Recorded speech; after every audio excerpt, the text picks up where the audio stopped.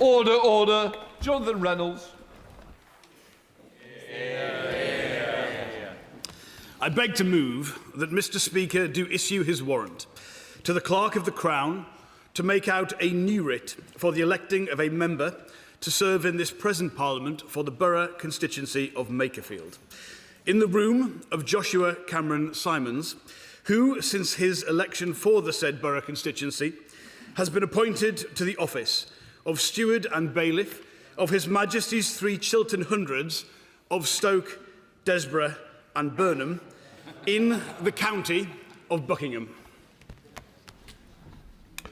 The question is that I do issue my warrant to the Clerk of the Crown to make out a new writ for electing of a member to serve in the present Parliament for the borough constituency of Makerfield, in the room of Joshua Cameron Simons, who since his election for the said borough constituency has been appointed to the office of Steward and Bailiff of His Majesty's 3 Chiltern Hundreds of Stoke, Desborough and Burnham in the county of Buckingham. As many of that opinion say aye. Aye. I think the ayes have it. The ayes have it. Order, order. I have a short statement to make. I would like to draw members' attention to the fact that the book for entering the private members' bill ballot is now open. It will be open until the House rises today and while the House is sitting tomorrow. On both days, the book will be available for members to sign in the No lobby until 6 p.m. It will then be taken to the Public Bill Office and remain open for signatures until the rise of the House. The ballot itself will be drawn at 9 a.m. this Thursday in Committee Room 16.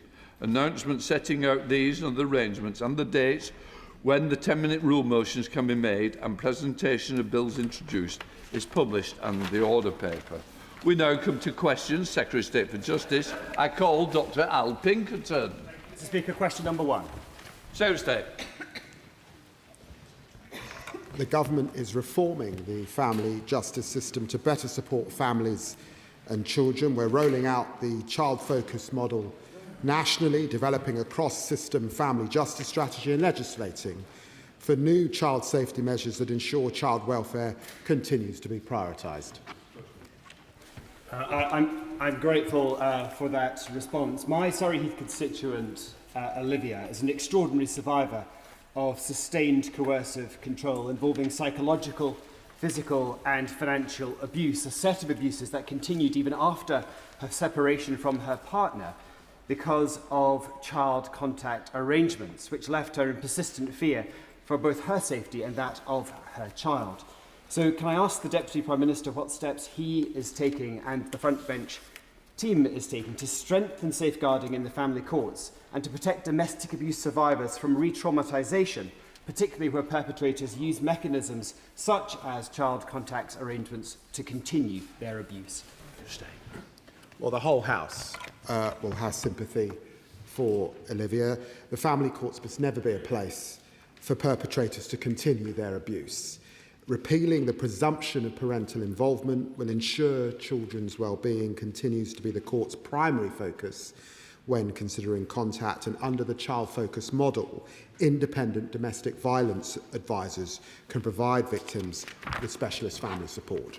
The Justice Committee, Andy Slaughter. Thank you very much, Mr. Speaker. One of the successes of the family justice system is the family mediation voucher scheme. 2/3 of families who use that scheme avoid going to court. It takes a lot of pressure off the family courts.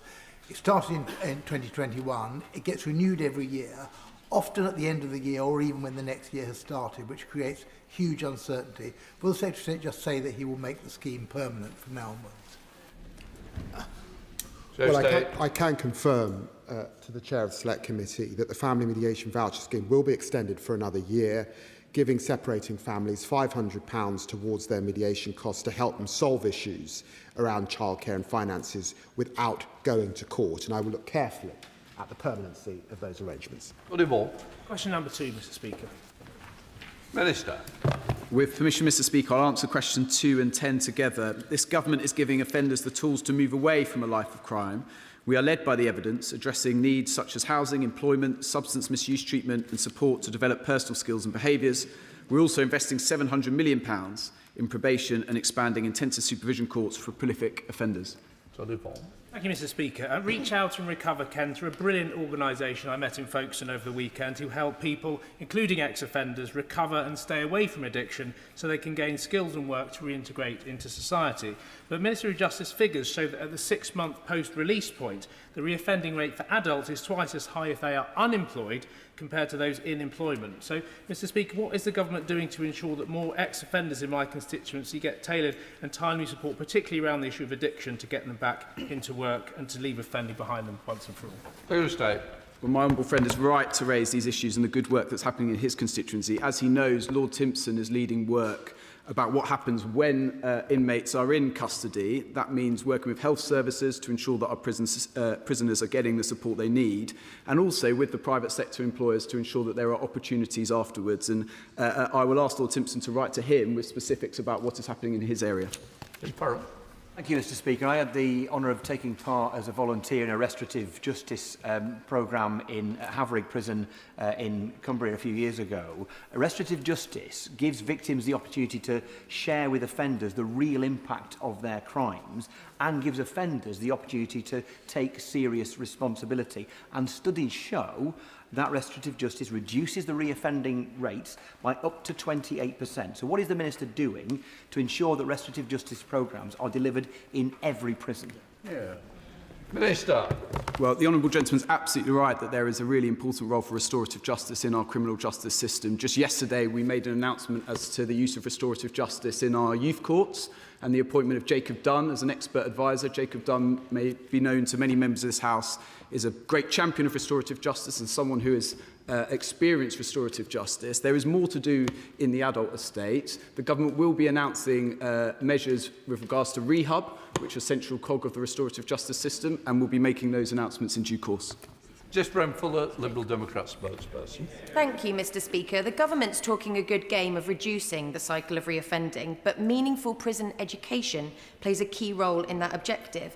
And recent analysis has found a significant decrease in the core education hours in public sector prisons.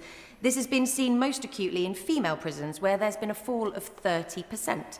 What is the Minister doing to reverse this decline in education hours across all prisons, ending the postcode lottery that we're currently seeing, and ensuring their obligations to equality are met? Minister. She's absolutely right to raise the importance of education in our prisons. The scandal about education in our prisons is there are classrooms, there are workshops that are left empty day in, day out because the prison system remains not stable enough. And the capacity is going through the roof. So this government has been focused, rightly, on getting stability into the prison system. We will be making announcements as to investment into education. It's also about using the private sector and the third sector, not just government contracts. And again, Lord Timpson will be making announcements on that in due course. Deb Robertson. Thank you, Mr. Speaker. Number 3, please. Minister.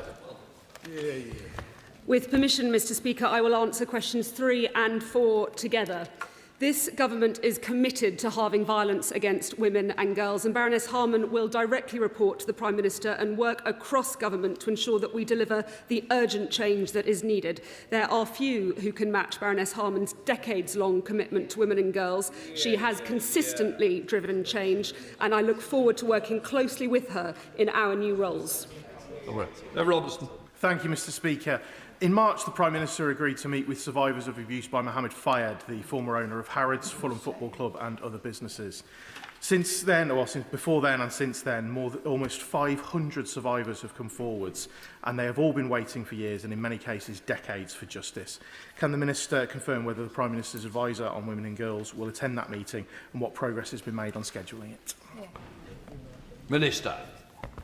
I thank my honourable friend for his continued leadership as co-chair of the all-party parliamentary group on survivors of Fayed and Harrods. I was in contact with Baroness Harman yesterday and will raise the possibility of her joining the Prime Minister's meeting with victim survivors. But I too would be humbled to meet with those who my honourable friend has been so powerfully advocating on behalf of, both in and outside this chamber. Thank you, Mr. Speaker. I welcome the announcement of a record £100 million expansion of GPS tagging for domestic abusers following a pilot by Greater London Authority which saw reoffending fall by up to 63%. The current plans, however, will only apply to the highest risk offenders, given that all domestic abuse is serious and many perpetrators escalate their violence upon release. I'm concerned this will allow abusers to slip through the net. Will the Minister therefore consider extending GPS tagging to all convicted offenders of domestic abuse, not just those deemed high risk? Minister. I thank my honourable friend for her consistent and proactive support for domestic abuse victims. Ensuring that it is perpetrators and not victims who are punished and restricted is key to the Domestic Abuse Perpetrators on Licence pilot, the DAPL pilot, that will be rolled out nationally from September. Offenders are tagged on release and subjected to strict conditions like exclusion zones and curfews. DAPL allow probation to tag any and all offenders who are considered to be at risk of perpetrating domestic abuse, but I would be happy to meet with her about her concerns. Roger Gale. Thank you, Mr. Speaker. Further to her response to the Honourable Gentleman, the member for Lichfield, and on the basis that justice delayed is justice denied, will she seek to use her good office with the Home Office to ensure that the Metropolitan Police expedites its investigations, so that those hundreds of women who've suffered at the hands of Fayed can at last have the justice that they deserve? Minister. I thank the right honourable member for his question. And he is absolutely right that justice delayed is justice denied, which is why this government is taking such proactive steps to try and reduce the delays that victims are seeing. And I would be happy to meet with him and other members who I know are hugely concerned about the impact that these cases have had on victims and survivors. Etty Lamb. Thank you, Mr. Speaker, and I welcome the Minister to her place. Almost the first thing that the Prime Minister's new advisor on women and girls did after she was appointed was to say on social media that Arooj Shah, the recently defeated leader of Oldham Council, should be given a peerage. This is despite the fact that Shah spent years trying to block a full inquiry into rape and grooming gangs in Oldham. What does the Minister think that says to victims and survivors, and how can they and the public trust her now? And I would also be interested to know whether the Minister agrees that Shah should be made a life peer. Minister.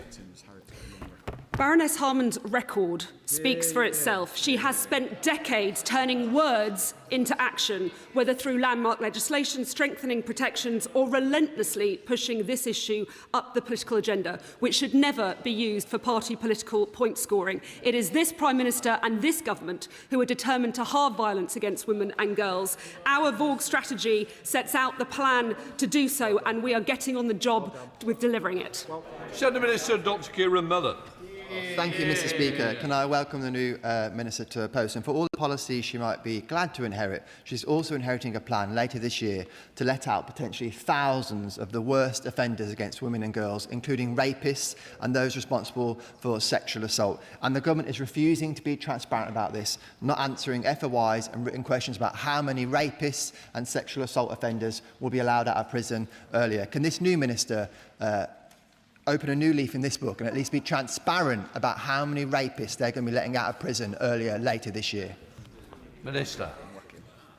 The Conservatives left a criminal justice system where victims wait years for trials, where victims feel traumatised by their experiences in court, and where our prisons were full and the system at risk of collapse. Not to mention the probation service, which after their failed privatisation attempts was on its knees. It is this Labour government that is taking action to halve violence against women and girls, to reduce the time that victims wait to see justice, and to better support victims with record investment in victim support services. Dr. Kieran Millen. I'd ask the Minister to think about perhaps having a constituency surgery and a victim of rape coming to see her, perhaps their offender is currently in prison, and that rapist is now going to get out of prison earlier. And I wonder what that victim would think about the answer she's just given to a serious question about serious issues. If she's refusing to tell the House, at the very least, will the Minister commit to writing to all the women and girls who currently have an offender in prison, perhaps due to go out 2 years from now, 3 years from now, that's going to get out this year, and at least doing the good grace of telling them, the victims, when that's going to happen? Minister. I meet with constituents every week, and victims will always be my priority. The honourable member comes to this House time and time again, listing horrific offences, but not once has he apologised for the damage that his party did to our justice system. Victims won't forget the mess that they created. Victims won't forgive their failures to take action. Victims will not be fooled by their claims to care now. And it is this Labour government that is committed to halving against violence against women, and this Labour government that has the plan to make it happen. Richard Quigley. Question number 5, Mr. Speaker. From bench, who wants it? Minister. Welcome. Thank you, Mr. Speaker.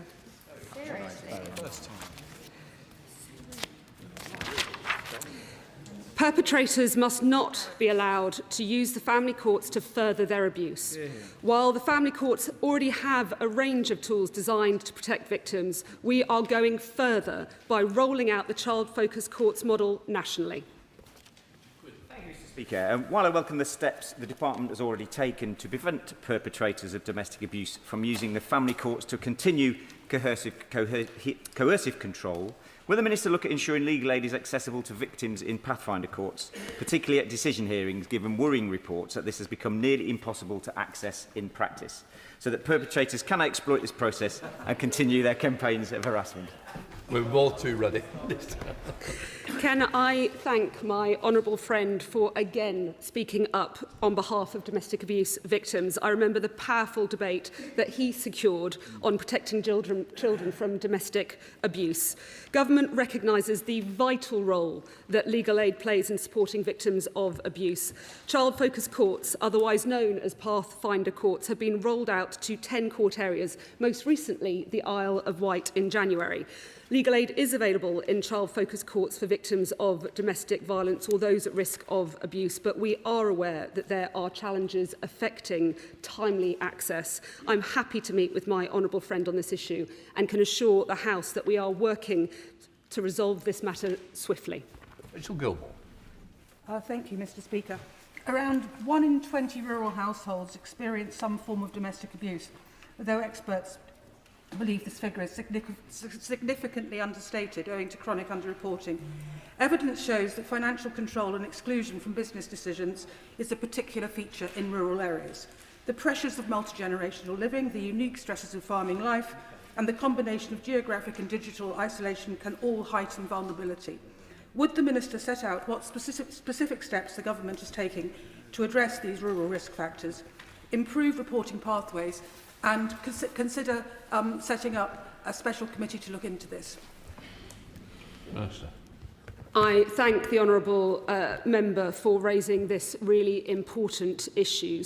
And alongside the rollout of child-focused courts, there does need to be more work on looking at coercive control. I know that it's an issue that is of real interest to many across this House and something that this government takes very seriously. Gregory Stafford. Question 6, sir. Secretary of State.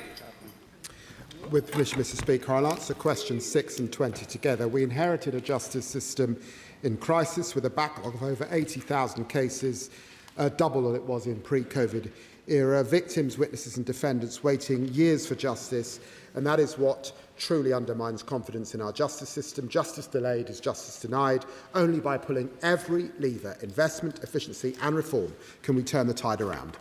Gregory Stafford. Thank you, Mr. Speaker. On the Secretary of State's watch, the court's backlog has reached record levels, yet his answer is to weaken one of the oldest rights in our justice system, trial by jury. The backlog was not caused by juries, and it will not be solved by scrapping juries. The Bar Council says there is very little evidence for the government's approach, while the Institute for Government estimates that it would save at most around 2% of court time. And even that may be generous. So why will the government not drop this ill-judged proposal and focus instead on the serious reforms needed to cut the backlog and speed up justice for victims? I've got to say, if the honourable gentleman were serious, he would get on the detail. We're not scrapping juries. Juries remain a cornerstone of our system. Just as Margaret Thatcher made changes to the jury system, just as the Blair government made changes to the jury system, we are making changes to bring down the backlog. Sir Purchase. Thank you, Mr. Speaker. Mr. Speaker, on Saturday, the Secretary of State promised extra court time for anyone arrested at the Kingdom March. Yet, we know there are grooming gang survivors who have waited more than 20 years for their cases to come to court. How is it that he is able to find court time to arrest protesters, and yet some victims of vile sexual abuse are waiting decades to hear their cases in court? I would have thought that the Honourable Lady, as a magistrate, recognises the right to protest exists in our country and we defend it. But where people spew hate, where they incite violence, where anyone is subject to criminal damage or harm, of course the courts will bear down on them in the strongest possible of ways. You understand, mate? Speaker, honourable members fairly hold strong views on these reforms. However, it is notable that the right to elect between solemn and summary procedure for certain offences does not sit with the accused in Scotland but with the Procurator Fiscal. But the people of Scotland are listening to this salient debate. Does the Secretary of State agree with me that we must conduct this debate on the government's reforms without feeding the increasing malignant narratives of certain groups seeking to undermine public confidence in prosecutions and convictions in every corner of the United Kingdom? State. Well, my honourable friend makes a very good point. It's fundamental that people have confidence in our justice system across these aisles, wherever it is found, and that is why this government is seeking to do all it can to get both the court system out of crisis, which we inherited, and the prison system out of crisis, which we inherited. Carl Turner. Speaker, it must be absolutely exhausting holding on to an idea that only he, the Justice Secretary, still pretends is a good one. The Mayor of London is opposed to these changes and has tried to persuade him to bin it. The Mayor of Manchester is opposed to this ludicrous idea. The leader of Scottish Labour was opposed to this idea, and it doesn't even involve Scotland. The former Welsh First Minister was apparently opposed to it. When is he going to let his ego get out the way and bin this ludicrous idea of curtailing jury trials?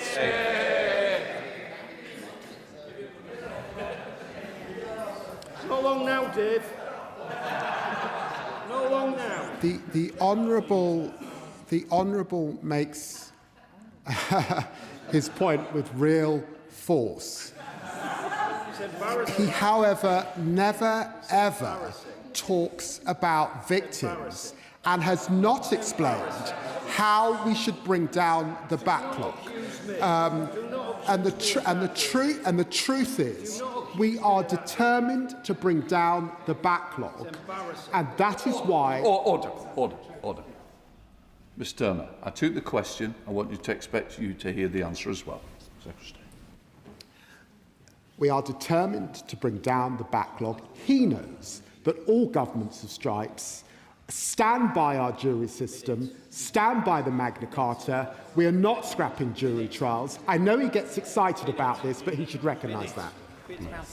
Jess Brownfield, Liberal Democrat spokesperson. Thank you, Mr. Speaker. I come with good news.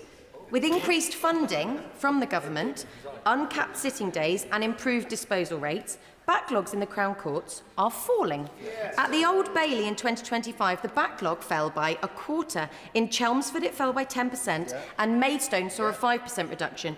The truth is that properly funding our courts and uncapping sitting days is bringing down the backlogs. But the government is choosing to ignore that data and persist with taking a sledgehammer to jury trials, which won't deliver shorter wait times for victims. So why won't the Minister trust those in the justice system that want to deliver for those victims using their increased funding and resource that he has delivered for them? Well, I'm grateful that she recognises, because of the increased investment that I put in and the extra sitting days, we have seen a small reduction. And I believe that the modernisation that we've talked about, particularly enlisting AI, will also make a difference. But I've got to tell her, if we're serious about bringing down the backlog over the next few years. Given its size, we will need reform as well. Alicia Kearns. Mr. Speaker. Minister.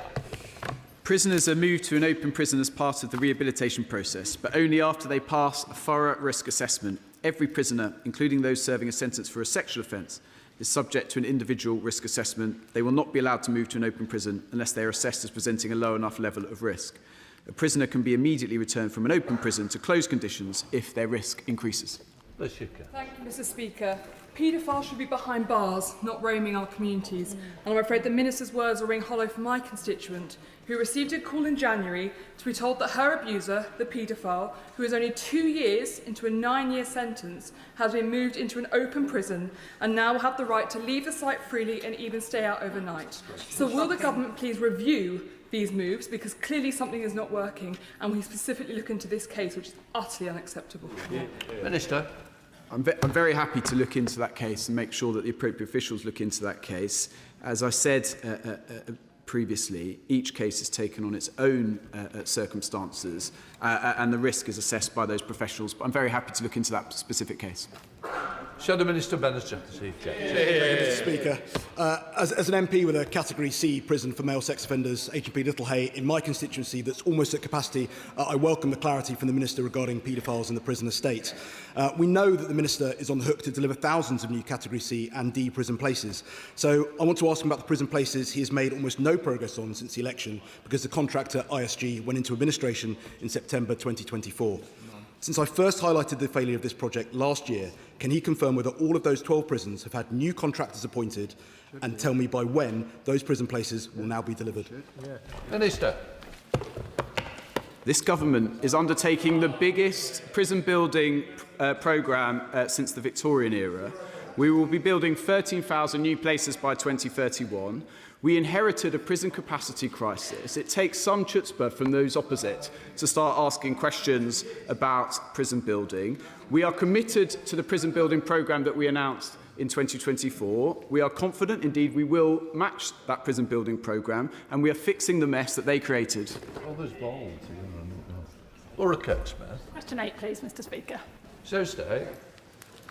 Well, I'm delighted to be working with the Home Secretary and other Cabinet colleagues in delivering our ambitious goal to halve knife crime within a decade. In February, we published the Youth Knife Possession Guidance, which delivers tougher consequences for knife carriers. The Youth Justice White Paper, published just yesterday, sets out how the government will act to intervene earlier to stop children becoming involved in offending and to ensure those that do are dealt with swiftly and effectively. Laura Kirksmith. Thank you, Mr. Speaker, and I welcome the government's knife crime strategy with its ambitious goal to cut knife crime by half in a decade, and its recognition that serious violence is both a criminal justice issue and a social failure. I also want to commend Thames Valley Police for their hard work to tackle it in Aylesbury and the villages. We've seen some really good measures like the knife crime amnesty bins, which have had a positive effect. But as the Secretary of State, we know that the challenge of knife crime starts with root causes, including poverty and lack of opportunity for young people, and we still struggle with that in Aylesbury and the villages. So can the Minister outline, the Secretary of State outline what more he was doing to work across government to address these two? So stay. Well, I'm very grateful to my honourable friend. Can I agree that poverty, exclusion and the lack of opportunity are all root causes of crime? Our Youth Justice White Paper focuses on intervening earlier to address risks before they escalate, working across government to tackle the root causes and ensure every child has the support and opportunities that they need to thrive. Gregory Campbell. Speaker, can the Secretary of State establish the success or otherwise of previous administrations that introduced knife amnesties in order to try and achieve a reduction in knife crime, given the prevailing presence and increasing presence of knife crime in many large urban centres across the country? So stay. Well, he's right. There is a role for knife amnesties, and as it happens, I was out last week in Deptford looking at a knife amnesty programme. If he looks at the first item on my Instagram, he'll see me doing that. Shadow Justice Secretary Nick Timothy. Thank you, Mr. Speaker. Last year, 6,397 knife criminals were sent to prison. The average sentence was just over 8 months. As the government scrapped almost all sentences below a year, will the Justice Secretary say very clearly if he expects as many knife criminals to go to jail next year as they did last year?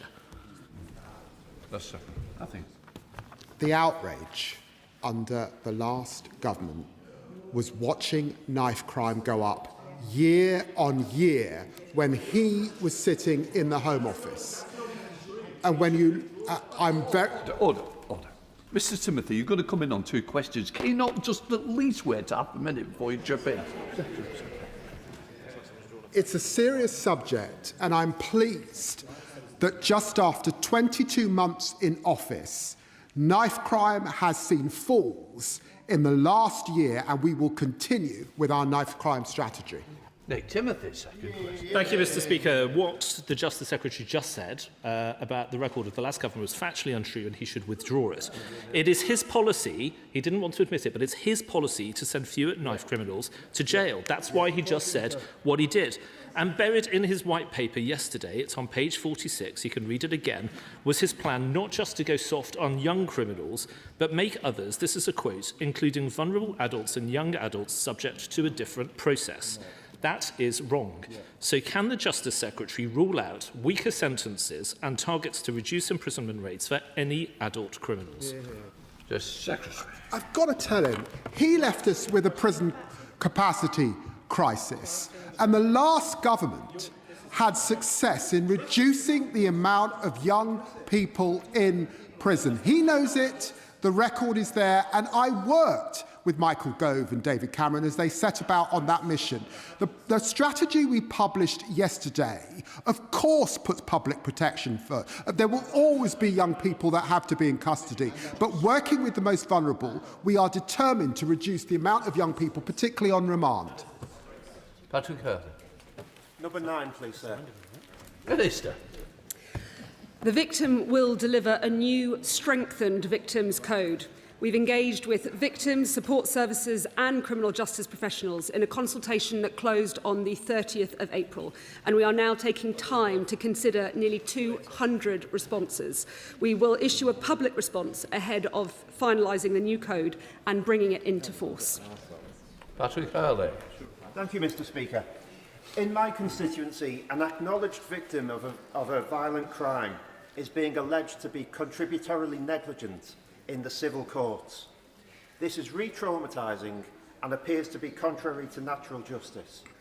So will the Minister agree to meet with me and my constituent to discuss further and to see what measures can be put in place to address concerns about how the civil law system deals with cases such as these? Minister. The new Victims Code will ensure that victims know the service-supported information that they're entitled to in the criminal justice system, but our civil and family courts should never be used to perpetuate the trauma that victims have suffered. I would be happy to meet with my honourable friend or arrange a meeting with the relevant minister to better understand the case that he is raising and what his constituent is facing. Rishi Sunak. Thank you, Mr Speaker. In 1990, Dr David Burkitt was brutally murdered in a crime that shocked the Teesside community. He was discovered by his young daughter, who is a constituent of mine. Despite the Deputy Prime Minister's very welcome opposition, the murderer was recently released. Can I thank the Ministry for agreeing to a request from myself and the Honourable Member for Middlesbrough and Thornaby East to meet with my constituent to hear about her concerns about the process and interactions she had with the parole board leading up to his release. Now, I know this is subject to an ongoing JR, but could I thank the Ministry for their continued attention to this case and urge them to learn what we can to support victims in the future? Minister. I'm grateful to the Right Honourable Member for raising this deeply distressing case, and I would like to pay tribute to Dr Burkitt's daughter for the courage in continuing to engage, which I think is truly commendable.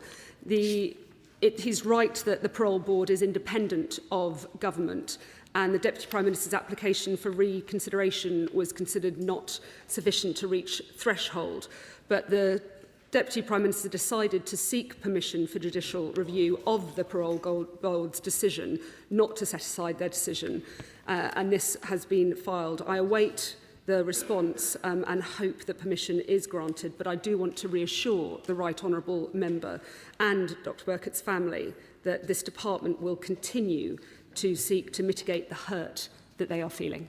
John Whip. Question 11, Mr Speaker. Minister.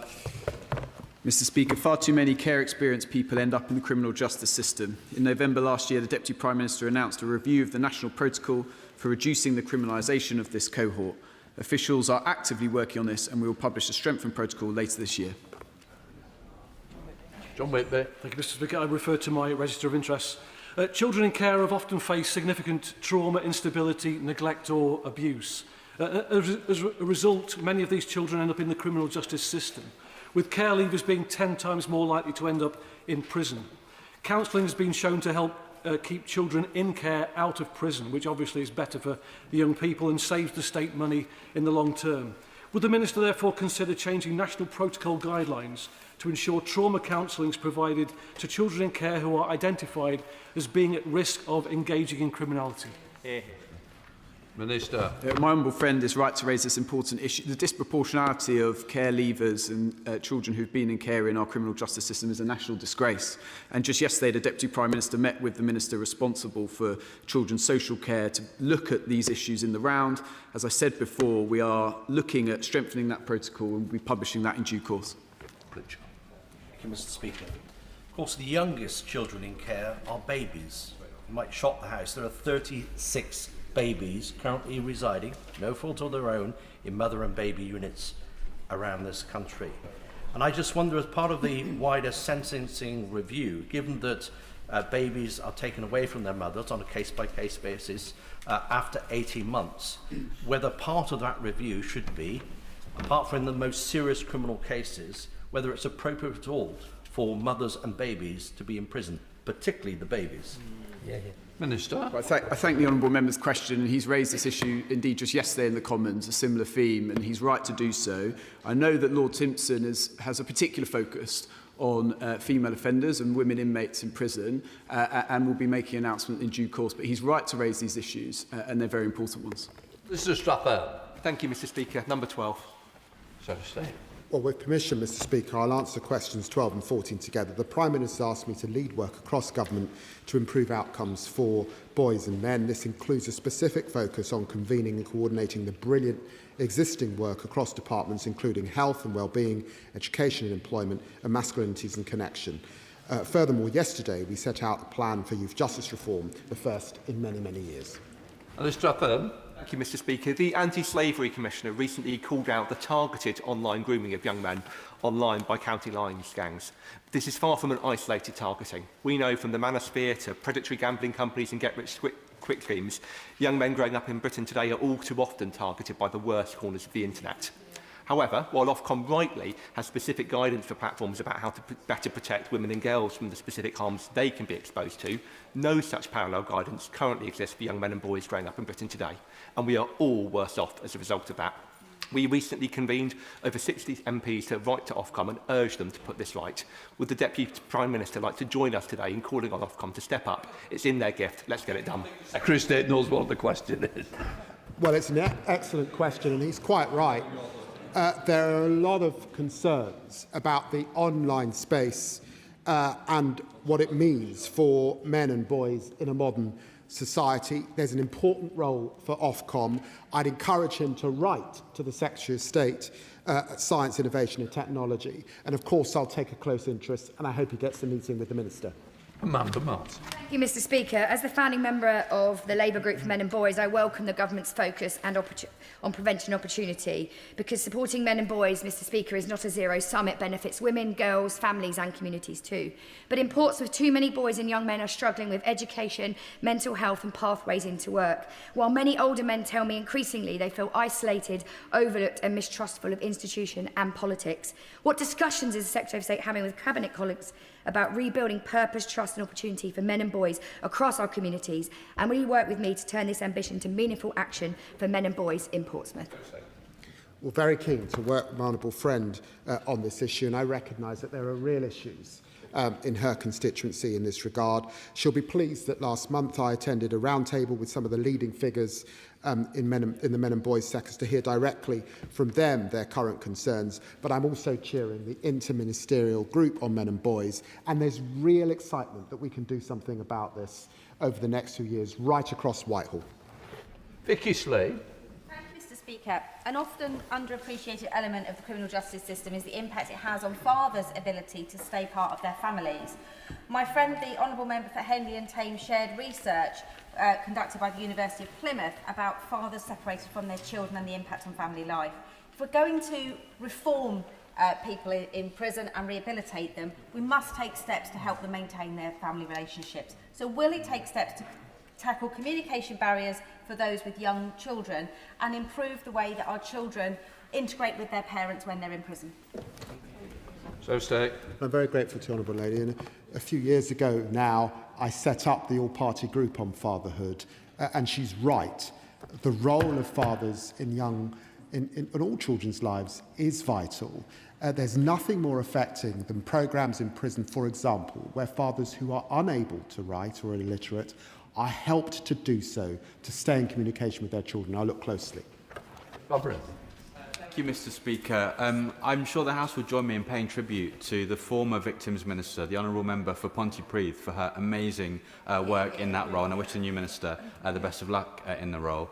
90% of men and boys who are incarcerated for young men who are incarcerated for violent offences experienced or witnessed domestic abuse or another form of abuse at home. The government is investing in increasing the number of IDVAs available to adult survivors, but there is no like-for-like equivalent for children to access that kind of direct advocacy. Will the Deputy Prime Minister consider looking into this proposal that has been advocated by a number of victims' charities to make sure that young men and boys get the domestic abuse support that they need and deserve? So, Justice Secretary. Well, I'm very grateful for the Honourable gentleman in allowing me to pay tribute to my dear friend, the member for Pontypridd, for her tremendous work. I think the whole House will recognise this was a minister entirely on top of her brief, and who commanded the respect of victims victims groups right across our country. He makes an important point, and I will look closely on what more we can do for young people who experience domestic violence. Joe Roberts. Number 13, please, Mr. Speaker. Minister. With permission, Mr. Speaker, I'll answer questions 13 and 19 together. This government is committed to transparency on the issue. We publish data on releases in error each July in the HMPPS Annual Digest.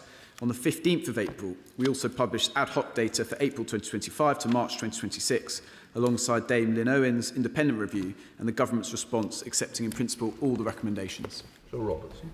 Oh dear, Mr. Speaker, my question was about how many prisoners have been released in error under this government, and the Minister doesn't seem to know the answer. But it's okay, I'll give him the answer. It's 441, which over a 2-year period is the worst on record. Will he now apologise, or will he provide a convoluted excuse about why it's not his government's fault? It's a very good example of someone who didn't listen to my answer and then assumed that he had. We will be releasing the data for this very serious and important issue, as we should do, in due course. We released the data earlier this year on an ad hoc basis. By the way, over the last 14 years of Conservative government, they never released data and release in errors. So we're not going to take lectures from the opposing bench on this issue. Fundamentally, Dame Lynn Owens has done a review into this important issue, has set out a series of recommendations as to how we solve it. We've accepted them and we begin to implement them, but I won't be taking any lessons from the opposing benches on this issue. James Wilde. Thank you very much, Mr. Speaker. Despite implementing what the Justice Secretary said were the strongest ever checks, every week criminals are being given a get-out-of-jail-free card. How many of those 441 prisoners wrongly let out of prison on Labour's watch remain at large? And why is it still taking days for the prison service to let the police know when they've wrongly released people? Minister. The truth, Mr. Speaker, is this is a long-standing issue in our criminal justice system, and it is a disgrace. Any release in error is a disgrace. Now, how do we solve that issue, Mr. Speaker? We solve it by investing in our prison system. That's why we're building more prisons than since the Victorian era. We invest it in stabilising the prison population. That's why we introduced the Sentencing Act, which finally we have some sustainability in our prison system. The Conservatives did absolutely nothing. We are taking action recommended by Dame Lynn Owens, and that action will be undertaken. Act and Crime and Policing Act were both put victims at the heart of the justice system, received royal assent, and in the gracious speech His Majesty the King confirmed that he will proceed with the Courts and Tribunals Bill to turn the tide on the Crown Court backlog and deliver swifter justice for victims, and that we remain committed to a Hillsborough law to bring in a duty of candour for public service and rebuild confidence in the justice system. These are yet more examples of this government getting on with delivering justice for the British people. Thank you, Mr. Speaker. Cornwall continues to face some of the UK's worst legal aid deserts, with rurality and lack of transport adding to this postcode lottery. According to the Law Society, a third of domestic abuse survivors were forced to represent themselves in court, as even when advice is available, eligibility criteria often stands in their way. Will the Minister meet with me to discuss raising the income threshold for the legal aid means test in line with inflation and remove the capital assets requirement altogether to ensure victims of economic abuse can access justice? Justice Secretary. Well, it is important that those who need legal aid can access it, of course, including those in rural communities and victims of domestic abuse. We work with the market to mitigate localised pressures, particularly where they exist, by supporting a mix of face-to-face service, telephone and remote advice provision. I'll ensure that he gets a meeting with the Minister. Thank you, Mr. Speaker. Last Friday, I met with a constituent of mine whose child was fatally stabbed 5 years ago. As a parent myself, I cannot begin to imagine what the family has gone through and the trauma they have faced since. But concerningly, Mr. Speaker, the killer of that child has repeatedly accessed social media while in prison to cruelly taunt the victim's family.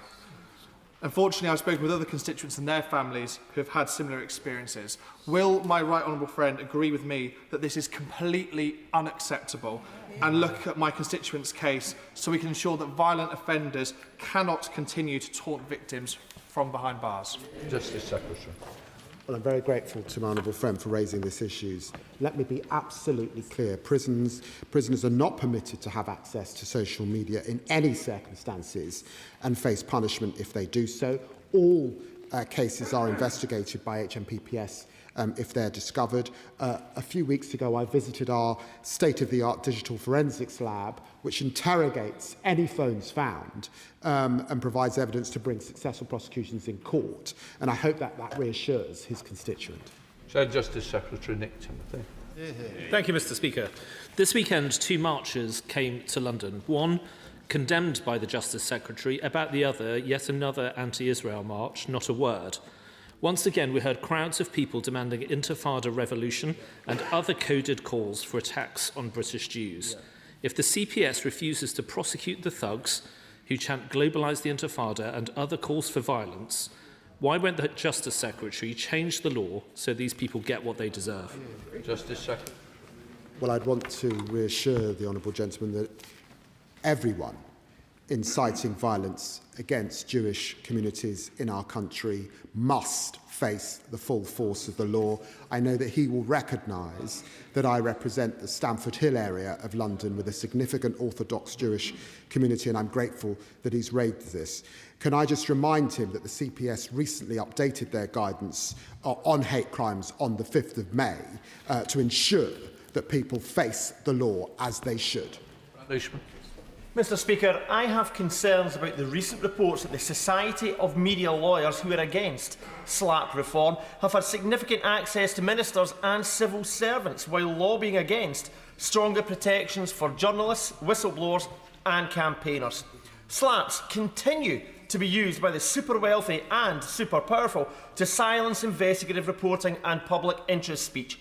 Will the government bring forward meaningful and undiluted anti-SLAP legislation? Well, he's absolutely right. We cannot allow the rich and powerful to use their resources to stop proper investigation, and I will be bringing forward legislation as soon as time allows. Luke Taylor. Thank you, Mr. Speaker. I've heard from victims of domestic abuse and stalking the harrowing journey they face rebuilding their lives. For many, the one thing that gives them comfort is the knowledge that their abuser cannot reach them from behind bars. But government changes to Category D prisons can now allow these offenders to be moved to open conditions much earlier than before, despite their crimes being exempt from STS 40 because of their recognised higher risk. So will the Minister meet with me to discuss excluding domestic abusers and stalkers from early transfer to open prisons so that their peace of mind of victims can be retained? Minister. All prisoners, as I said earlier, including those convicted of domestic violence and stalking offences, will only be allowed to move to an open prison when they have been assessed and risk assessed. I'm very happy to organise a meeting for him with the relevant minister to discuss this particular case. Jill Scroppen.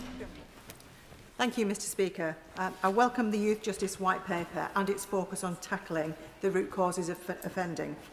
Like many of my colleagues, I've seen tragic cases of vulnerable young people being clearly exploited by adults and drawn into crime.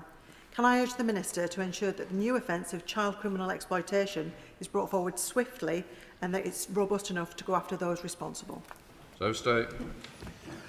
I'm very grateful to my honourable friend. There's nothing more tragic than seeing young people, often from deprived backgrounds, preyed on by adults to run drugs and all sorts of contraband across the country. We will be bringing this forward as soon as possible. Tim Farrell. Thank you, Mr. Speaker. Kendal Magistrates Court was outrageously closed in 2017 on the promise, though, that sittings would continue in other location public buildings in Kendal after closure. Yet there has not been a single sitting in Kendal since 2020. Will the Deputy Prime Minister put this right urgently so that promise can be kept and local people can have reasonable access to justice? Well, I'm grateful to the right honourable gentleman. He knows that the government inherited a justice system in crisis with record and rising caseload. He also knows that the last government closed courts right across the country. We are legislating for structural reform. I've invested £2.78 billion in investment to bring down the backlog. We'll continue to look closely at the needs in Kendal, but he recognises that it's going to take some time to address what we inherited. Liz Twist. Thank you, Mr. Speaker. The latest Women's Aid annual audit highlights that nearly 80% of domestic abuse survivors now face devastating tech-facilitated abuse and online stalking. How will the Justice Department collaborate across government to ensure that our courts and prosecutors are fully equipped to tackle digital violence? Minister.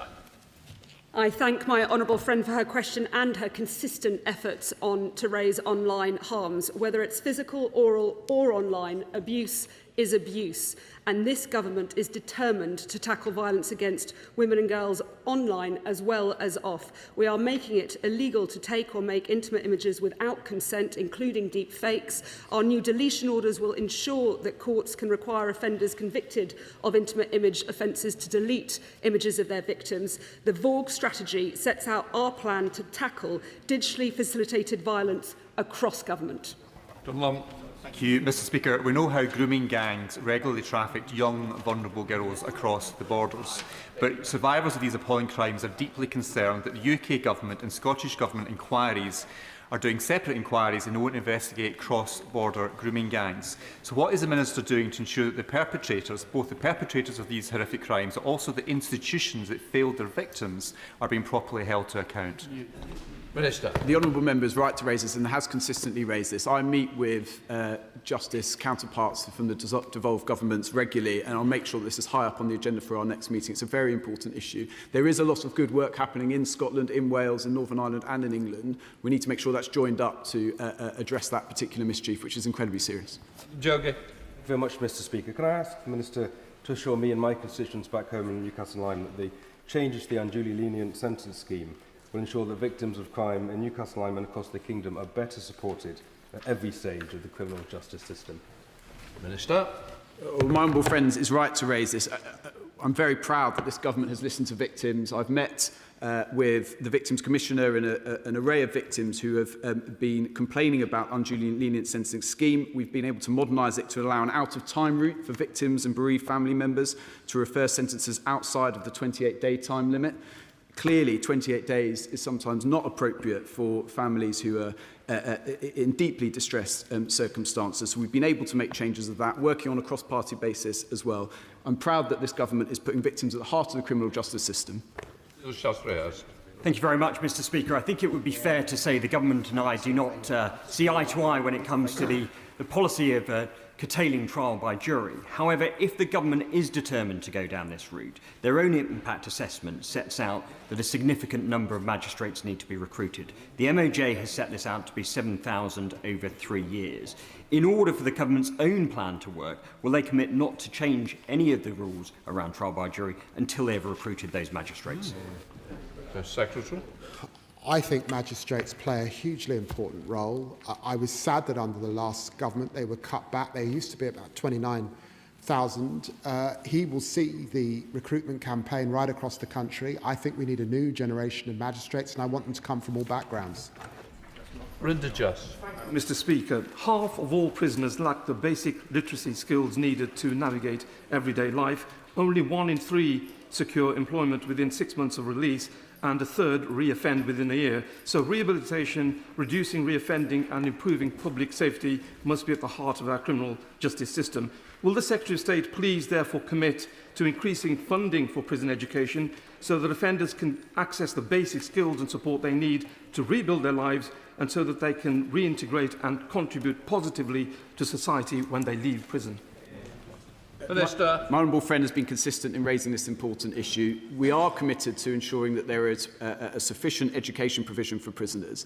I would gently stress, however, we can only provide that education if we are able to get prisoners into the classroom. So we need to stabilise the prison system, get order back into the prison system after the chaos that we inherited. But absolutely, this government is committed to ensuring that prisoners have education and work opportunities upon leaving. Thank you, Mr. Speaker. I represent a very rural area and we have to drive many miles to get to a court. With fuel prices so high at the moment, I wonder why ordinary citizens are reimbursed for jury service at the rate of only 31.4 pence per mile for their travel by car costs, and yet the standard HMRC approved rate is 45 pence per mile. It doesn't cover the cost of travel and penalises those who live in rural areas. Minister. Well, the honourable member, as a member of the Justice Select Committee, raises an important and very practical point. The government recognises the hugely important civic duty that jurors play day in, day out across the country. We always will keep remuneration and travel costs under review, and we've heard the question. Samantha Dibler. Thank you, Mr. Speaker.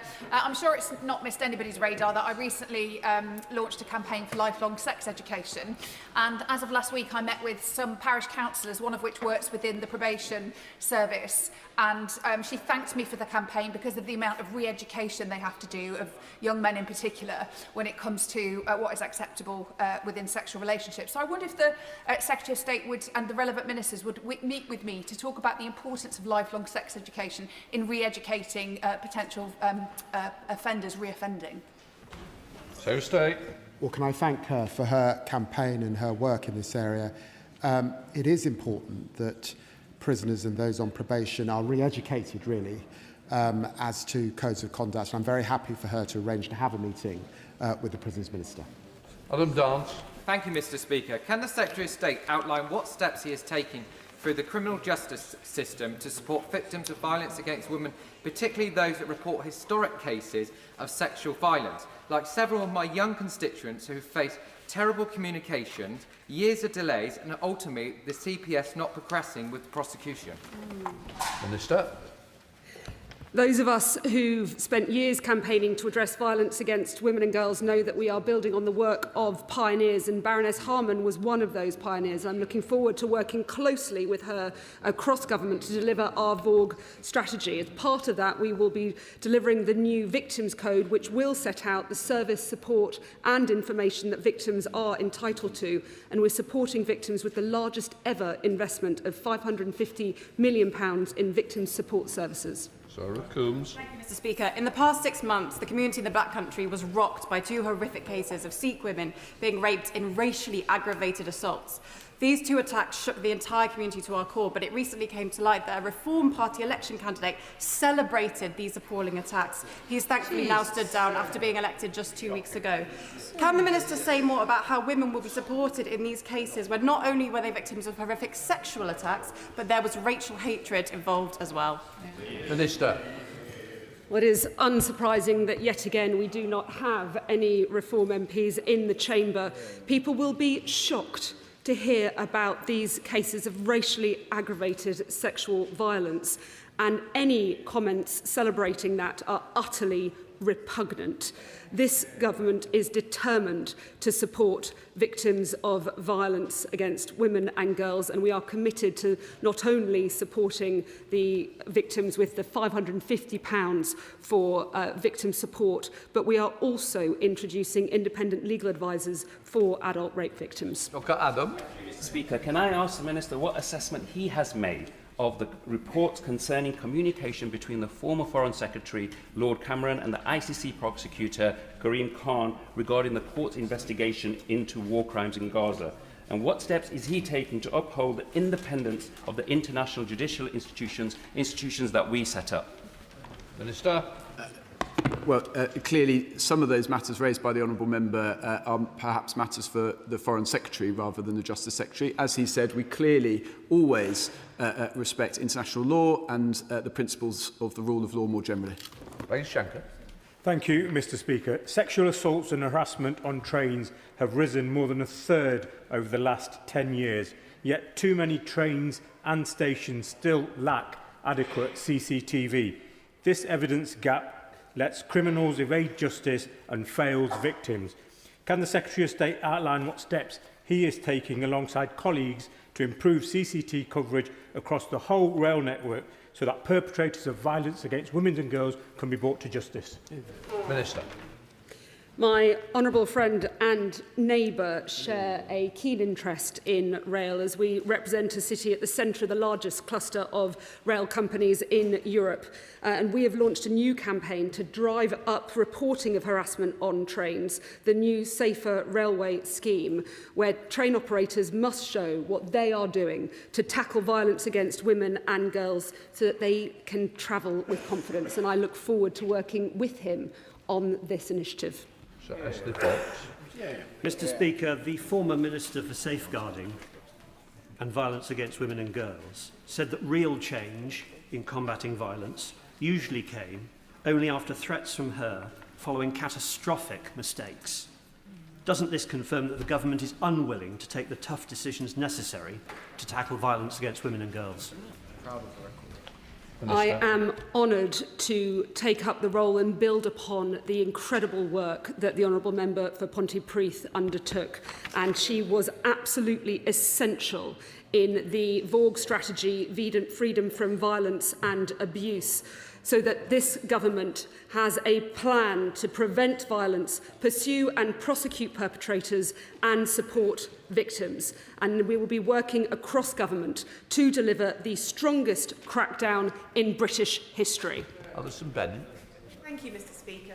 My constituent Tam is a mental health legal aid lawyer who has seen demands in the sector rise while fees fail to keep up.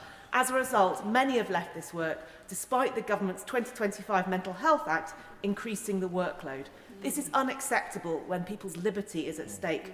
So I ask, what specific assessments has the department made of the current sustainability of the mental health legal aid sector, and what concrete steps are they taking to ensure its financial viability? I'm grateful to the Honourable Lady.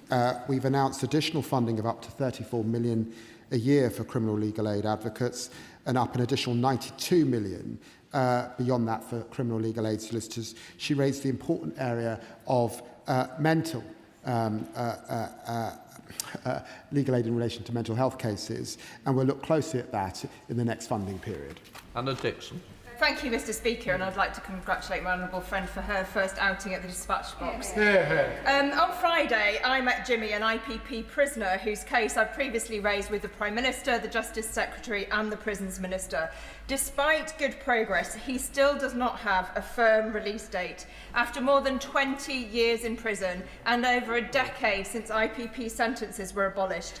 So will the Justice Secretary urge his department to do all it can to expedite Jimmy's release and that of the other estimated 2,800 people who remain in prison on IPP sentences? So state. Well, I recognise the real issues that exist for IPP prisoners, and we have discussed this at length and will continue to do so. The Prisons Minister has done a lot of work in this area, engaged with all of those, including in another place, who raise these issues on almost a weekly basis. And of course, we want to do more and see those prisoners who are not going to cause public harm released. That completes questions. Let the front bench change over.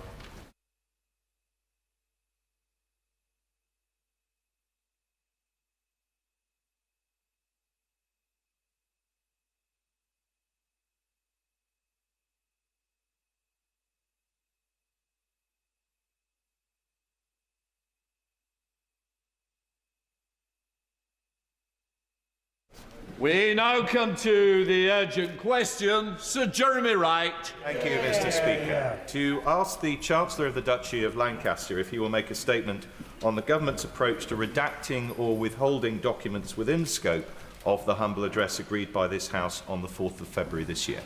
Secretary Jones. Thank you, Mr. Speaker. As I've set out to this House on previous occasions, the government is working to comply with the motion passed in February. I can reassure the House that this remains the case and can provide the following update today. The government confirmed before prorogation that it had referred over 300 documents to the Intelligence and Security Committee, which at the time represented all of the documents in scope of the motion, where the government believed that publication would be prejudicial to UK national security or international relations. The government has repeatedly assessed all of the documents it has collected to make sure that all of those that need to be referred to the ISC are referred to the committee. As part of this quality control process, the government identified a small number of further documents that it felt should be reviewed by the ISC and immediately submitted these documents to the committee. As Friday's statement from the committee set out, it has now considered all of these documents. As I have previously said to the House, the government will be publishing a second tranche of material. This is currently being finalised and will be one of the largest government publications ever laid in this House. This is reflective of the breadth of the motion and also the government's commitment to transparency in responding to it. It constitutes a very significant disclosure exercise involving sensitive material from across government. The government has taken seriously its obligations to comply with the humble address in full, while also upholding other public interest issues, such as our duty of care to junior staff. The government has carried out this work according to a robust process with assurance from an independent KC. Given the House is due to rise on Thursday, Mr. Speaker, and given the length of the publication, the second tranche will now be published after Whitsun recess to give the House sufficient time to review the material and to be able to ask me and the government questions, Mr. Speaker. It could have been published this Thursday, Mr. Speaker, but I felt that the House would deem that to be inappropriate, given it will be such a significant publication. Mr. Speaker, I just refer back to my previous comments. This will be the largest publication, other than I think the Chilcot Inquiry report, ever published to the House.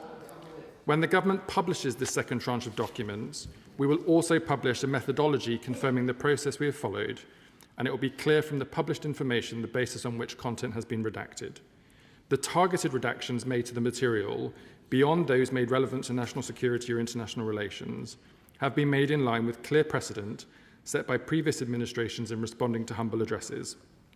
As I said out to the House on the 23rd of February, and again when we published the first tranche of material on the 11th of March, we have taken the normal approach to redacting junior officials' names, contact details like telephone numbers and email addresses, the personal data of third parties where this is not in scope of the motion, and where relevant, legal professional privilege. This has been done using the principles set out in the Freedom of Information Act and in line with the Ministerial Code and the resolutions on ministerial accountability passed by both houses in 1997, which state that ministers should be as open as possible with Parliament and not provide information only when disclosure would not be in the public interest, which should be decided in accordance with relevant statutes. I'm sure members across the House will recognise there is no public interest in the government publishing the names and contact details of junior officials or their telephone numbers. Mr. Speaker... Order. I don't know, I know you've been here quite a time, but it's 3 minutes. We're over 3.5 minutes now. And I wasn't given notice of extra time needed. And obviously, the other people would need to know that. Please, I did set out rules of the House. We should adhere to them. Once again, we've broken them. We've only been back a few days. Secretary Jones. Forgive me, Mr. Speaker. In that case, I will sit down and answer further detail in answer to questions from members of the House. The next part. Sir Jeremy Ryan. Thank you very much, Mr. Speaker, and thank you for granting this urgent question. Thank you to the Minister for what he has said. But as you and the House know, the Intelligence and Security Committee has been considering redactions to documents on the grounds that, if unredacted, those documents may prejudice national security or international relations. But it has become apparent to us that the government also intends to redact documents for other reasons, not specifically permitted in the humble address, or in some cases, to withhold those documents altogether. Now, as the Minister says, the government did issue a list of further grounds on which it intended to redact, along with the first tranche of documents that it published, including, as he says, email addresses and phone numbers and what's described as personal data, though there is, of course, no mechanism for the House to confirm that those redactions are limited to only what is necessary. But I want to ask the Minister about material that the government intends to withhold for yet further reasons, for example, due to commercial confidentiality or to protect the monarch. The government also intends to withhold some documents related to vetting in their entirety. Now, Mr. Speaker, I make it clear that my committee has considerable sympathy with the substantive arguments the government may make for withholding information beyond that currently justified in the humble address. There are, for example, valid concerns about the disclosure of information given in a vetting process, inhibiting future subjects of vetting or those who are asked about them from being as open and forthcoming as they need to be for vetting to be effective. But we cannot accept that the government is entitled to ignore or to unilaterally alter the terms of the humble address. So does the Minister accept that if the government wants to argue that the humble address is too broad as drafted and needs to be refined, it must come to this House and make that argument and get the House's consent for any alteration?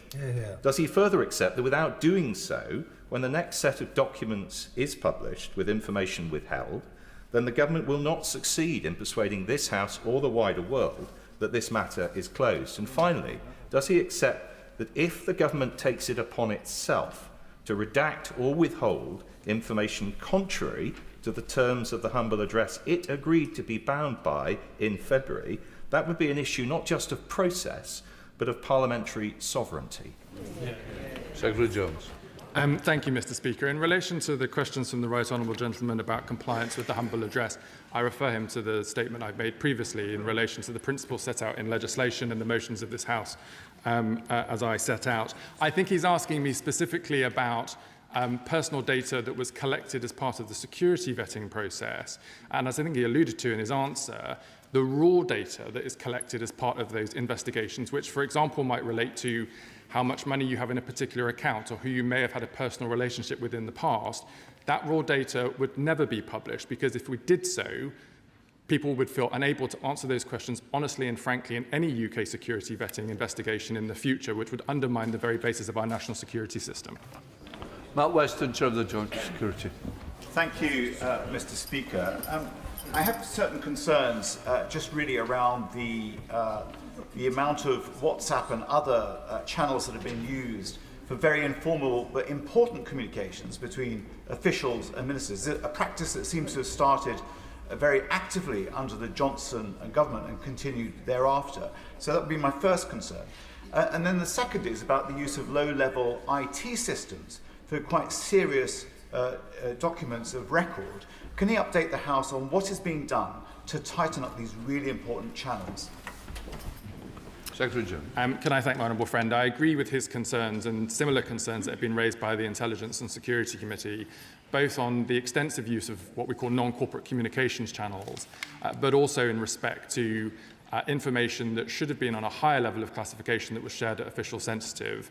I've already announced to the House there's going to be a review that will begin imminently on the use of non-corporate communications channels, and I'll be taking further action to make sure that sensitive information is shared at the appropriate classification.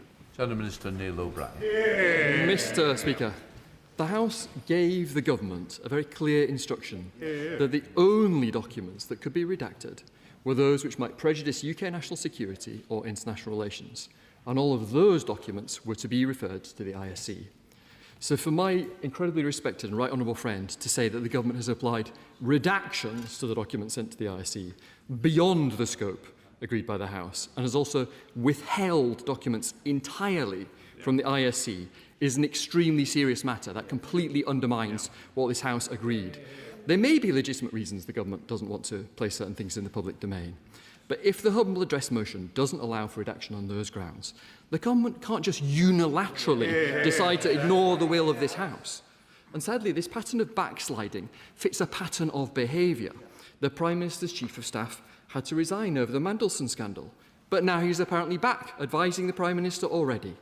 We forced the government to hold an inquiry into the grooming gangs, and then they sabotaged it and they dragged their feet for a whole year. We said it needs to be harder to get ILR. Home Secretary said she'd do it. Labour backbenchers didn't like it, and so now it's not in the King's Speech. Again and again, as soon as attention moves elsewhere, they start backsliding. So we now expect the government to discuss its approach to the humble address constructively, and would welcome such discussions. So I ask the Minister, now that the government's had reviewed all the documents, the IC has reviewed the documents, when is the government going to release all the rest of the Mandelson files? The Minister says after Whitsun. When after Whitsun? Will the government return to the House to ask permission for the redactions that they clearly wish to make, which go beyond the scope of the humble address? And would the Minister brief opposition members on Privy Council terms about these broader redactions that the government clearly wishes to make?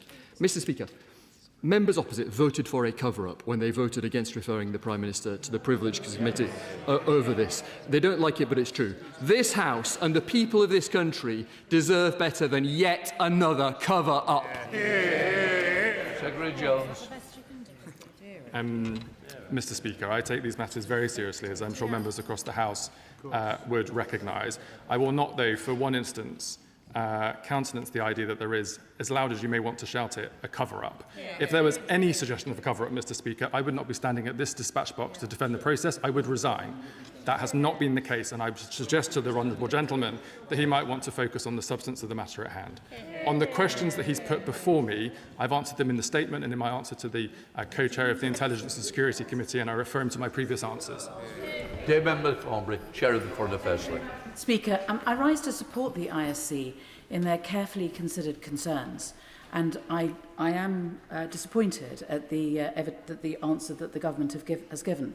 It seems to me that one of the questions in relation to the Mandelson appointment is why it is when the UK SV document had 2 red boxes ticked, which included this man should not be appointed, that somehow or other that was translated into he should be appointed. And it is very important that the public know and understand that we are learning from the mistakes that were clearly made, and we cannot know that that lessons have been learned unless they are checked. And the committees in this House, my committee and the ISC, are trying our best to get to the truth of this, and we are having obstacles put in our way. It's for that reason I believe that with proper redactions, it should be that the ISC are allowed to look at this file to understand why it was that mitigations could be put in place in order to make us safe when it came to the appointment of Peter Mandelson. Secretary Jones. To confirm, Mr. Speaker, the documents that related to the recommendation put to the Foreign Office and the Foreign Office's decision to appoint Peter Mandelson irrespective of the recommendation that was put to them, these documents have been referred to the Intelligence and Security Committee. What has not been referred was the raw data collected as part of interviews undertaken with Peter Mandelson, which in any circumstance we wouldn't share in relation to any appointment, and to confirm that neither I nor any decision maker in this process have seen that level of personal detail, because it is kept so securely to ensure that when people go through this process, they feel able to give full and frank answers without a wide range of politicians or others seeing their deeply personal information. Lisa Spark, Liberal Democrat spokesperson. Very much, Mr. Speaker. This House did not pass the humble address so that ministers could decide 4 months later which inconvenient information they would prefer Parliament didn't see. And following concerns from the ISC that the government is redacting information far too broadly, we must ensure that they are not just withholding documents and information from Parliament on their own say-so. Every day this pantomime drags on. Public trust erodes further. Parliament asks for transparency. Epstein's victims deserve justice and the public deserves answers, not redactions. The point is not that any member of this House wants a junior civil servant's personal data to be published. It's that it's not the government's decision to make where the line is to be drawn. Mr. Speaker, given that documents on Andrew Mountbatten Windsor's trade envoy role are also due to be laid before this House shortly, will the Minister confirm that he will personally ensure that those will be produced without redaction too? On the first part of the Honourable Lady's question around the assumptions of the government withholding information that it shouldn't, I'm just afraid, Mr. Speaker, that is incorrect. This is the most extensive disclosure of information, I think, ever in relation to a humble address. The sheer depth of the document when it's published will illustrate to the point that the government has gone to great lengths to ensure that it's complying with the humble address. That's why we've established a process with the Intelligence and Security Committee and the Public Administration Committee with independent KC oversight to assure that this process is being done properly. In relation to her question about the motion in relation to Andrew Windsor, that humble address is being administered by the Department for Business and Trade, and I understand it's due to be published very shortly. Richard Budd. Speaker, I've asked the Minister both in this House and through written questions on numerous occasions to give the House reassurances that Morgan McSweeney only ever handled documents for which he had the appropriate level of security vetting when working in Downing Street. Now, the vagueness of the Minister's replies has been noted by members of this House and by journalists. So today, I again give the Minister the chance to put this issue to bed by stating clearly on the record that at all times while working in Downing Street, Morgan McSweeney had the appropriate level of security clearance for all the documents he handled. Can I thank my honourable friend for his question? I refer him to my previous answer. Sir John Hayes. Thank you, Mr. Speaker. The Minister will be aware that on the 21st of April, the ISC on which I sit made clear that the humble address does not allow for documents to be withheld from Parliament, only for redactions to be made where the ISC has agreed to them. Last week, we were obliged, Mr. Speaker, to issue a further statement saying that it had come to our attention that documents were being withheld from the ISC. Now, the honourable gentleman may feel that that's justified, but the humble address doesn't permit it. The point is that he is confusing scrutiny with disclosure. The ISC is well used to making judgments about what's made public. That's why the House chose the ISC as the mechanism to deal with these matters. Will the honourable gentleman confirm that in line with the humble address, all material will be submitted to the ISC, and in particular, will he confirm there was no document or any communications, emailers and so on, related to mitigation of any risks associated with Peter Mandelson's appointment?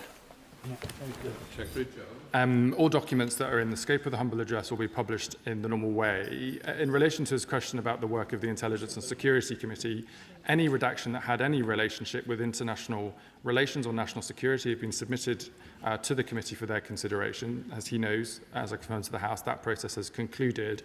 I think he's asking me again about personal data, and I refer him to my statement, which makes the point that compliance with the humble address sits within the context of the Freedom of Information Act, the Ministerial Code, and motions passed by both houses about how to comply with that statement. And as I said, all further information will be published in due course. Jim Johnson. Thank you, Mr. Speaker. So I'm very concerned that it appears Number 10 is still continuing to cover up Mandelson's dodgy dealings by redacting and withholding certain information. So what was Mandelson's role with the pre-Anne Palantir meeting? Why did the former Health Secretary grant Palantir unlimited access to identifiable NHS patient data? So, Mr. Speaker, what assurances can the Minister give us today that any information relating to Mandelson's involvement with Palantir will be exposed to full public transparency and scrutiny.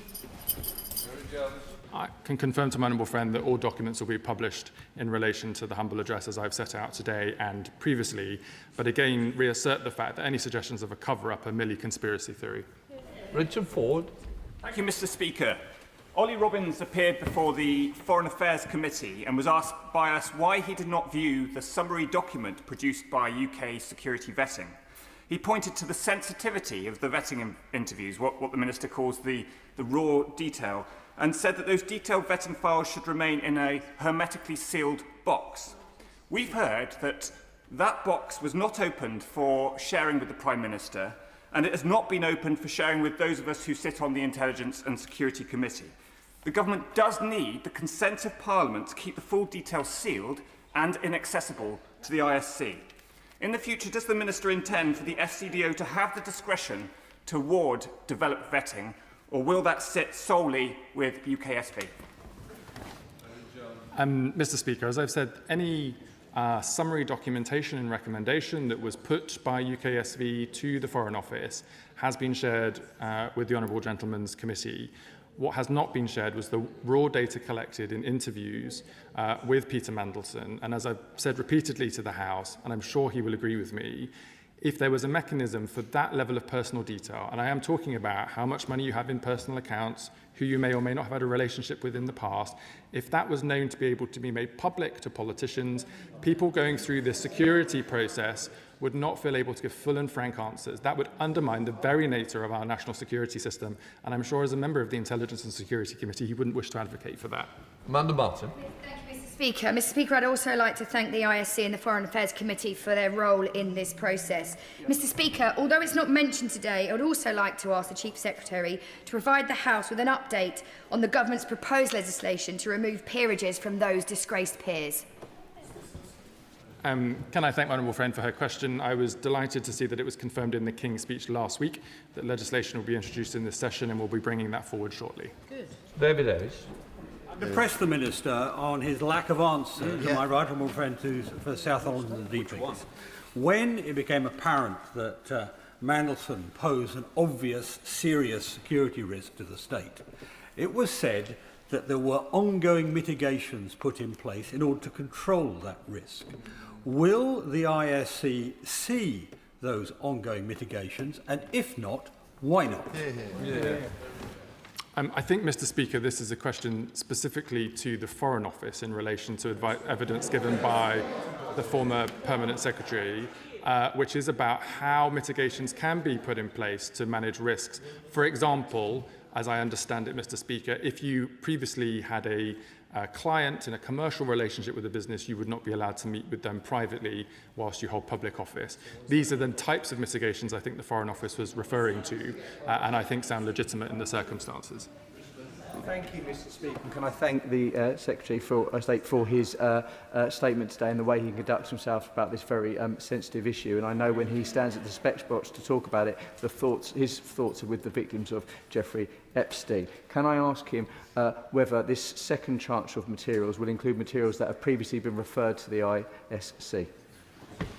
Can I thank my honourable friend for his question? The second tranche of information will publish all remaining documents except those that are currently with the Metropolitan Police in relation to ongoing criminal investigations.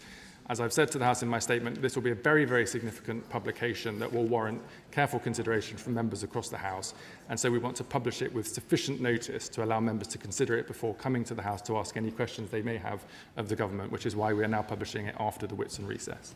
Julian Lewis. In more than 30 years of its existence, the Intelligence and Security Committee has never once suffered from a leak. Therefore, anything that is disclosed to it, no matter how sensitive, is not going to be published. Therefore, the question of it undermining the security vetting process, if such raw data were published, does not arise because the ISC is the one parliamentary body guaranteed to ensure that that doesn't happen. So can he stop obfuscating on that aspect, and can he confirm that irrespective of the question of the raw data, what will definitely be made available to the ISC if it hasn't been already are the annotations and the documents that show how an initial failure to pass vetting for Lord Mandelson became a decision to approve him and state that he had been successful in getting through the process. I can confirm, Mr. Speaker, that all documents that need to be referred to the Intelligence and Security Committee have now been referred to it, and that process has concluded, which is why we can move to publication after the recess. Dave Dugan. Thank you. Mr. Speaker, the Minister must accept that there is no more august committee in this place than the ISC. He must further accept that it is the least partisan organ of this Parliament. And it is against that incomprehensible reality that Number 10 and the peddlers of chaos within Number 10 have sought to confound the ISC by withholding information and deviating unilaterally from the terms of the humble address. So will he just say very clearly he's given himself and Number 10 till after Whitsun recess? When after Whitsun recess will he release the next tranche of documents? Just to reassert, Mr. Speaker, I really don't think members are advocating that the raw information collected as part of national security screening interviews with people who are becoming public servants ought to be shared with Parliament. The summary of those recommendations and the advice put to departments should and have been, and I think that is the appropriate way to handle that. He asked me specifically about when the document will be published after Whitsun recess, and we stand ready to do so as soon as we're able to secure the time in the House. Sir Junius.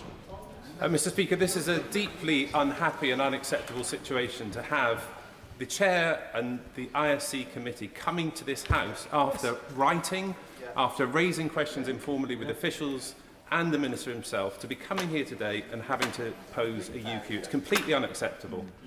Will he confirm that if there are any changes to permissions, he will come to this House and seek approval from this House for those changes? Mr. Speaker, I think I'm right in saying that the honourable gentleman who secured the urgent question made the point that in relation to the government's argument about sharing raw data, the committee was in some agreement with that. I don't think that's the issue that is in dispute. So any suggestion of withholding information against the will of the motion, I'm not sure is in contention. He asked me about compliance with the motion more generally, and I refer him to my previous answer. Christine Jordan. Thank you very much, Mr. Speaker. I would simply repeat that the House surely has a right to know when we're going to get this report. The Intelligence and Security Committee said that they were unhappy with the amount of WhatsApp messaging that was being used by the government. The image which is being created amongst the public is a government which is avoiding the issue, is incompetent, and it's undermining public confidence. The Minister started off by saying he could have presented the document this Thursday.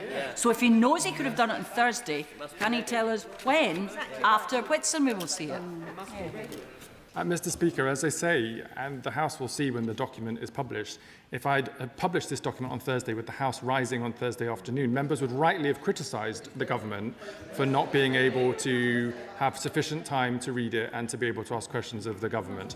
I'm keen for it to be published as soon as possible after the Whitsun recess, and I'm arranging that with business managers. Mr. Speaker, I'm afraid the answers about publication simply are not good enough. Mr. Speaker, the Minister may think that he's putting an argument to this House, but he's treating not just this House as a bunch of mugs, he's treating the public as a bunch of mugs. And the reality is that one of his own backbenchers said as a result of what happened, his party is being called the Pedo Protectors Party. So may I say to the right honourable gentleman, will he, yes or no, publish this data before the unnecessary, costly by-election? The publication will be published to the House after the Whitsun recess, as I set out, and I'm afraid I just disagree with the honourable gentleman's sentiment. Gordon. Thank Mr. Speaker. I would add to the comments of my honourable friend for Edinburgh West in the sense that the Minister has outlined a date this week that it could be published. So why can he not actually just commit to a timetable so we can hold him to account? That's the key point. This whole grubby saga is highlighted by the Ministerial Code, and responsibility in government is something that the public don't seem to think actually counts for anything anymore. So I wondered if, as a lesson from this grubby saga, the Minister might look to bring forward legislation that would make the Ministerial Code binding and ensure the consequences where ministers fall short and don't honour up to their end of a deal actually have something taken as a result and action from that. The Government believes the Ministerial Code is functioning as it should. We've increased the accountability measures associated with it, and where legislation is required, for example, to remove peerages from disgraced peers in the other place, we bring forward that legislation shortly. Francois. Thank you. Do Labour MPs not realise that it's because of high-handed behaviour like this they suffered the drubbing they suffered on the 7th of May? The Minister has said that the documents will be published after we return from Wit on the 1st of June. But he has repeatedly refused to answer whether or not they will be published by the Makerfield by-election on the 18th.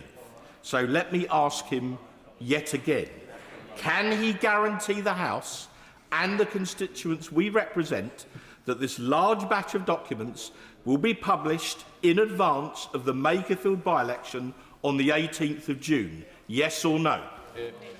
Mr. Speaker, the Right Honourable Gentleman knows that we have to secure time in the House with business managers for business action. I am ready for this document to be published as soon as we are ready to do so, and I'm committed to do so after the recess. Dr. Kieran Mother. Speaker, one thing this sorry episode has achieved is to make the Minister an absolute expert on warm words and platitudes.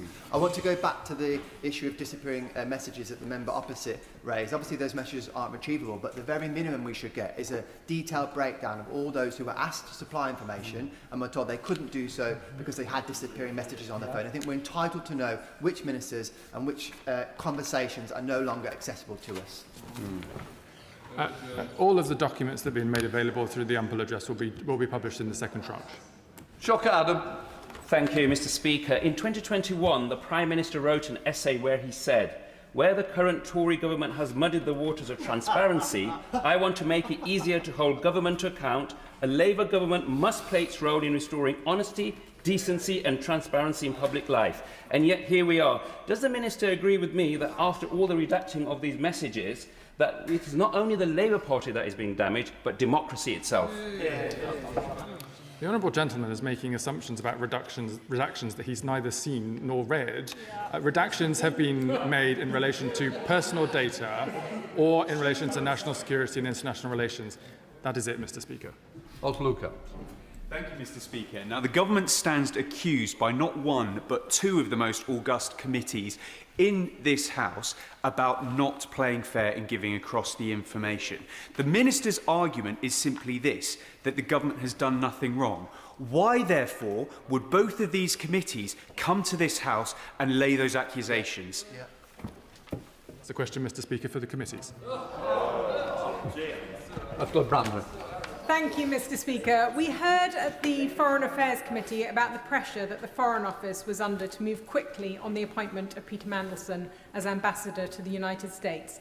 Now, concerns have been raised about the lack of transparency surrounding the papers connected to that appointment.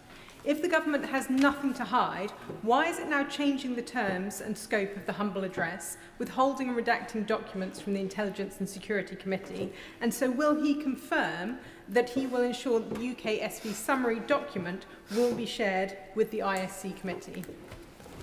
Mr. Speaker, the government isn't trying to amend the terms or the scope of the humble address. It's just a factually incorrect statement, Mr. Speaker. She asked me about documents that can be shared with the Intelligence and Security Committee in relation to UKSV's recommendations and the decisions made by the Foreign Office. I can confirm those documents have been shared. Jim Sherman. Thank you, Mr. Speaker. Can I thank the Minister for his statement that the constituents have contacted me regarding the overreach of government bodies and the refusal to stay within the parameters as displayed just in the last few days in the legal judgment funded by the Police Ombudsman claim of your UC collusion in Northern Ireland. were found to also exceed legal powers. Ever mindful of that, again today we have a statement. Constituents are highlighting overreach that sees refusal to be accountable to the public. Rebuilding trust is absolutely vital. The Minister, I believe, is committed to that. So how will the Minister start the process of rebuilding trust in all aspects of public life when appointed individuals refuse to stay within their limits, and what steps can be taken to enforce this in every level of public service? Thank you.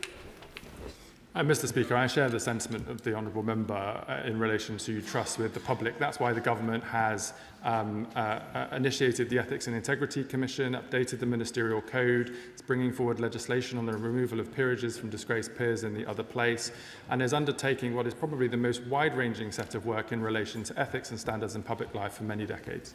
Thank you, Bat. Thank you, Mr. Speaker. When this Parliament passed the humble address, it was very clear that the House did not trust the government to do this. So that's why we wanted the ISC to do this.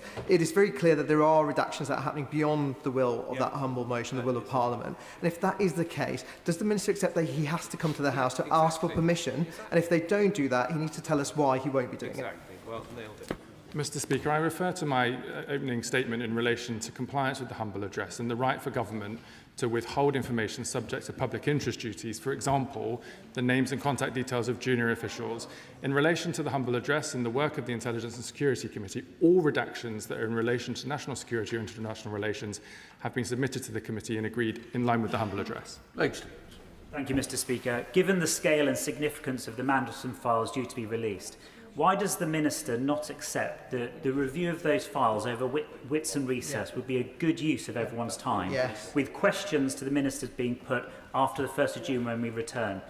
Is it because Ministers are intent to limit scrutiny by this House? Because that's exactly how it looks like to me, and it looks like that to my constituents. And Mr. Speaker, he's wrong. The intent is to increase scrutiny, not to decrease it. Sir Ashley Fox. Mr. Speaker, does the Chief Secretary recognise just how damning it is of the government's lack of regard for transparency and accountability that the ISC finds itself in the position of having to publicly condemn its actions?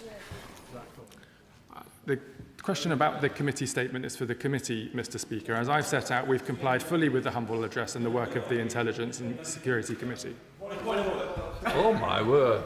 Let's work our way around. Sir David Davies. Thank you, Mr. Speaker. Given that applies directly to the Minister, can I draw the House's attention to the motion brought by the now Prime Minister on the 4th of December 2018 following non-compliance with a previous humble address, in which it starts that this House finds ministers in contempt for their failure to comply with the requirements of the motion for return passed on the 13th of November 2018.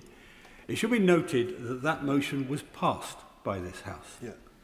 We've just debated an area where the government may potentially be in contempt of the House. Indeed, the obfuscation we've heard looks like that. It's important to the House, and indeed the government knows of the precedent in this area, and I give notice, Mr. Speaker, that if after we've received the next tranche of documents, the humble address has not been met in full, or indeed that we haven't been told the truth, the whole truth, and nothing but the truth, I will seek to bring such a motion in the future. But let me just try and deal with this one. Look, what I don't want to is continue the debate, so this might be a bit of advice for others that's trying to catch my eye. A very experienced member, like Sir David, won't leave it here. I know he will pursue it through many other avenues that will be available to him, and I suggest that it will be coming back at some point. And just to say to the House, I've also had a letter from the ISC, and at some point I will also need to respond to that. So it isn't quite the end as we see yet. I'm coming round. Dr. Kieran Mullen. Same experience as my colleague who left. The Minister has said that the documents are ready to publish, and that the only issue is securing government time to do that on the first day back on the 1st of June. What advice can the Speaker provide us and the whole House as to what other mechanisms are available to make sure there is time on that day if the government are unwilling to allocate the time for the measure? It's not a matter for me, it's a matter for the government, thankfully. What I would say is that it is, as I understand it, a very large amount of documents. There is another question that has been mentioned, is the ability to print such an amount to make it available to the House. What I would say is I've been advised that it will be coming as soon as possible, hopefully, and I don't want to speak for the Minister, but rest assured it won't be left. But I think it is important that we do have time to go through it. It may have been good reading for the Whitsun, others may be campaigning, so let us say that I am keeping a very close eye on that, but I do understand there is a big issue about printing something this high in the amount of document, so it's not quite as straightforward as just presenting it. It is just that. Mark Francois. Thank you, sir. Further again to that point of order, Mr. Speaker. The Minister's excuse for not guaranteeing that the documents will be available by the 18th of June is that he would need to secure parliamentary time. This is news to some of us who've been here a while and understand that the government effectively control the timetable of Parliament. Indeed, every Thursday when the House is sitting, they make a business statement and tell us what's coming up for the next 2 weeks. So, Mr. Speaker, are you aware of anything in standing orders or Erskine May that would prevent them from making a business statement on Thursday and naming a day for publication after the Whitsun recess? We love speculation. I didn't quite hear the Minister say, or worried about the by-election. I would say, and I know the Secretary of State, that he would also want to ensure this House is informed ASAP. I will be looking to ensure that happens as well. So please, let us calm down, let's not speculate too much, and let us see, and hopefully Whitsun might bring some generosity to some of the members. I think they need the sunshine a little bit more. Right, that now completes points of order.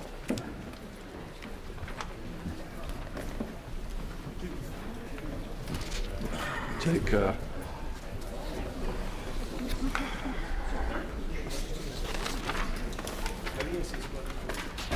Order. Nominations closed at 1 o'clock this afternoon for candidates, yesterday afternoon, for candidate for the post of Chair of the Backbench Committee. One nomination has been received. A ballot will therefore not be held. I congratulate Bob Blackman on his re-election as Chair of the Backbench Committee. Well done, Bob. Please. Mr. Speaker, can I thank the House for the confidence you've shown in me, and I will endeavour to ensure that backbenchers get the opportunity to debate the issues that they wish to debate in this chamber and in Westminster Hall as much as possible. Can I use your good offices to prevail on the government whips, the opposition whips and indeed the Liberal whips to ensure they nominate their members of the committee as fast as possible, preferably by tomorrow, so the committee can get up and working as in the new session to formulate those debates as soon as the government allow us time. Yeah. I cannot endorse more than what the members absolutely said. Sooner we get the committee working, sooner we get the debates coming through. And once again, I want to thank him for what he's put in already and the experience he's brought to this position. Right. We now come to the next statement. Secretary of State for Transport, Heidi Alexander. Mr. Speaker, with permission, I'd like to make a statement on HS2. Last summer, I stood at this dispatch box and promised we would be straight with the British people. Not just about the appalling mess we inherited, but how we would fundamentally reset the HS2 project. Today, I am publishing the latest parliamentary report and the Lovegrove report, an assessment of what past failings in the delivery of HS2 means for the civil service and wider public sector. This was a Cabinet Secretary investigation commissioned by the Prime Minister last year. I would also like to take this opportunity to update honourable members on the latest stage of the HS2 reset. But, Mr. Speaker, if I may, let me remind the House of the litany of failure we inherited in July 2024. Costs soared by £37 billion under the previous government alone. Billions of taxpayers' money was sunk into Phase 2 work for the sections north of Birmingham before they were abruptly cancelled. Huge contracts were handed out without improvement in price, despite the Oakervee Review's recommendation to negotiate a better position.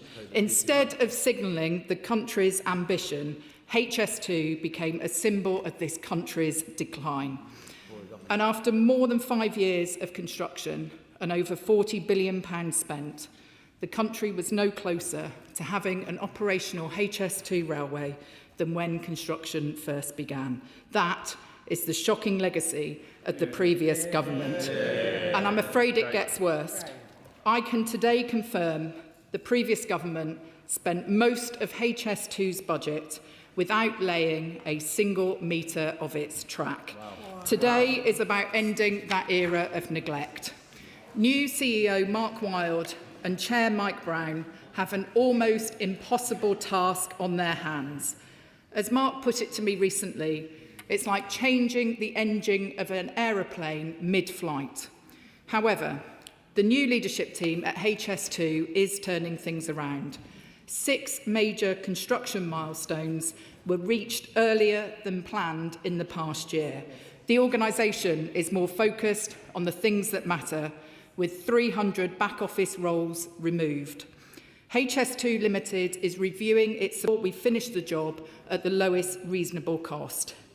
And it is managing those contractors properly now to make sure supplier performance is up to scratch. Finally, we're seeing improved oversight, with HS2's leadership now receiving real-time updates, helping to prevent delays and keep construction to time.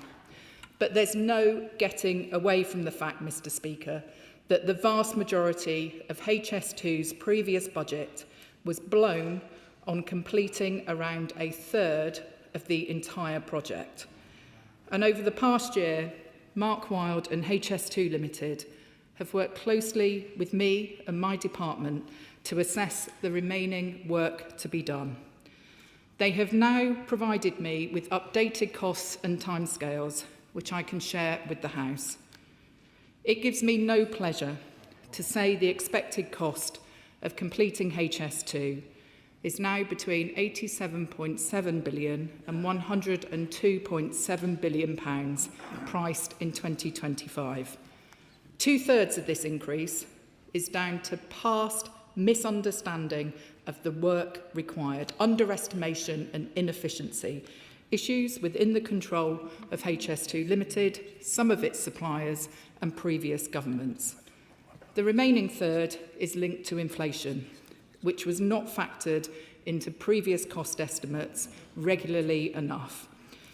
On timings, I said last year that I see no route by which trains could be running by 2033. We now expect first services to run from Old Oak Common to Birmingham Curzon Street between May 2036 and October 2039. And where the previous government could not say when the full HS2 scheme between Euston and Handsacre Junction would be delivered, I now expect that will happen between May 2040 and December 2043. Lessons have been learned from the Stewart Review, meaning HS2's cost and schedules are now built on more solid foundations, with credible estimates published as ranges to ensure they better stand the test of time. Colleagues may feel that they've heard all of this before, and I understand that scepticism, but it is different this time. HS2 Limited have now used the same experts and methods behind the successful Crossrail reset. They have priced future work against what we've learned so far, and their homework has been checked by an independent panel of experts. But, Madam Deputy Speaker, if this seems like an obscene increase in time and costs, it is because it is. And if it seems like I'm angry, it is because I am. I am angry on behalf of taxpayers and affected communities who have been swindled by the failures of successive Conservative governments. I'm angry on behalf of the thousands of rail and construction workers giving their all on this project who do not deserve to have their industry tarnished in this way. And I'm angry on behalf of passengers who continue to wait for the new services and new opportunities they deserve. Madam Deputy Speaker, despite this sorry situation, we are determined to claw back as much time and money as possible. Not only does the Lovegrove report corroborate the Stewart Review's damning assessment of the decision-making environment under the previous government, but it also talks about the original gold plating of HS2. It talks about the focus, and I quote, on the highest possible speeds, resulting in bespoke and highly engineered design. Madam Deputy Speaker, to translate, it was a massively overspec'd folly, with the prospect of the fastest trains anywhere in the world tickling the fancy of Conservative ministers. If we were a country the size of China, I could understand it, but we are not. Passengers just want reliable trains that turn up when they're supposed to, more services and more seats. They want a common-sense approach that gets them the railway they deserve, not a vanity project with trains so fast that proper testing couldn't be done until track and railway systems were complete. So, Madam Deputy Speaker, I asked Mark Wilde to remove the gold plating and complexity from this project. Today, I have accepted his recommendation to align HS2 speeds already delivered with speeds already delivered on other European high-speed networks. That still means we will run some of the fastest trains in Europe with speeds reaching 320 kilometres per hour. But crucially, it lowers the cost of testing. It makes delivering the project less risky, and it could realise savings of up to £2.5 billion and could save at least a year in delivery time. Now, I realise that there will be those who will say this is all too much and we should just cancel the whole thing. However, I can confirm today that it could cost almost as much to cancel the line as it would to finish it, while delivering none of the benefits, with half-finished structures strewn across the English countryside, a relic to what could have been. And so this Labour government is clear. We will deliver HS2 to completion because this country can build big things. We just need competent people at the helm to deliver them. Prime Ministers Cameron, May, Johnson, Truss and Sunak created the world's... I'm sure the Secretary of State did not mean to use the Right Honourable Member for Richmond and Northallerton's name. Heidi Alexander. My apologies, Madam Deputy Speaker. Previous Prime Ministers, in my view, created the world's most expensive slow-motion car crash, and they barely batted an eyelid. Under this government, we've rolled up our sleeves and done the hard yards, putting the right team in place and being honest about the scale of the challenge. Madam Deputy Speaker, I understand that this statement today will be met with cynicism and anger. But I say with genuine pride and conviction that I believe we are finally starting to see real delivery. Tunnelling machines are currently working under Londoners' feet to make HS2 to Euston a reality. Birmingham's skyline is changing before our eyes, with new film studios, a sports quarter and housing all being built around the new Curzon Street station. This is national renewal in action. Madam Deputy Speaker, when I last worked with Mark Wilde and Mike Brown, we took the delayed and over-budget Crossrail project and turned it into the Elizabeth line, which has now served more than 500 million passengers. We've done it before, we'll do it again, and I commend this statement to the House. Shadow Minister Jerome Mayhew. Thank you very much, Madam Deputy Speaker, and I'm very grateful to the Secretary of State for giving me advance sight of her statement. The Secretary of State's comments today demonstrate not only the challenges faced in the past and the reasons action was taken to reduce the scope of HS2, but also the significant challenges ahead if it is finally to be delivered. And it's true that the early years of the HS2 project were beset with delay and cost overruns, with HS2 Limited failing to maintain tight control of the budget and, frankly, Department for Transport allowing them to get away with it. It was for this reason that the previous government appointed Mark Wilde, OBE, as the new Chief Executive of HS2 Limited, with the clear instruction to get a grip of costs and robustly oversee this project.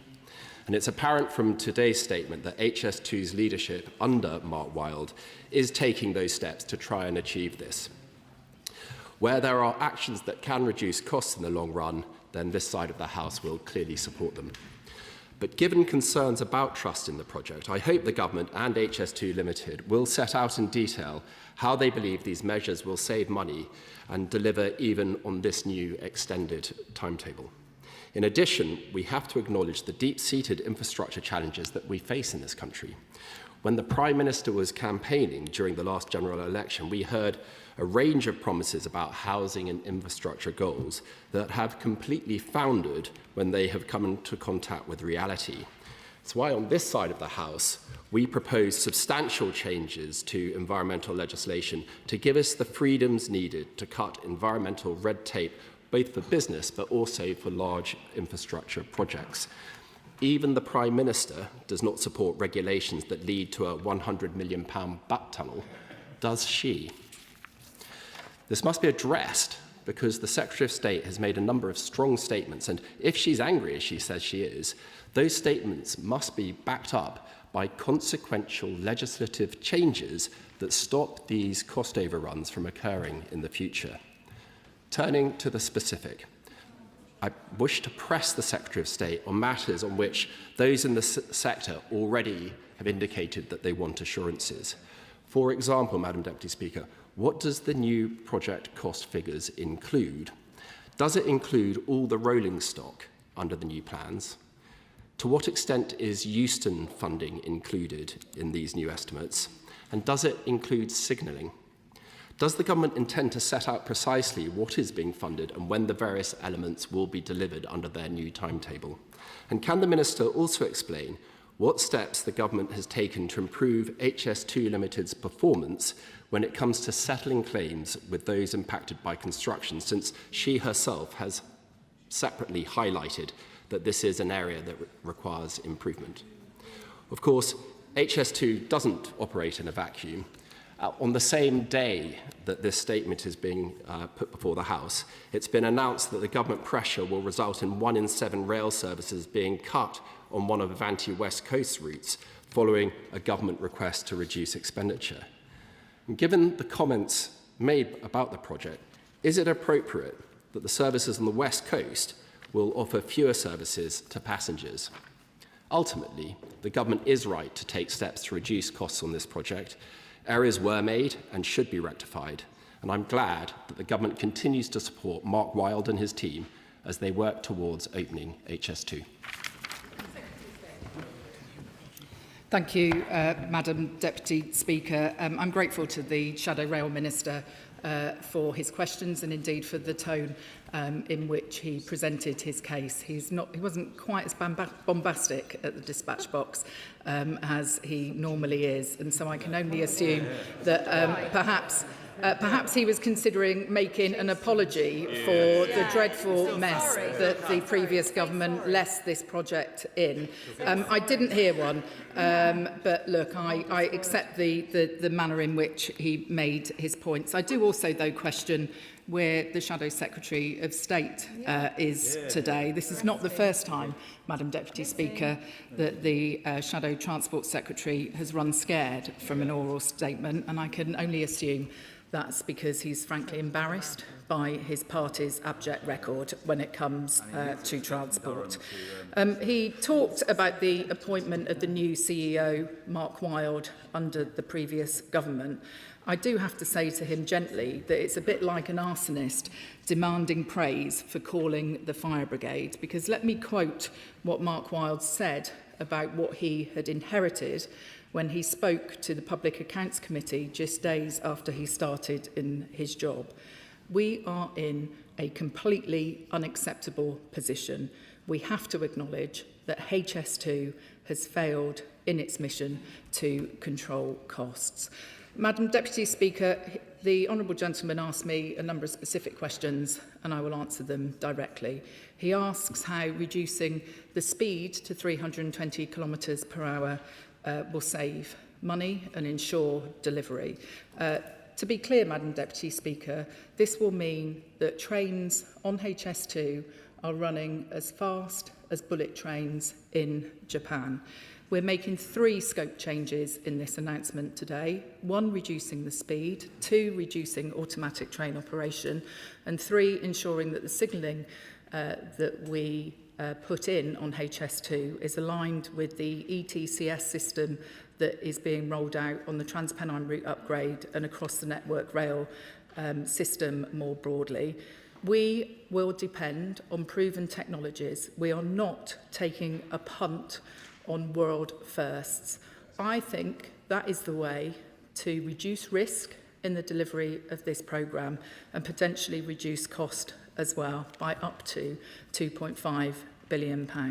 He asked me about bat tunnels. Well, I can tell him we are building no more bat tunnels on HS2 and that this government has changed legislation through the Planning and Infrastructure Act, which could mean a different approach to protected species in future. And I gently say to him, who was overseeing this project when HS2 took the decision to proceed with the bat tunnel? It wasn't this government, it was his government, and we've taken actions to ensure that regulations in future do not get in the way of building the homes and infrastructure that this country needs.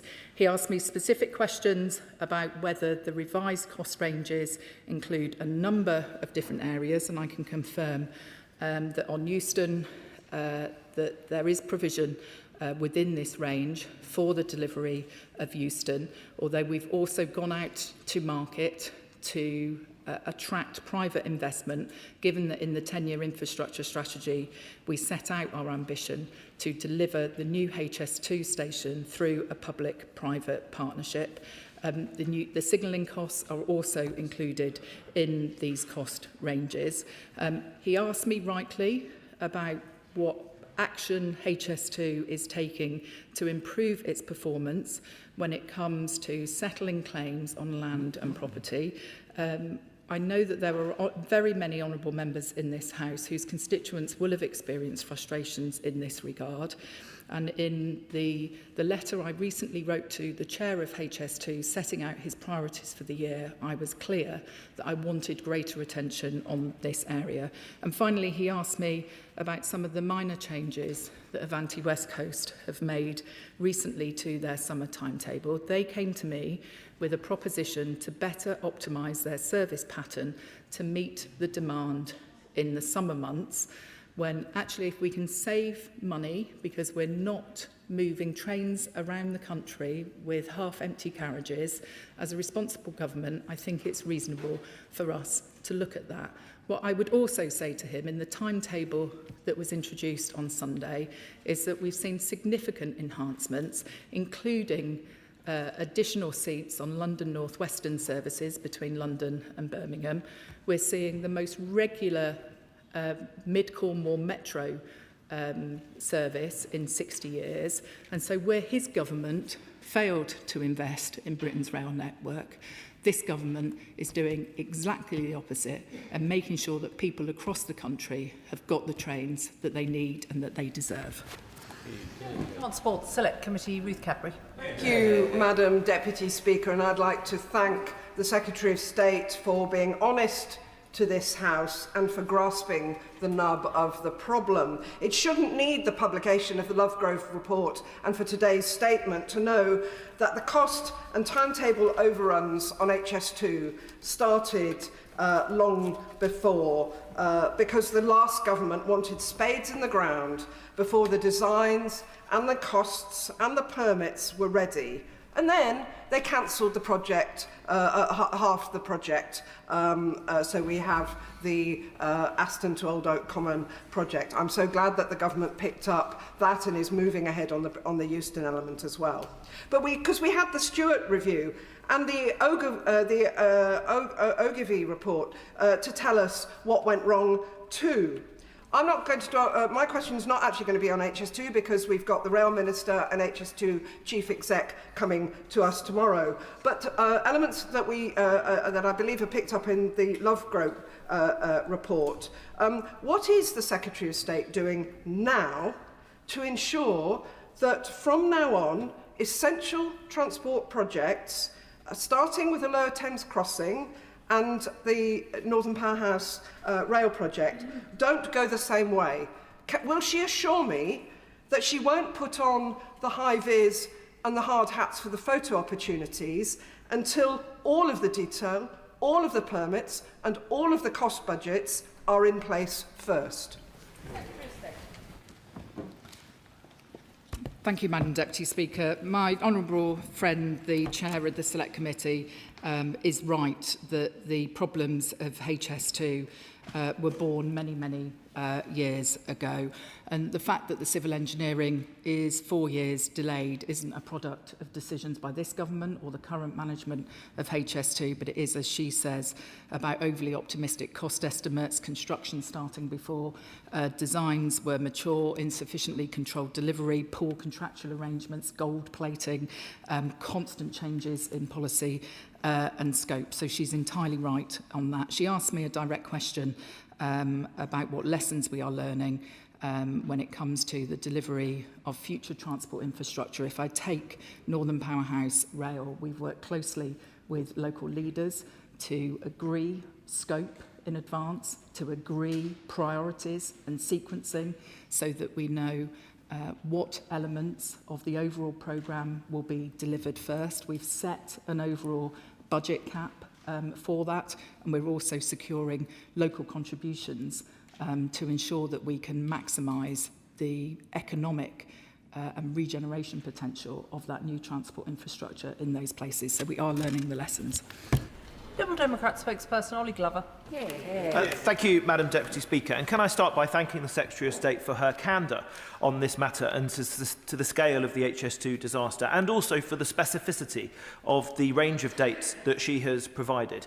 And certainly we on these benches agree with her intent. We need to make the most of this shambles, and it would indeed be better to do something of what has been built rather than scrap it and hope that that resets the past. It's also good news that the Secretary of State has outlined commitment to proven technology rather than the innovations of the future, warp drive and whatever else was being talked about before. And particularly use of ETCS as signalling is welcome for that.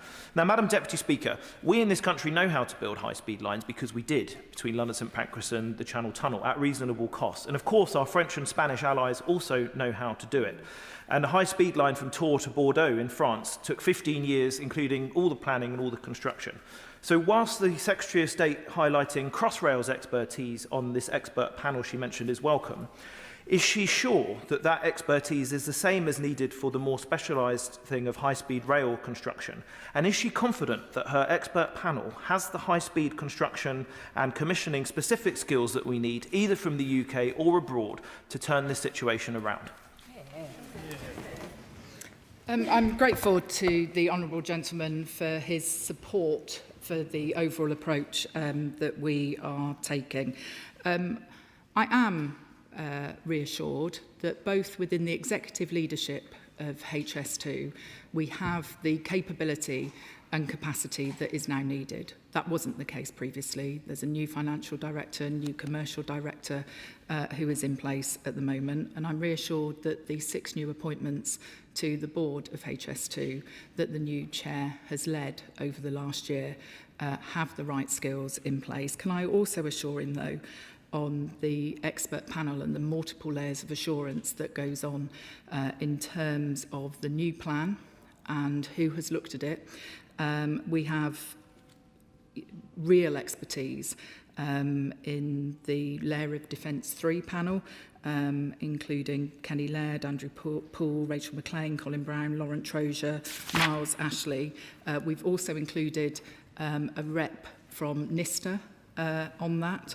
And then we also have the involvement of the project representative as well. So this is a really significant and substantial group of people who have all got, their elbow to the wheel in terms of making this project now a success. Naismith. Thank you, Madam Deputy Speaker. The consequences of a failure to effectively manage this project by the party opposite are felt nowhere more deeply than in Crewe and Nantwich, with jobs and regeneration benefits lost, as well as £11 million in sunk costs for Cheshire East Council. I welcome the shift in emphasis from speed to capacity, but the network is at capacity between Birmingham and Crewe now, not in 10 or 20 years' time. Will the Secretary of State therefore commit to more urgently looking at how we address capacity constraints between Birmingham and Crewe?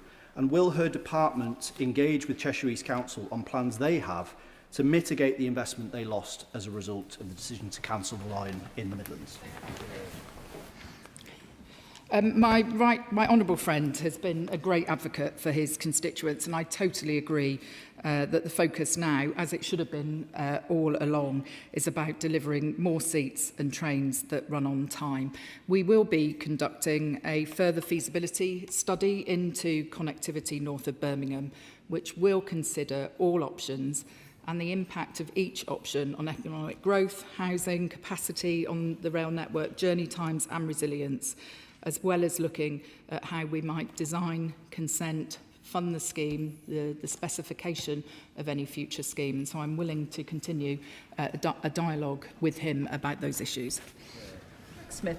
Thank you, Madam Deputy Speaker. The Secretary of State in her statement said she was angry, and I can assure her I've been consistently angry about this unaffordable, unwanted railway since it was ever greenlit. Angry on behalf of my constituents that have to live under hellish conditions while it's constructed. Landowners still waiting for payment for land taken. Our roads churned up by construction traffic, going unfixed. Mitigation projects promised a decade ago that still don't actually have the money to deliver them. I heard nothing about any of those challenges in the Secretary of State's statement. But can I ask her very specifically about noise modelling? In Wendover, hundreds of homes and trains were already going to come through Wendover at 320 kilometres an hour. Already, hundreds of homes under modelling are found to be above the permitted decibel limit that the WHO sets down. So under the new speed that she has set for HS2, will she commit to the government fully remodelling, certainly through Buckinghamshire, the noise impacts of this railway on real people once it's built, and come back to the House with a commitment that those levels will not be above the WHO guidance? Secretary of State.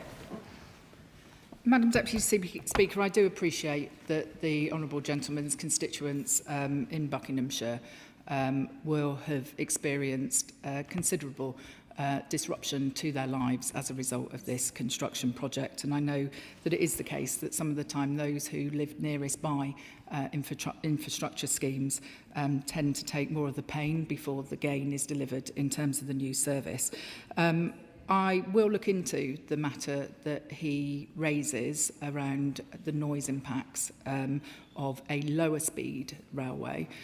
My instinct is that the noise is likely to be less, but if it is any different from that, I will certainly write back to the honourable gentleman and let him know. Dave Robertson. Thank you, Madam Deputy Speaker. The Secretary of State will not be surprised to see me raise issues with HS2 yet again. And she is very right to be angry about the scale of the failings that have been laid out in the reports today. She is angry. I am angry. But that absolutely pales into insignificance when compared to the anger of my constituents who have had to fight through 17 years of dealing with the failures of HS2 Limited. Part of the announcement today is that we will face potentially another 13 years before they even continue to carry on with work north of Curzon Street and connecting into Handsacre Junction, all of which, by the way, is north of Birmingham.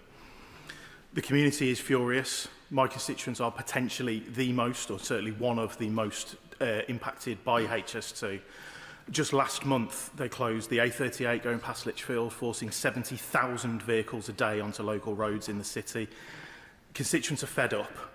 So can she give some reassurance that the works at Street A, which are still ongoing, one of only two places north of Curzon Street where work is continuing, will be completed on time by October, and that the department will look very, very closely at what mitigations they are putting in place for communities like mine, who, by the sounds of it, could face a third of a century from the start of this progress before trains actually start travelling through our part of the world, and the significant impact it's had on our community. I thank my honourable friend for that question. He has been a fearsome advocate for his constituents on this issue, and I know that he will be meeting with the Rail Minister later today to talk about constituency impacts. I have heard nothing to suggest that the works at Street Hay will not be delivered on time. If there is any latest information that I haven't been apprised of, I will certainly come back to my honourable friend and let him know. Of course, it is important that we do continue with the works north of Birmingham up to Handsacre Junction, because this is the way that HS2 will connect into the wider rail network. And whilst in the short term this will this project will improve connections between London and Birmingham. In the longer term, this is about improving the frequency, capacity and reliability of connections to the northwest and beyond to Scotland as well. So I appreciate his constituents' patience on this project, but it is important for the national interest. Sir Jeremy Wright. Thank you very much, Madam Deputy Speaker. I have to say I share a good deal of the Secretary of State's frustration, not least because I was one of those who argued at the time that if the speed of the railways reduced to roughly what she's proposing, it would open up a number of alternative route options, avoiding the open countryside that the line now cuts across. But can I counterintuitively ask her to be a little more ambitious, despite everything she said about high-speed rail? She will recognise that the strategic benefits of high-speed rail, as they were put to this House originally, were about a network nationwide, not simply a line between London and Birmingham. So can I ask her to state, hopefully at least, that this and future governments will seek to expand that network so that what we're focused on high-speed rail is not going faster, but on going further? The honourable gentleman makes a very interesting point, and I would say to him that one of the things I'm most keen to do is to ensure that this huge investment that we are putting into HS2 between London and Birmingham actually results in an improved passenger experience for people more broadly across the rest of the country. That's one of the reasons why when we made the announcement about Northern Powerhouse Rail earlier this year, that we also announced a feasibility study about a new connection between Birmingham and Manchester. And whilst it's slightly too soon to get into the specifics of exactly what that would look like, I can assure him that the thinking and the planning is happening in the department at the moment to make sure that this investment unlocks the maximum benefit across the country. John McDonnell. Given the huge sum she's talking about, what I want to raise might appear relatively trivial, but actually for my community it's quite significant. It is that we have a charity called Hillingdon Outdoor Activities Centre that ran a lake to enable local young people in particular to learn to sail and canoe. That lake has been taken over by HS2 as part of the route. Therefore, it's not been available for 6 years now. An alternative has not been identified until very recently. And again, part of the decision making with regard to HS2 itself as well. It's meant that charity now, all its reserves have now gone and the staff are being laid off. And I just wonder, could the Secretary of State arrange for a meeting with her officials and HS2 that I can meet them to talk through the opportunities that there might be to assist the charity to continue providing such an excellent service to our community? I'd be very happy to ask relevant officers from HS2 to meet with my honourable friend and to look at options for the Hillingdon Outdoor Activities Centre that he mentioned. When I look at the scale of some of the structures that are being built on the outskirts of London at the moment, the 2.1 mile Colne Valley viaduct, for example, it's evident what a huge and ambitious construction project this is. And I'm sorry that there will have been some impacts on communities, individual community groups, and I would be happy to look at what the alternatives might be. Sarah Green. Thank you, Madam Deputy Speaker. My constituents in Cheshire and Amersham didn't want HS2, and they've been putting up with the disruption of construction for years. Some of them warned that this would be a colossal waste of money, and they were right. This railway is costing nearly £1 billion a mile. Every pound of cost overrun is a pound not spent on the local infrastructure my constituents actually use and actually need. So given the department's complete failure to date to hold HS2 Limited to account, what commitment can the Secretary of State give that we won't be here again in a few years' time talking about HS2 overspend? We have taken a different approach this time. Our estimates are based on prices that have been informed by the work that has been done over the last 5 years. I am committed to ensuring that the scope remains the same and we don't have the chopping and changing that characterised the previous government's approach to this project. But I would also say to her, whilst recognising there will be some impacts in her constituency, that this is a great engineering feat that we are involved in delivering. The first new terminus station that this country has built in 125 years. New stations at Birmingham Interchange, Old Oak Common, Euston, and so whilst I'm always happy to talk to her about the local impacts, I think in terms of the improvements to the rail network that HS2 can provide, it is very significant, and I think this government is entirely right to be committed to delivering this project to its completion. Toby Perkins. Well, thank you very much, Madam Deputy Speaker. As the Member of Parliament for Chesterfield, my constituents at one time hoped they might be beneficiaries of HS2. That seems so many years ago. But I share the Secretary of State's fury at the incompetence that's got us to this stage. We wouldn't have supported a programme like this if we'd known it was only going to be a line to Birmingham. It should be going, as any serious country would, to have high-speed rail up to Manchester and up to Leeds at the very least. I'm very glad that she's laid out today how she's going to try and get a grip of this. But can I add to what we've heard from the honourable gentleman from Kenilworth and Southam and say once the government has managed to demonstrate that under this government we have got a grip of the costs and the times, can we start to be more ambitious about reopening discussions around extending it beyond Birmingham up to Manchester and to Leeds? As I said to the honourable gentleman from Kenilworth, as part of the announcement that we made about Northern Powerhouse Rail a couple of months ago, we did commit to doing a feasibility study on what a future link between Birmingham and Manchester could look like. We've not taken any decisions about the route or the specification, the speed at which that new line might need to be built to facilitate. But I do recognise that there are significant capacity constraints north of Birmingham, and I am keen that we find a way to ensure that as we set up Great British Railways, renationalise our railways, that HS2 becomes the spine of the Great British Railways network and unlocks capacity, frequency, reliability improvements elsewhere in the country. Joy Morrissey. Thank you, Madam Deputy Speaker. If the Minister in a year's time, a few months' time, decides to scrap HS2, you will have my full support. She will have my full support. And I just want to know what assurances the Minister can provide in providing better services to our residents for unpaid land claims and services and destruction of roads, because in Beaconsfield, Marlow and the South Bucks villages, we have seen nothing but a negative impact from HS2. Yep. Yeah.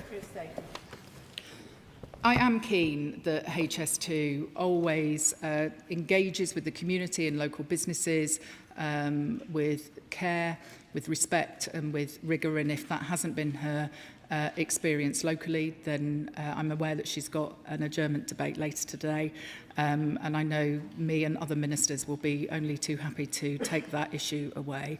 I do have to disagree with her about this idea that we should cancel the project now. The Chief Executive of HS2, in his letter to my department's Permanent Secretary, made very clear that cancelling this project and doing the necessary remediation could cost almost as much as completing the line, and we would have those half-completed structures strewn around the English countryside. I'm sure that's not something that her constituents would wish to see, and that is why it is right to reset this project and complete HS2 as I've set out today. Grady. Deputy Speaker, this shocking overspend is equivalent to over £1,000 per household in the United Kingdom. And families in my constituency and across Britain work very hard to earn money to pay the bills and try and have a reasonable standard of living. It is shocking. HS2 was meant to bring considerable benefits to the north of England and to Scotland. More reliable and quicker services to Glasgow and the west and central belt of Scotland, more passenger capacity, opportunities for people in the north and Scotland for economic growth and reduction of emissions by displacing flights. Would the Secretary of State agree to meet with me to discuss what the long-term plan is to improve rail services between Scotland and the north of England and the rest of our family of nations, so that we have appropriate journey times that are reduced, passenger capacities at an appropriate level, and services become more reliable? My honourable friend is right. This is shocking, and the truth of the matter is that this government is picking up the bill for the mess created by the previous government. I would be very happy to meet with my honourable friend to discuss the ways in which we can improve capacity, frequency, reliability of services between England and his constituents in Glasgow, and I look forward to discussing that in more detail with him soon. Seamus Logan.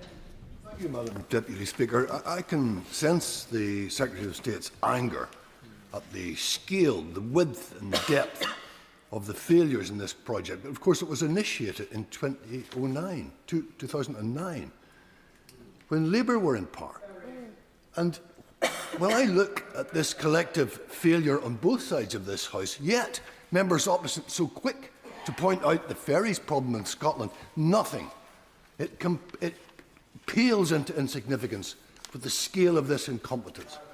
But I want to ask the Secretary of State, the member for Brentford and Isleworth, the chair of the Transport Select Committee, said on BBC Radio 4's Today programme yesterday that the most important thing, and I'm quoting, the most important thing is that HS2 will create a high-speed link between London and the North West and eventually to Scotland.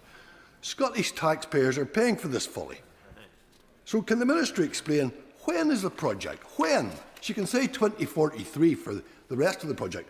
When is this project going to extend to Scotland, as was suggested yesterday? And how much more in Scotland are we going to be expected to pay? And how many years after 2043 will it be delivered? I have been clear, and I remain clear, that we will not be extending HS2 north of the West Midlands. What I have announced when I made the Northern Powerhouse Rail announcement a couple of months ago is that we will be doing a feasibility study about, in the longer term, after the delivery of HS2 to Birmingham, after the delivery of east-west connectivity across the north of England through Northern Powerhouse Rail, how we can then look to invest in improving the infrastructure between Birmingham and Manchester. That work will start this summer, and I'd be happy to keep him updated. Menton Glyn. Thank you, Madam Deputy Speaker. I welcome the clarity and determination to deliver on HS2. Rail investment is infrastructure investment which drives growth. But can I also urge the Minister to look at driving growth between towns as well as between cities, such as bringing lines like the Calder Valley line into the 21st century? That philosophy and that approach certainly lies behind much of the work that we put together in our plans for Northern Powerhouse Rail. He will also be aware that at the spending review we announced over £15 billion for mayors in our city regions to improve connectivity between towns and cities, major centres of employment. So the aspirations that he has for his area and his constituents do align very closely with ours. Batty. Thank you, Madam Deputy Speaker. My communities in Balsall Common and Birksall have taken huge amounts of pain long before I was first elected in 2019, and what has further exacerbated that pain has been the conduct of HS2 and its subcontractors with communities. I met with Mark Wild. He knows my concerns around that, and I do take heart in the level of engagement that he's given on that, and I hope that continues. But one of the key issues that's affecting my communities is the land that has been taken by HS2, which is yet to be released, including around Arden Cross, which is a project worth hundreds of millions of pounds, including a health campus in conjunction with the local mayor, local councils and Warwick University. I'm being told it might take 4 years. I think it can be done in 2. Will the Minister please take a look at this? I hope he is reassured that I'm already looking at this, and I have had discussions with the leadership of HS2 about this, and certainly the Member of Parliament for Birmingham Hodge Hill, or as it used to be called, I'm not sure whether that's still the name of his constituency, has raised this matter with me as well. I'm keen that where it is possible to release land to enable development, regeneration, unlock new homes, unlock new workspaces. If that can take place whilst not compromising the delivery of HS2, then I'm keen that that happens, and there is a piece of work that is underway within HS2 to look at the specific issues in relation to Arden Cross. Dr. Rupert Huck. Madam Deputy Speaker, I welcome the honesty and clarity after years and years of sitting opposite Conservatives when we didn't know if it was happening at all, where it would start and stop. It was going to be a Y shape in the beginning. So, I mean, this is good news in a way, but also, and I also echo the praise for Mark Wilde, who's met with my residents, and for Lord Hendy in the other place. But for my residents in Old Oak Common, this fabled area that was once going to be the terminus, it is disappointing about this ever-lengthening timeline. I wonder if she might be able to look into opening the Elizabeth Line station a bit earlier, because some of them in new builds, like Oaklands Rise, would promise there'd be a brand new station in 2026. Surely there should be something in it for them before 2039. My honourable friend is right to highlight the fact that development is proceeding in the Old Oak area in advance of the completion of the rail network, and I'm pleased that actually the Old Oak and Park Royal Development Corporation have gone out to find a development partner to build 8,000 new homes in that area, with potentially 1,000 started in this Parliament. We do need to ensure that any homes or any development that happens, there is adequate public transport provision to provide for those new residents. I will take the specific issue away that she makes about the Elizabeth Line. I'm not entirely sure of its feasibility, but I will come back to her with more detail. Sarah Ball. Thank you, Madam Deputy Speaker. Many farmers, small businesses and residents have had the access to their properties disrupted by the construction of HS2. The Wilcoxes in my constituency have been battling for over 5 years to get a simple deed of easement to guarantee access to their property. And as a former property lawyer, I know that's a very simple document that should have been agreed. And without it, properties become unmortgageable and unsellable. So could the Secretary of State set out what steps she's taking to ensure that these deeds of easement are entered into without further delay? I am sorry to hear the situation that she describes. If she wants to write to me about the specific case, I will raise it with the leadership of HS2 for her. Anne Davis. Madam Dirprwy Llefarydd. Can I thank the Secretary of State for her honesty in coming to the House with this update? Wales is, of course, footing the bill for HS2, a project based entirely in England, now costing up to £103 billion.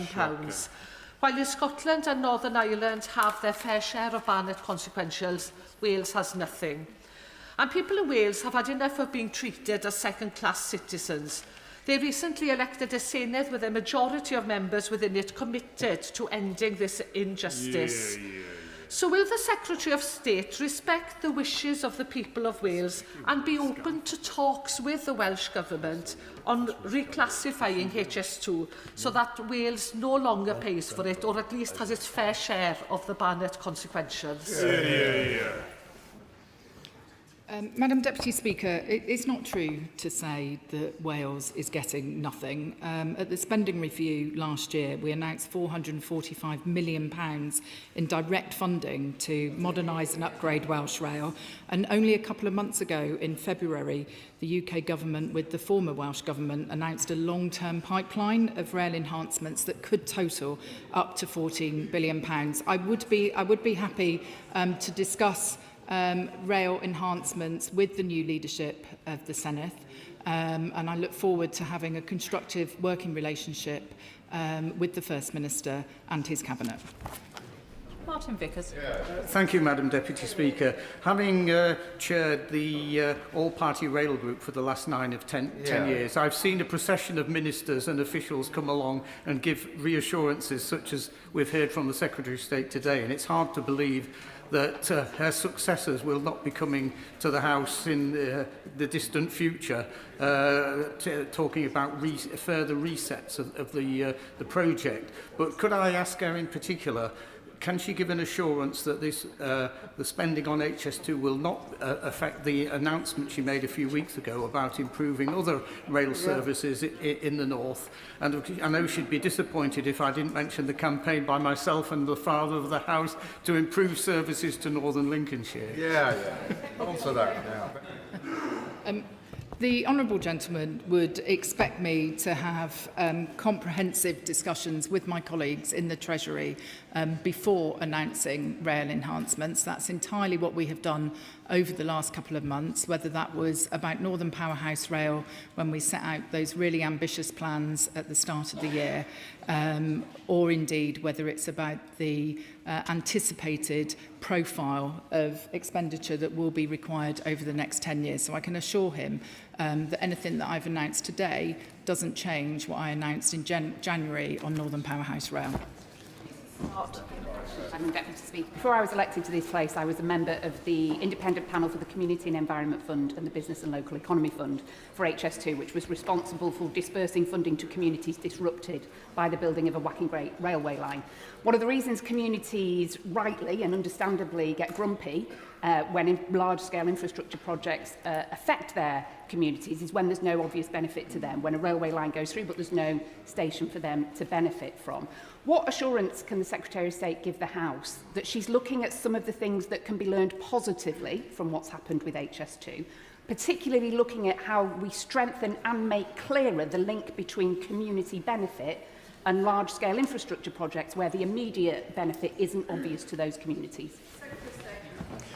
I think one of the failings with HS2 has been to focus on the speed of the line and the 4 stations, when actually one of the major benefits of HS2 is to free up capacity on the existing West Coast main line between London and Birmingham to enable better regional services, to enable more freight, for example, to transfer from lorries on the road and get that onto the rail network.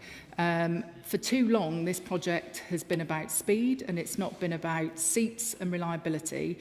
And I think through this reset, we are changing that and we are determined to ensure, as I said earlier, that this is the spine of the Great British Rail network that we will deliver as we renationalise the railways. Tom Gordon. Thank you, Madam Deputy Speaker. I thank the Secretary of State for her statement. It's outrageous to hear the waste and money thrown away by successive Conservative governments. Even now, the eye-watering level of money required to reset HS2 grates on people up in Yorkshire and the north, where the northern legs were cancelled and comparatively we get less funding per head for transport than counterparts in the south. So does the Secretary of State agree with me that a small amount of money saved from reducing the scope and speed would be better spent on schemes like Northern Powerhouse Rail, reinstating the York Area Capacity Scheme, estimated at only around £150 million, that would unlock the bottleneck at York Station and deliver benefit across the north? I can't spend this money twice. I have taken the decision to reduce the speed of HS2 to 320 kilometres per hour. We believe that could save up to £2.5 billion and result in delivery a year earlier. Given how long people have been waiting for this new railway, I think that's the responsible thing to do so that people can get on these trains sooner than they otherwise would. I understand he's a fearsome advocate for those rail improvements in his constituency, and I'm sure we'll talk about those more when we get to the next transport questions. Shockout Adam. Thank you, Madam Deputy Speaker. The truth of the matter is that despite spending taxpayers over £103 billion of taxpayers' money, my son has laid more rail track from his Lego set than the previous government has done from the HS2 programme. But seriously, there's considerations and concerns from whistleblowers who have alleged that costs were deliberately hidden from Parliament, documents were shredded, and staff who spoke out were sacked. So before another penny is spent of the British taxpayer, How will the Minister ensure in the future there are accountable binding mechanisms to stop contractors and executives from misleading this House again? He is right to raise these very important issues, and we will always take any whistleblowing complaints with the utmost seriousness. Can I also reassure him when it comes to fraud, that as part of the reset that HS2 is going through, it is strengthening its counter-fraud capability, its internal controls and processes, because when you're spending this amount of taxpayers' money, you should treat it as if it was your own, and the care and attention that you would apply to your own money. And so we're taking all necessary steps to make sure that we strengthen the controls within the organisation to ensure value for money for the taxpayer. Tim Farron. Thank you, Madam Deputy Speaker, and I thank the Secretary of State for reeling out a list of very depressing dates in the far future, which leads all but the youngest of us to contemplate our mortality.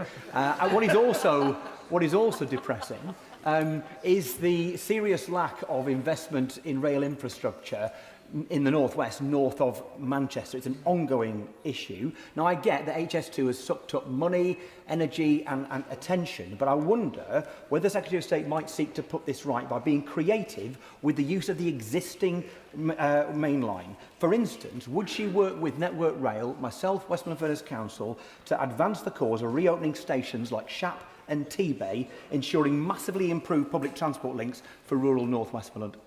State. If the Honourable Gentleman, the Right Honourable Gentleman, would like to write to me about the case for reopening Shap and T-Bay, I would gladly consider it. We are reopening some rail stations across the north of England. The Northumberland line, which I visited at the start of last year, has been an enormous success with new stations at places like Ashington and Blythe. We are investing in rail in the north of England. That was demonstrated by our commitment to Northern Powerhouse Rail, but I'm happy to look at the specifics of the scheme that he suggests. Freddie Van Mierlo.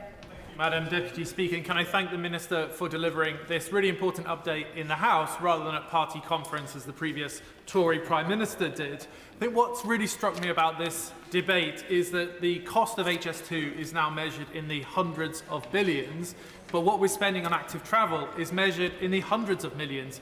The government previously committed, I think it was only 600 million until 2030 on active travel. And projects there, things like the Tame to Haddenham Greenway, would deliver enormous benefit to my constituents. So would she reflect on the differential between how much is being spent on active travel and this project? State. I would gently correct him. We may be talking about tens of billions when it comes to HS2. We are not talking about hundreds of billions when we talk about HS2. He makes a fair point about the importance of investment in walking and cycling. The government is due to launch its cycling and walking strategy, the third iteration of it, and we are backing that with £600 million worth of investment, and we realise the benefits that actually active travel, people walking and cycling more, using public transport, can have, not just for people's own health. It can have environmental benefits, economic benefits as well, and it's something that me and the local Transport Minister care deeply about and will ensure that we make progress on. Jim Shannon. Thank you, Madam Deputy Speaker. Can I thank the Secretary of State very much for her statement and for her positivity and trying to make matters better in relation to where we are. The Secretary of State talks about maximising international standards and reshaping governance to find efficiencies. Yet my constituents in Northern Ireland are facing critical infrastructure deficits of their own. If this fundamental reset is truly about driving economic growth and to maximise value across the United Kingdom, can the Secretary of State please very genuinely, explicitly outline how the billions clawed back from streamlining HS2 will be used to support union connectivity and in particular air passenger duty, which hampers connectivity within the United Kingdom of Great Britain and Northern Ireland? Thank you. State.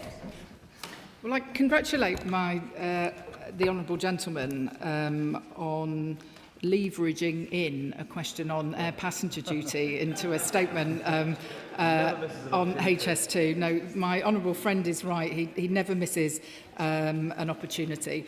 You know, I am obviously very concerned to ensure that connectivity between the mainland UK and Northern Ireland remains, that it's reliable, that it's affordable for people, and I will be sure to talk to him further about what more could be done aside from air passenger duty, which is a matter for the Treasury. If there's anything that my department can do to improve the situation for his constituents, I'd be only too happy to talk to him. Can I thank the Secretary of State for her statement this afternoon, and I will allow a couple of moments for the front bench to swap over.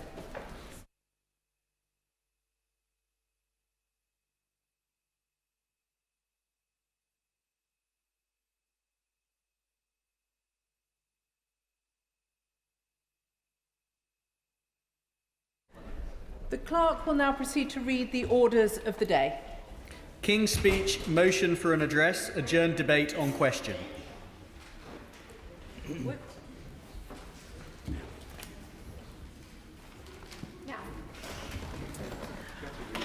I inform the House that Mr Speaker has selected Amendment I in the name of the Leader of the Opposition. The question is that an humble address be presented to His Majesty as on the order paper. I call Claire Cortino to move the amendment. Thank you, Madam Deputy Speaker. I beg to move the amendment as on the order paper. And in fact, this may be our last meeting across this dispatch box, because the Secretary of State is once again on manoeuvres. So considering he's gunning for a promotion, let's review his record, shall we? He promised in the election that he would cut everybody's energy bills by £300. And what's he delivered? Energy bills up by £200 thanks to his plans. He said he would protect pensioners, but weeks into office he axed the winter fuel payment, a policy that many of them have cited as their worst political decision in power. He promised that Great British Energy would lead to, and I quote, a mind-blowing reduction in bills. And yet 2 years in, it hasn't taken a penny off household bills, but it has given a six-figure salary to one of his mates. And now we learn that Great British Energy has been putting solar panels made by Chinese slave labour on British primary schools, something he promised this House he would not do. So what's next? Oh, that's right. He said he could control the price of wind. But his botched wind auction signed us up to the highest prices in a decade, way more than the cost of electricity that he inherited. Promise after broken promise. Bills up, pensioners betrayed, six-figure salaries for his mates, and eye-watering contracts for wind developers. And now, to top it all off, a so-called energy independence bill, which would shut down the North Sea. The greatest act of industrial self-harm in a generation. If that's what gets you a promotion in the Labour Party, then Lord help us all. So let's turn to this so-called energy independence bill. For true energy independence, we need our own oil and gas. But this bill enforces the willful destruction of the North Sea. We need our own petrol, diesel, I will in a moment, we need our own petrol, diesel and jet fuel, but this bill does nothing to save our refineries, which are being taxed into oblivion. We need an electricity system which keeps the lights on for British households and industry, but his plan will leave us at the mercy of foreign imports. This isn't independence. It doesn't even come close. It's an energy dependence bill that would leave us weaker, poorer, and more reliant on foreign regimes. Grateful to her for giving way. She says that for energy independence we need our own oil and gas rather than investing in renewables. She'll know that under her government, the government paid £44 billion to subsidise our energy during the time of the Ukraine price spike. Can she tell us how much were our bills reduced as a result of having our own oil and gas when the Ukraine crisis happened? Firstly, let me say to the honourable gentleman, bills came down £500 under me. They've gone up £200 because of the Secretary of State's plans. And let me tell him another hard truth. Cutting off production in the North Sea. He should listen to this. He might learn something. Cutting off production in the North Sea doesn't mean we use any less oil and gas. Production is not linked to consumption. All that it means is that we'll import more of that gas from abroad. That is weaker. That makes us more reliant on imports. No, he used up his chance. He should have asked a better question. Now, look, there are some parts of this work that I welcome. The Fingleton Review is impressive. I thank those involved, and as I've made clear before, we will support this work going forward. Nuclear is the only form of energy that can provide round-the-clock, totally clean power, and I'll always support policies which make it as easy as possible to build. However, there is a catch. The Secretary of State says he wants to ease nuclear regulations, whilst at the very same time he's cancelled the project that they would be used upon. By cancelling the third large-scale nuclear power station that I signed off, he has killed the nuclear pipeline. He is repeating his own mistakes. We are set to have yet another Labour government which has failed to start a singular new large-scale nuclear power plant. And now we here, Natural England, are adding yet more delays to Hinkley Point C for little environmental gain. Is he fighting it? No, he's defending the status quo. But by the end of this Parliament, we'll still be waiting for a decision as to whether SMRs will go ahead. By 2030, there will be less nuclear online than there is now. And in 2035, which is 10 years away, they still won't have started any new large-scale nuclear power plants in this country. This is the same old stop-start approach that killed the industry to begin with. If that's what he calls being ambitious for nuclear, he needs to give his head a wobble. I thank the honourable lady for giving way. In my constituency of Morecambe and Lunesdale, we have Heysham 1 and 2 power plants. The reason that nuclear power will possibly go down is because plants are coming to the end of their lives. Plants are coming to the end of their lives, and the right honourable lady's government did nothing about it for 14 years. Why did she not deliver, Madam Deputy Speaker, when she was in government? Well, look, let me tell the honourable lady. Under the last Labour government, which the Energy Secretary was part of, not a single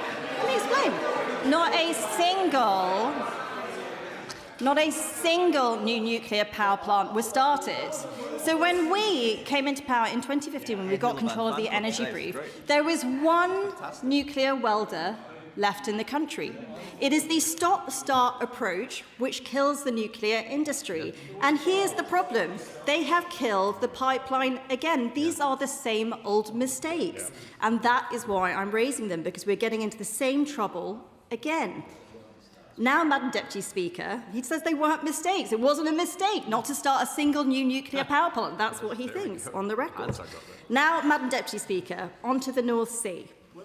Andy Burnham, who is hoping to be Labour leader, talked yesterday about reindustrialisation. But meanwhile today, the Secretary of State is asking his backbenchers to vote to shut down the North Sea. This is the single greatest act of industrial self-harm we have seen in a generation. Only a complete wacko would respond to a supply shortage by shutting down their own oil and gas industry. We are in the absurd position of the Labour Chancellor thanking Canada and Norway for increasing their oil and gas production while her own government is shutting British production down. And why? So we can be more reliant on higher emission gas from Qatar or the US. So we can send billions of pounds to Norway to import gas from the very same basin that we could be drilling ourselves. And they're calling this energy independence. Have they lost their minds? Yes. I'll happily give way on that point. Very grateful to the right honourable lady. She talks of absurd positions. I did a little bit of research before the speech today. I went back to the 21st of May 2024, just before the last general election. And in this House, in her capacity then as the Secretary of State, she said that she believed in net zero and that we will get there in 2050 and with the public on our side. Her position now is that she doesn't believe in net zero, doesn't believe it's desirable or achievable. Is that not absurd? Madam Deputy Speaker, people change their minds when they look at facts. hiding for this. I'm not hiding for this. It takes actually thinking for yourself, though. I think the honourable gentleman needs to look at the overall record of things I said in government. The key thing, the first thing I said when I went into position is we cannot impoverish ourselves in the name of net zero. Exactly right. You know, I started a true costing of renewables in department because we didn't have a proper costing of energy. Yeah. Who cancelled that work? The Secretary of State. I backed the North Sea. I signed off Rosebank. I legislated to protect those North Sea licences. Who is turning all of that around? The Secretary of State. And we all know the real reason that he's doing it. He's shutting down British oil and gas to show climate leadership. Yep. He put that in the King's speech. Yeah. Let's be crystal clear, though. What he's saying is that he's willing to turn his back on British industry, even though we won't need any less.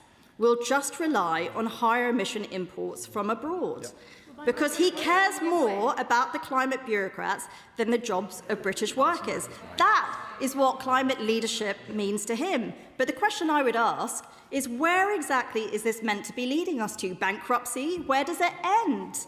Cheering as the lights go out, as the last factory in Britain closes.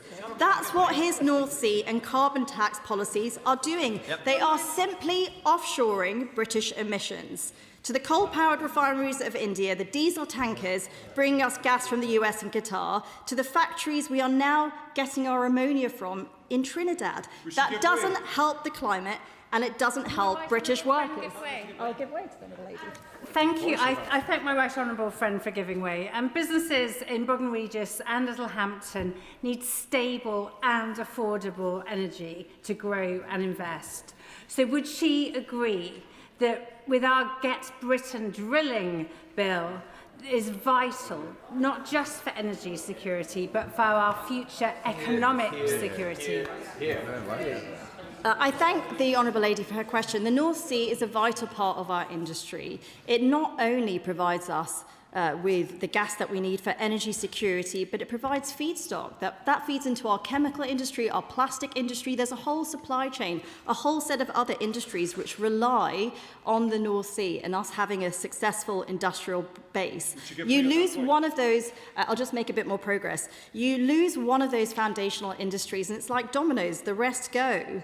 And this is the point. If we keep offshoring British emissions, it doesn't help the climate and it doesn't help British workers. And the question I would ask them is, do they understand how bad it looks when they make speeches patting themselves on the back here in Westminster, whilst hard-working Brits out there lose their jobs so we can import more goods with higher emissions from abroad? That's why the vote on the North Sea today should be a litmus test for them. Right. Do they reject decarbonisation by deindustrialisation or not? Now let's talk about electricity. I'll just make a bit of progress. A key part of the Secretary of State's plan is to make us more reliant on electricity imports. He doesn't like to talk about it, but at the height of winter, when we need it most, we'll be importing twice as much electricity by 2030 as we did when they came into office. What does that mean? It means relying on the goodwill of France and Norway to keep the lights on in Britain. I'll remind the House, we are now in a situation where France is on the edge of a debt crisis with the National Rally topping the polls. Does the House really think it's prudent to hand over the keys to our electricity security to Marine Le Pen? Because let's be honest, that is the right honourable member's plan. Whichever way you look at it, this isn't an energy independence bill.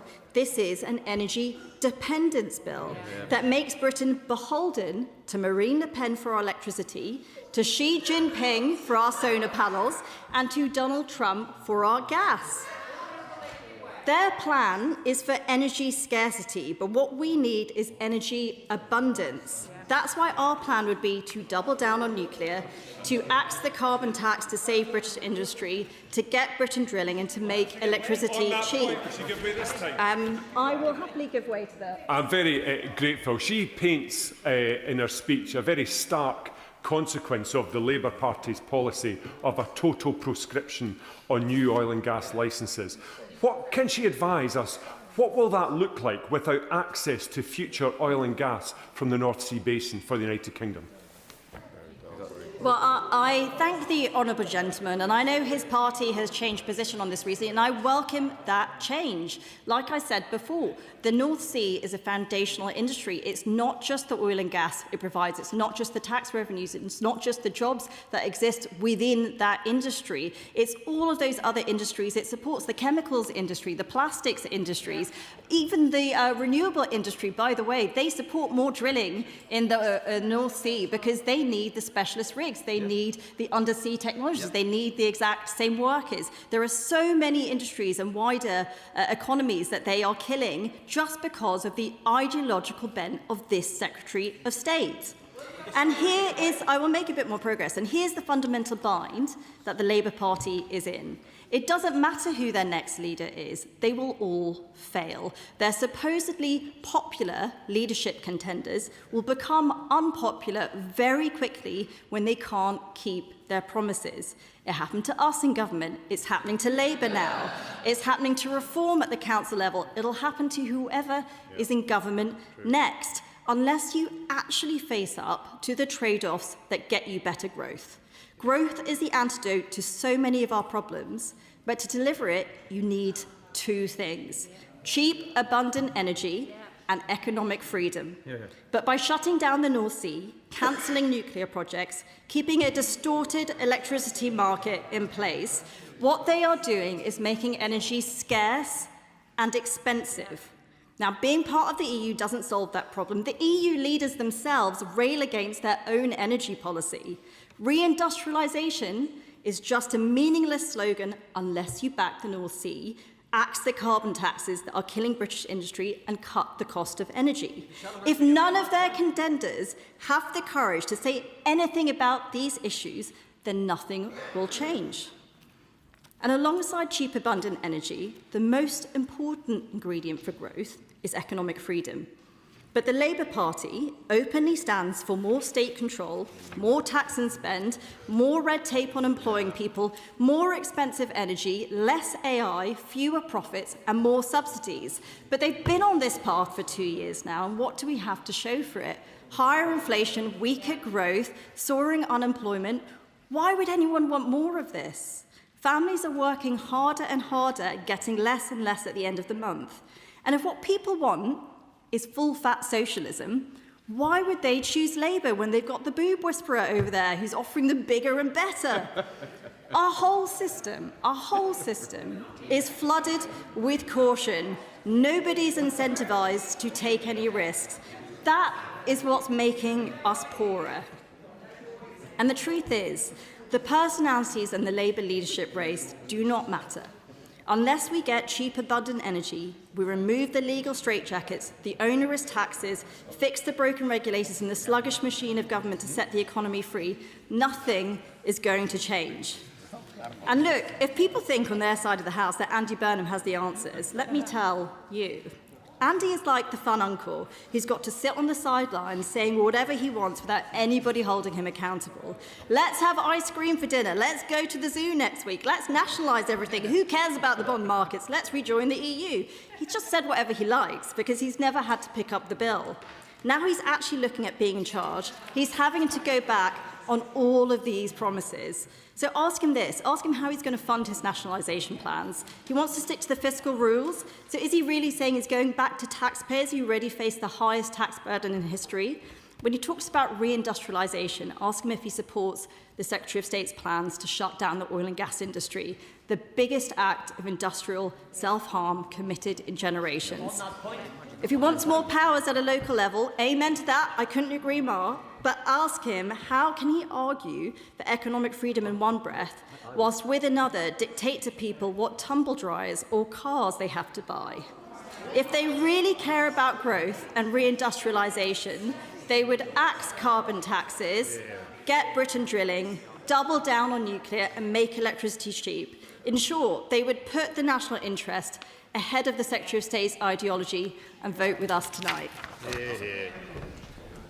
The original question was that a humble address be presented to His Majesty.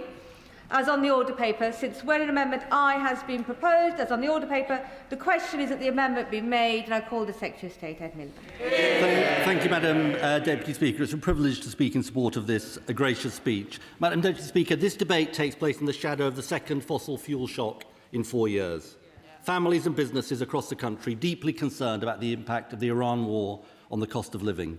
A war this country did not start, a war this government chose not to join, but which is having significant effects here at home. Just like when Russia invaded Ukraine in 2022 and energy bills rocketed and the British people and firms paid the price. And the argument, Madam Deputy Speaker, at the heart of this gracious speech is there is one overriding lesson of these two crises, that while we remain exposed to the fossil fuel roller coaster, we are deeply vulnerable as a country. Our sovereignty, our security and the British people's living standards undermined by this dependence and exposure. Because, Madam Deputy Speaker, for a simple reason, we do not control the price of oil and gas, which is set on international markets. And there is an answer, and this is different from what it was like in the 1970s, when we had fossil fuel shocks. There is an answer staring us in the face. Energy independence through clean homegrown power we control. Clean homegrown energy that comes from our own wind, sun and nuclear resources, that cannot be disrupted by foreign wars, that cannot be controlled by the whims of petrostates and dictators. That means our national security and energy security cannot be held hostage. And, Madam Deputy Speaker, one commentator put it incredibly well, I think, in 2023 after Russia invaded Ukraine, and I quote, "Moving to home-based clean power mitigates risks to bill payers now, I won't for a moment, now and in the future," and I quote again, "protects consumers from volatility in international fossil fuel markets." I agree with that commentator. It was the Right Honourable Lady, the Shadow Energy Secretary, Hansard, the 16th of November 2023. I agree with her, Madam Deputy Speaker. The problem is she no longer agrees with herself. Where the evidence says we need more renewables, not less, she opposes them. Where the evidence says electrify as much as we can, she says abandon support for people to get heat pumps. Where the evidence says electric vehicles can protect consumers, she opposes action for their take-up. Not because the facts have changed, not because the evidence has changed, but because she's jumped on the anti-clean energy, anti-net zero bandwagon. Now, Madam, I won't give way for a minute. Now, Madam Deputy Speaker, I'm very happy to give way to her so she can tell the House whether she agrees with herself. Very happily ask the Secretary of State the question. Well, no, there you go. You said you'd happily give way. Doesn't look so happy now. In the department, I started work on the true costing of renewables because the department does not have an accurate cost of energy. It does not have an accurate costing of Clean Power 2030. Why has he not published one? It wasn't worth giving way, Madam Deputy Speaker, after all. She can't answer the question. I won't give way, no. What a sorry... Well, I will later on. What a sorry state of affairs. She cannot even agree with herself. And there was a gaping contradiction. There was a gaping contradiction at the heart of her speech just now. Because for all the verbiage, or everything she said, she has no answer to the crisis before us. Yeah. Because even she can't seriously believe what she is putting forward. The idea that new exploration licenses for oil and gas will solve our energy security challenges, it's obviously nonsense. According to the National Energy System Operator, new licenses will make no material difference to capacity and therefore security of supply. Yep. And nor will new drilling, take a single penny off bills. And don't take my word for it. When asked if new oil and gas would cut bills, she said new licenses, and again I quote, wouldn't necessarily bring energy bills down. That's not what we're saying. So she comes to the House. I won't give way for a minute. So she comes to the House. So she comes to our House with a plan which will not take a penny off bills, which will not give us energy security. I'm not going to give way again, no. And which rejects the things she used to believe. And this is the difference. And this is the difference with this side of the House, is that we are learning the lessons of the fossil fuel crises we face, and we are acting. I give way to him, yeah. I'm grateful to the Secretary of State. He is accused of being messianic in his approach to proscribing new oil and gas licences in the North Sea. Would he explain to the House today If it can be demonstrated that UK consumption of oil and gas is not falling at a rate that is equal to or faster than the rate of production in the United Kingdom, will he release his screeching U-turn, handbrake turn on new oil and gas licences in the North Sea? The SNP has had more positions on this than the Kama Sutra, Madam Deputy Speaker. So it is genuinely hard to keep up. Look, we've got a very simple position, Madam Deputy Speaker, which is we want to keep existing oil and gas fields open for their lifetime. And one of the things that the Energy Independence Bill will do will be to introduce transitional energy certificates, tiebacks, so-called, which is what industry have called for. And so we're not in favour of a turning off the taps position. But I'll just be honest with the House. Madam Deputy Speaker, nor are we in favour of a drilling every last drop position. And that explains our position on why not, he says, because if we did that, we would end up in climate disaster. And that is the truth.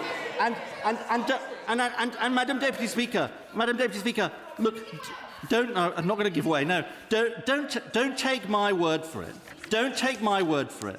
Right? This is what the Energy Transitions Commission, which includes energy companies, says. Any national strategy which assumes that all fossil fuel reserves must be exploited is incompatible with limiting global warming to safe levels. And the truth is that new licences are totally marginal to the North Sea, as I said. I'm going to make some progress. Then I will give way. For nearly 2 years, Madam Deputy Speaker, we've been moving at speed on our mission to make Britain a clean energy superpower. And we came to office amidst a legacy of the irrational onshore wind ban, the fiasco of the AR5 auction with no offshore wind secured, and years of dither and delay in nuclear. And she did amuse me, the Right Honourable Lady on nuclear. I'll come to that in a second. And they left us exposed, Madam Deputy Speaker. 14 years of neglect, and we are clearing up their mess. And in less than 2 years, opposed every step of the way by the party opposite, we've secured enough clean energy for the equivalent of 23 million homes through 2 record-breaking renewables auctions. But the lesson of these 2 fossil fuel crises is we need to go further and faster. I'll make a bit more progress. That's why we've already brought forward our next renewables auction and taken steps to fast-track the rollout of renewables on public land. But renewables are only part of the story. And I want to come to nuclear, because this is going to be fun. I have to say, those drafting the opposition amendment obviously have a real sense of humour, Madam Deputy Speaker. Here's the truth about their record. They promised sizable FID in the last Parliament and didn't deliver. They promised SMRs and never delivered. They promised fusion and never delivered. We have delivered them all, and they have the cheek to complain when we're delivering the biggest nuclear building programme in half a century, delivered by the Labour government. Now, I should welcome the fact, I will in a minute, I should welcome the fact that the Honourable Lady supports our nuclear regulation bill. I'm bound to ask, why didn't they do it? I mean, was it incompetence, idleness, ideology, combination of all three? But I do, my friend, the Honourable Member for West Aberdeenshire and Kincardine, he always has a great quote that you can read out. This is what he said following the last general election. After 14 years of Conservative government, he said, we are now in a position where it's more difficult to build critical infrastructure than it was when we came to power. It is a Labour government clearing up their mess, Madam Deputy Speaker. I'm going to give way. I'm very grateful to the Secretary of State for giving way. Including in that list of achievements is the £12 billion deal signed last year in September to bring new nuclear to Hartlepool, making Hartlepool one of the biggest clean energy economies in this country. Does he agree, as we secure energy security, we must also secure economic security for those parts of the country left behind? My honourable friend is absolutely right, and this is what's so exciting, Madam Deputy Speaker. Contrary to what the Shadow Energy Secretary said, we're seeing a renaissance of nuclear in this country, and not just through the Rolls-Royce programme. We're very pleased to do the signing of the Rolls-Royce the agreement with Rolls-Royce very recently with the Chancellor, but also other routes to market. And we are very, very encouraging of both the efforts of my honourable friend and others. I'll give way to the honourable gentleman because he and I go back a long way. We go back a long way, and we agree actually about the crisis of capitalism in terms of the sacrifice of domestic production for imports. He and I would have a lot in common on that. And he will understand that the economic uncertainty he described and the need for greater national economic resilience applies to food too. So accepting that we should put solar on buildings, we should have offshore wind, surely he understands that by putting solar plants at scale on the most productive farmland needed to deliver food security, his argument about economic resilience falls flat. So will he just look again at that? There is a middle way. We do go back a long way. Let's, for heaven's sake, compromise. Well, we may agree on some things, but not on this. Look, let me just say to him, because I do have great respect for him, on solar, even on the most ambitious plans for solar, it's less than 1% of agricultural land, something like 0.6% or so of agricultural land. And I do say to the... let me just make this point. I do say to the party opposite, there is something somewhat irrational, that in relation to nuclear, they want to be builders, not blockers, but in relation to everything else, they want to be blockers, not builders. Because if you support the nuclear power plant, well, you've got to support the grid to connect the nuclear power plant to the grid. If you want to get away from our dependence, and he says he does, from our dependence on international fossil fuel markets, you need to support the cheapest, cleanest form of power, which is solar power. And this is just simply what an array of choices. I give way to the Honourable. As one who wants to see nuclear power in Northern Ireland, but unfortunately that's down to the Northern Ireland Assembly, and it looks like there might be obstacles to that. But I do wish to see and welcome the Secretary of State's commitment in relation to the tidal and the battery storage and green hydrogen. The Secretary of State has always been very keen to ensure that Northern Ireland can also be part of this growth that's coming from here. Can the Minister perhaps give us some encouragement for Northern Ireland when it comes to green energy and moving forward, that we are part of that plan for this United Kingdom, Great Britain and Northern Ireland? Well, I'm always happy to work with the honourable gentleman for whom I have great respect, and so my team of ministers. I give way to my honourable friend. I'm very grateful to my right honourable friend for giving way. We heard the Shadow Secretary of State didn't take my second intervention when I was attempting to get an answer from her, but we know that the party opposite proposes to get rid of the energy prices levy, costing the government about £12 billion.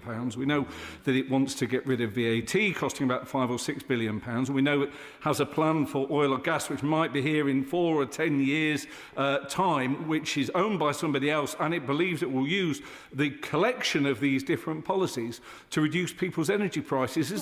Has my right honourable friend seen any credibility to the plans from the party opposite that he can share with us? We haven't heard it from them.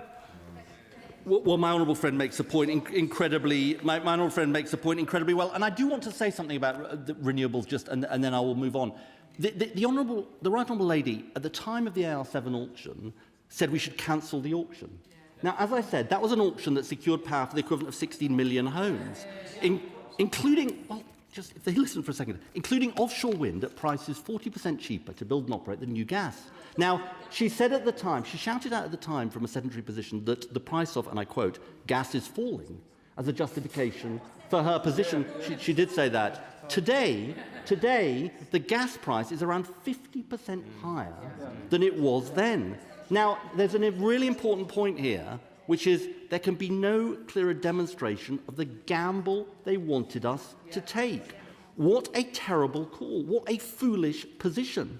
Because we are at the time of the greatest geopolitical instability in generations, and anyone who would rationally learn the lessons of when Russia invaded Ukraine says we cannot gamble on low fossil fuel prices, because this is what happens. By contrast, Madam Deputy Speaker, we stand, I'm going to make some progress, we stand for national security through energy security and energy independence. I want to come on to how we protect consumers, because this is a very important point, Madam Deputy Speaker. My right honourable friend, the Chancellor, showed at the budget last year that she took decisions to raise taxes, including on the wealthiest, so we could cut bills for everyone, and we saw that happen in April. I do want to come on to the point that my honourable friend made, though, because this gracious speech also includes legislation to raise the rate of the electricity generator levy from 45% to 55% as part of our plan to break the link between electricity and gas prices and act on the excess profits that arise from that link. And we are also making a big call, which is keeping in place the windfall tax on oil and gas profits during this conflict. Now, in the last few weeks, we've seen profits from major oil and gas companies soar. These are unearned profits as a result... No, I'm not going to give way. No, I'm not going to give way. These are unearned profits as a result of the war. Now, we say if I can just make a bit of progress, we say tax those profits to help the British people. No, I'm not giving way. I'm not giving way. Now, the energy profits levy has raised £12 billion since it was introduced in 2022. I'm not giving way. No. In the words of the right honourable member for Richmond and Northallerton, the former Prime Minister, he was then the Chancellor. And this is not my words. This is not Red Ed. It's Red Rishi, Madam Deputy Speaker. The oil and gas sector is making extraordinary profits, not as the result of recent changes to risk-taking or innovation or efficiency, but as a result of surging commodity prices. He was right. No, I'm not giving way, just if he listens. But at this moment, what has the official opposition, alongside the SNP, decided to call for the government to dump the policy? So let's just get this straight. At the precise moment that the British people struggle with the effects of the war, they say the priority for scarce resources is to cut taxes for the largest oil and gas companies making record profits. And let's be clear, Madam Deputy Speaker, no amount of false accounting or fuzzy maths can hide the fact that the idea that cutting these taxes at this moment of windfall profits will improve revenue. I will give way to the Honourable Secretary of State for giving way, just so no one is under any false interpretation of what this tax does and how it works.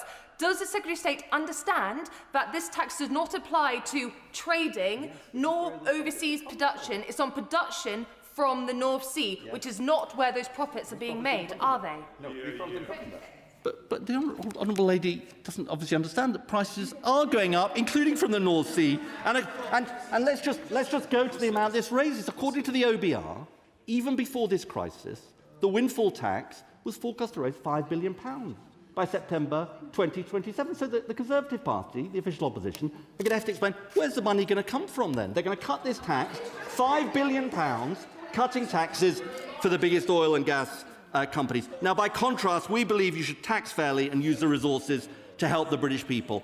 And I do want to. I'm not going to wait. I need to finish soon. So, on the energy independence bill, we're going to help legislate to deliver the biggest investment in home upgrades in British history through our 15 billion warm homes plan. And as part of this, we'll act to help private renters. And this is important because this is about how do we make sure that in the drive to clean power, we help everybody in our society. And it's a scandal, Madam Deputy Speaker, that 1.6 million children living in private rented homes are suffering from cold, damp or mould, according to citizens' advice.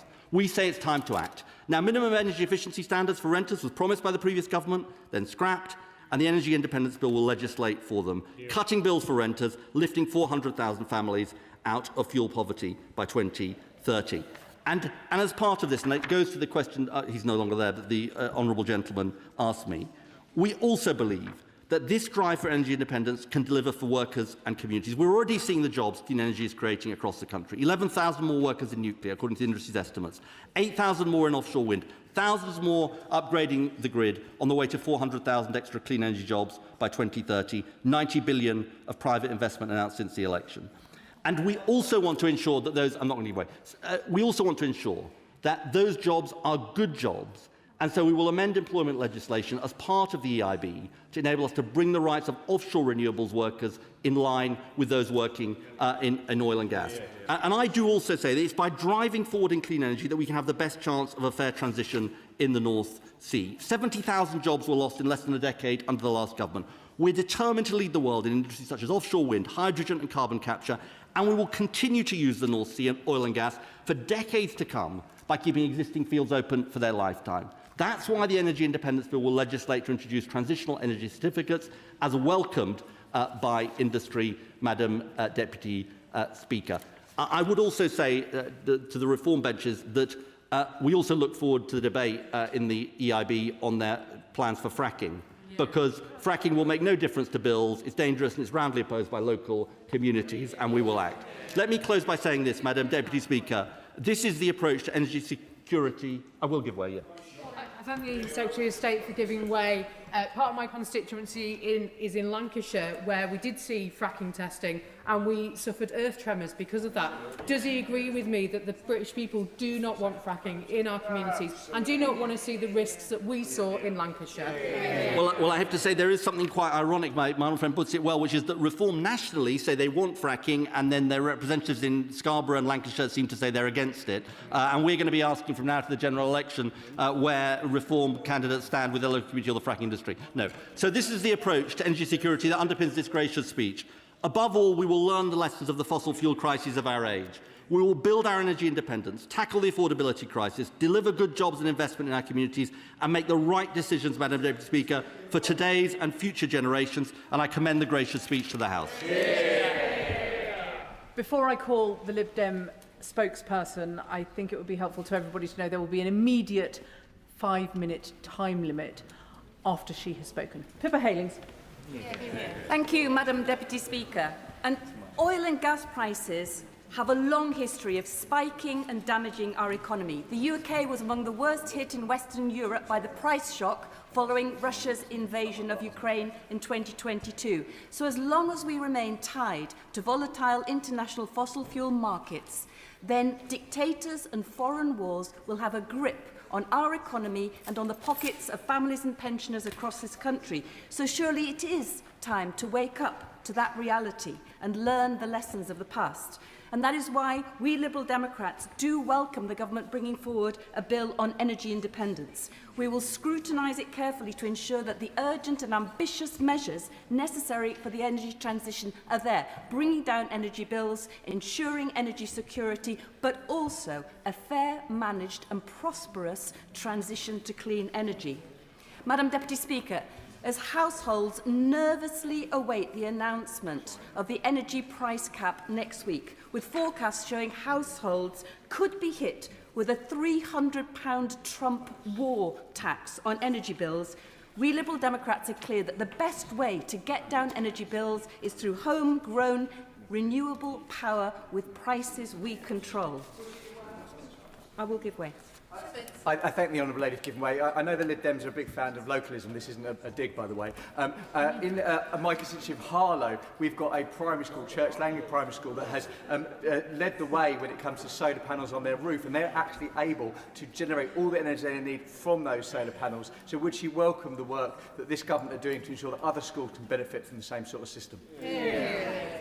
I definitely welcome that, and as you will see in my speech, we want to go even further on that. And as we know, it is Liberal Democrats that fix people's church roofs and put the solar panels on there, so we will too. But for too long, the pace of change has been too slow, and it's left people and businesses trapped and at the mercy of a broken energy system, which they're literally paying the price for. So it's time to take back control of our energy future, and that does start with our communities. And in the last session of Parliament, I welcome the government agreeing with our calls to include community energy and community benefits in the GB Energy Act. But now communities must be given the right to sell and buy energy locally. And we must mandate community benefit requirements where communities host renewable infrastructure. The transition that is done with them, not to them. And I also welcome the adoption of the Sunshine Bill introduced by my honourable friend, the member for Cheltenham, requiring solar panels on all new homes. But why wait until 2027? And why not go further? We Liberal Democrats want to see solar on new warehouses and car parks, turning rooftops across the country into sources of clean, affordable power. And we also want to see solar panels on schools and hospitals. Since 2019, energy bills for schools and the NHS have more than doubled, forcing impossible choices between heating and healthcare or between bills over books. So the current government investment reaches less than 1% of schools. So Liberal Democrats would go further and faster, helping protect frontline budgets for our schools and hospitals. Families too want to do the right thing, and there's been a record increase in the sales of solar panels and heat pumps since the start of the war in Iran. We must build on this momentum, help households and small businesses take back control of their bills, giving access, we say, to zero or low interest loans for upgrading properties by establishing an energy security bank to support electrification. However, at the same time, we do need to fix the broken energy market. It remains absurd that electricity is still priced so highly compared with gas. And that means that people are often not rewarded for electrifying their homes and businesses. And it's also crazy that consumers are paying billions to switch off our wind turbines when the grid cannot cope with surplus renewable generation. And that is why I welcome the recent steps taken to begin breaking the link between gas and electricity prices, a reform long called for by the Liberal Democrats. But we urge government to go further and faster in this bill, moving unfair policy levies off electricity bills, providing a progressive social energy tariff for those unable to absorb these repeated bill shocks, upgrading grid infrastructure, and ensuring that customers directly benefit from cheaper renewable power through flexibility when there's surplus renewable generation. Yes, we need energy independence, but that doesn't mean isolation. So the UK and the EU have deeply interconnected energy systems, but the damaging Brexit deal has meant a huge increase in energy costs. Our future lies ever closer energy ties to our nearest neighbours. And this government needs to drop its red lines on Europe. Rejoining the EU internal electricity market and linking our emissions trading schemes will reduce costs and strengthen resilience. Madam Deputy Speaker, my right honourable friend, the member for Kingston Surbiton, was right to say that it is fantasy and fabrication for some in this House to pretend that there is a solution in the North Sea to people's high energy bills. Even when North Sea production was at its peak nearly 30 years ago, the UK was still exposed to global price shocks because we have been price takers. Nor is the answer fracking, as some are calling for, destroying our countryside and polluting our waterways. We will push for a complete ban on fracking and have complete clarity on closing all of the loopholes. We do need a secure energy mix. That includes nuclear. And we do believe that small modular reactors have great potential to strengthen energy security alongside renewables. Oil and gas will also be part of that energy mix for decades to come.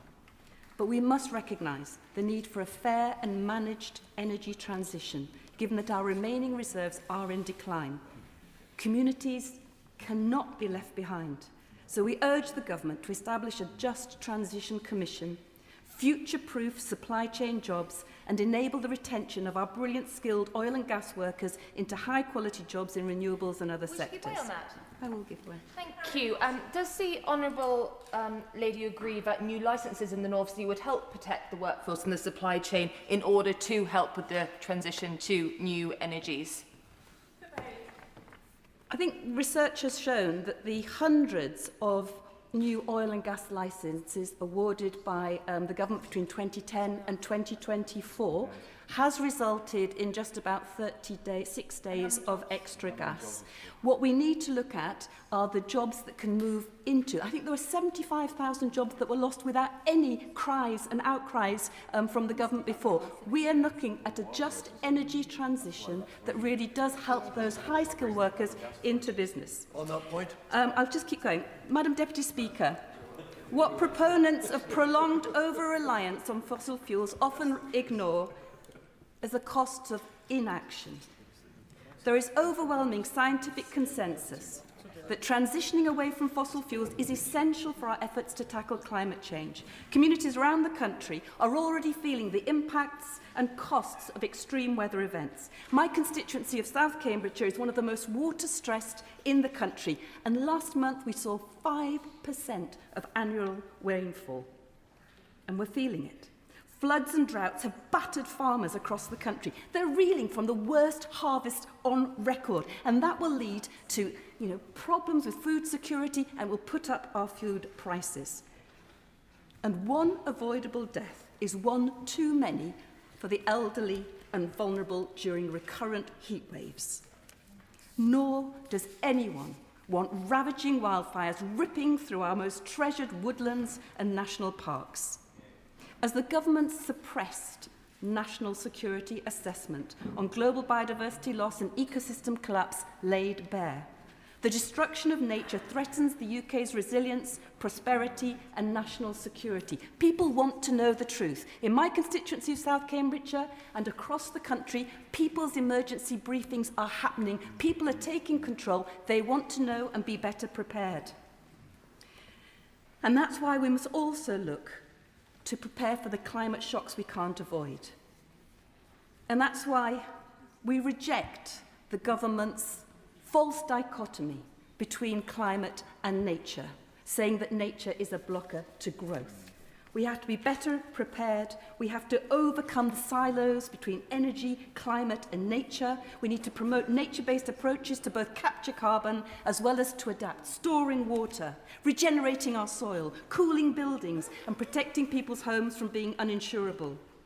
Madam Deputy Speaker, a secure future for our country depends on our energy independence, restored nature and resilient communities, meeting our responsibility to our children and young people for a healthier future for generations to come. Thank you. Chair of the Select Committee, Bill Esterson. Thank you very much, Madam Deputy Speaker. Well, the Select Committee has taken evidence on much of what is in the gracious speech, and a big part of the debate today has been about the threat that we face as a result of the second fossil fuel crisis within 5 years. I remember the first one in 1973, Candles on the Table, was fun as a 6-year-old, not much fun for most of the country, and we've repeated that experience multiple times ever since. But in order to address the challenge of the fossil fuel crisis we're going through at the moment, the government, we've had one piece of evidence again and again and again at committee, and it's that the government must bring down the cost of electricity to enable the transition away from our dependence on oil and gas. I'm not going to... I will give way to the honourable gentleman. Would my honourable friend, to support your argument about the price of electricity, the renewable energies is largely generated in Scotland, North Wales, South West England. We have the highest level of fuel poverty. We have no mains gas, and the suffering caused to those rural areas is remarkable. And I think until that is impacted or improved, we're not in a position to move to an electricity-based economy. Thank you. I'm grateful to him. Of course, the government was very supportive of heating oil with measures that were announced recently for precisely some of the reasons he's set out. But we have to address this threat and we have to transition for reasons of energy security and for reasons of cost and bringing bills down as well. Anybody who's going to the pump now, anybody who's looking at what their bills are likely to be, I think Martin Lewis was predicting the latest increase in the price cap just today, can see what is coming for domestic and business consumers. And in terms of energy security, Ukraine has learned the hard way and shown us all through the Russian attacks on its oil and gas installations. We've seen the same in the Middle East with the war with Iran. And decentralising and moving away from a dependence on oil and gas is key when it comes to protecting energy generation. And the economic arguments are very, very strong. The Right Honourable Lady was talking about growth earlier. And I just say to her that just look at what the OBR is saying. The OBR makes the point that the costs of not addressing climate change are significantly more than the costs of making the transition. The Climate Change Committee predicts that if we don't act, we will see a fall in GDP of 7% by 2050. And if we really want to be scared, listen to the actuaries. And actuaries do know a thing or two about this. They predict a global GDP fall between 2070 and 2090 of 50%, with catastrophic consequences across the world, unless we take the action we need to now. So we have to act. And then to the North Sea. It is a super mature basin. There is a fraction left of what there was there to start. We were in a hurry to extract from the North Sea. Peak North Sea was 1999, 4.5 million barrels of oil a day. By 2023, after 13 of their 14 years in office, it had fallen to 1.23 million. That is a quarter of its peak production, and it will halve again by 2030. And as NISO says, new licences won't make a material difference to capacity or production. Jackdaw would only provide 2% of UK demand if it is given consent, and Rosebank would only account for 7% of production by 2030 of 2030 levels. It doesn't stop the decline; it only slows it. I will give way. Thank the honourable member for giving way at last. I finally got to my feet. And I'm surprised that I wasn't allowed to intervene earlier, because I agree with much of what's being said, especially from the Secretary of State when it comes to renewables and acorn. But I have a question for the honourable member. Would he agree that granting a licence for Jackdaw would be much more environmentally friendly than importing LPG from Qatar or from the USA? Here, here, here. Well, it's as I previously had said, the amount is very, very small compared to the needs of the UK. I think there are. He might not be so disappointed in what I say next. I think there is an argument, and the government has done some of this with tiebacks, for continuing to support production in the North Sea, because the same supply chains that are responsible for our oil and gas industry are going to be critical for the development of the renewable generation that goes on in the North Sea and more widely. And many of those workers, and some of them have already moved into sectors like nuclear. So I think it is key, and it's really, really important that the agreement with the TUC on the Clean Jobs Plan is pursued. And I welcome what the Secretary of State announced before about rights in the North Sea for renewables. I think it is key that we enable that transition, that we give a future, a well-paid future, to people working in oil and gas now. Madam Deputy Speaker, the opportunities for security that I've talked about, an increased generation and electrification will reduce that reliance on imports of oil and gas.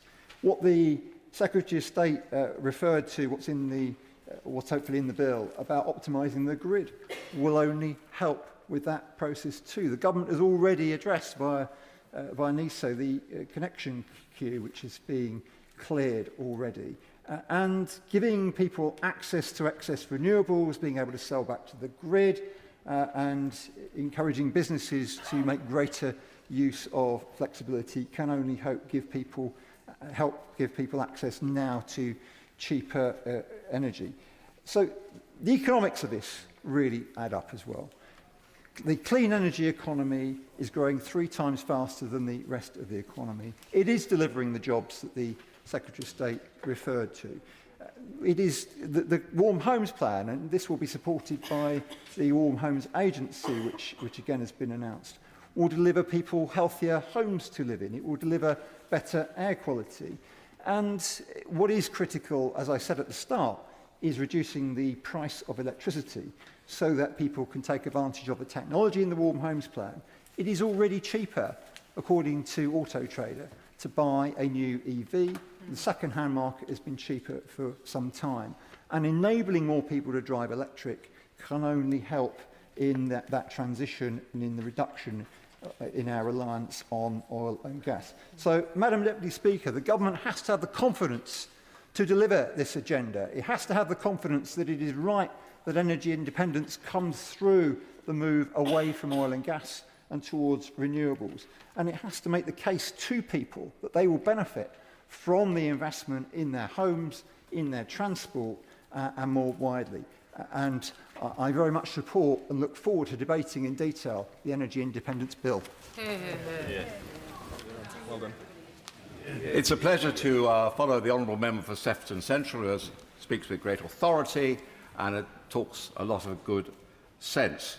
I have to say to the benches opposite that changing the Prime Minister will solve nothing. We tried that 4 times, didn't do us any good at all.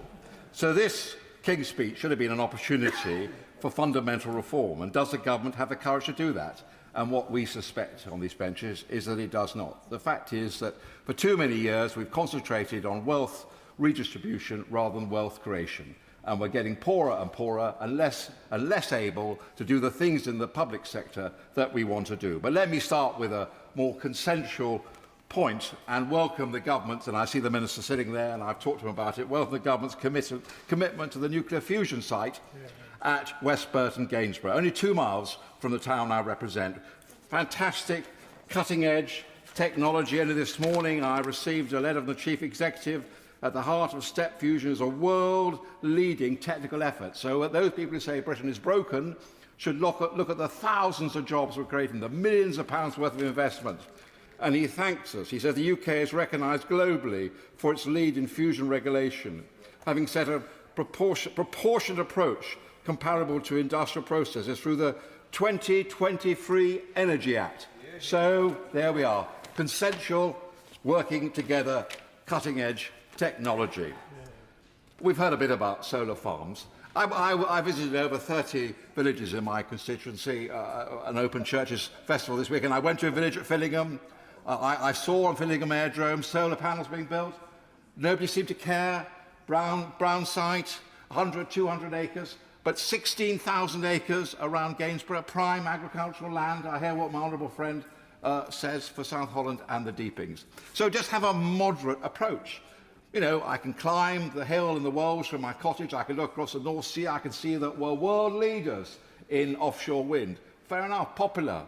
But 16,000 acres of prime agricultural land. All the profits going to entrepreneurs in London and large landowners. Yeah, I give way to the chairman of the Select Committee. I'm grateful to him what he said before, and I always find his contributions interesting. The Select Committee heard from the Country Land and Business Owners Association on the subject of solar panels on agricultural land. And their evidence to us was clear that it doesn't have the impact that is feared, and that actually it is often beneficial to farmers in providing an alternative revenue stream without affecting their ability to grow crops. £100,000 a year for owning 100 acres. Yeah. Very good, wonderful incentive. But can you grow? We are the breadbasket of England. Can you grow wheat and barley? Anyway, I don't want to go on about it. We know the arguments. Now, nationalising British Steel. No, we don't take an ideological view of this. I represent a constituency where hundreds of my constituents work in British Steel. Greg Clark ran it for 9 months. He paid all the wages. So I personally, neither for nor opposed to it. But actually just nationalising British Steel won't make a difference when we're paying the highest energy costs in Europe. That's the real problem. So that's the problem that the government needs to address. Nationalisation or not, let's not get bogged down in these arguments. Let's find a private sector buyer. Let's get the workers back into operation, get our blast furnaces moving, and not be over worried about ideologies about the blast furnaces. We want to create British Steel. I thank my right honourable friend for giving way, and he's making an excellent point in respect of British Steel, where hundreds of my constituents also work. Would he agree that in the short-term nationalisation may be the way forward, but longer-term we need to get private sector investment into the industry, and the way to achieve that is to reduce energy costs, and that is absolutely critical, not just for steel, but for so many of our heavy industries. Yeah, my honourable friend is so well respected in the area for the fantastic amount of work he's done in Scunthorpe, constantly holding the government to account, working with the government. And we've got to do this together to protect our steel-making capacity for the sake of our industrial wealth. Now, the Energy Independence Bill, I agree it provides a framework for transitioning the UK energy market away from fossil fuels. We all agree with that, towards alternative forms of energy. No problem with that. This is sensible regarding nuclear energy. But the ideological pursuit of renewables is doing harm and is at odds with achieving energy security when we have our own fossil fuel resources in the North Sea. It's not a zero-sum game. I don't see the ideological virtue of simply exporting your carbon emissions, which we're doing too. No, but I've got to make some progress. I do apologise. So again, I would have thought we could have a compromise on that. We could have a policy which is sensible, gradually moving away from fossil fuels, gradually becoming a more green energy economy, but not simply exporting our emissions by setting arbitrary dates. Now, will you forgive me, Madam Deputy Speaker, as this is a debate on the Queen's speech if I mention another subject in the short time available to me. Now, when you get to my age, you can say unpopular things, because I haven't got much longer anyway. So I've got 2 minutes and... The problem with our country is that we're governing by focus groups. And what do focus groups want? They want less tax and, of course, they want better public services. Their debt is already 100% of GDP. Within 50 years, because of the triple lock and other benefit increases, it'll be 170%.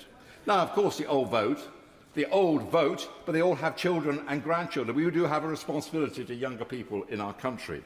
They know the present system is unsustainable.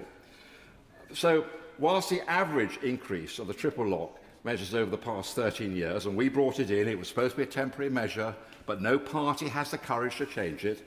The average increase over 13 years has been around 40%. Pensions have gone up over 60%, nearly £20 billion of annual additional costs so far.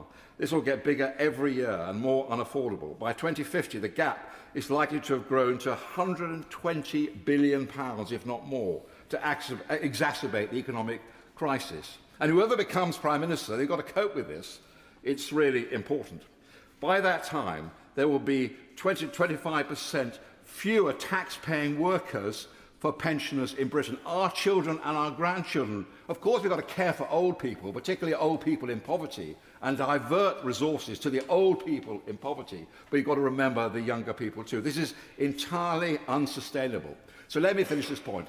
Yes, we want to keep a triple lock, not the triple lock. We want to have the average of the three indices so it doesn't go up exponentially every year. The government should do the right thing by the nation and bring it in. They should bring it in, make our finances affordable, and my front bench should not oppose them. We should govern in the national interest. We should make our finances sustainable, and then we can really help the people most in need. Thank you. Toby Perkins.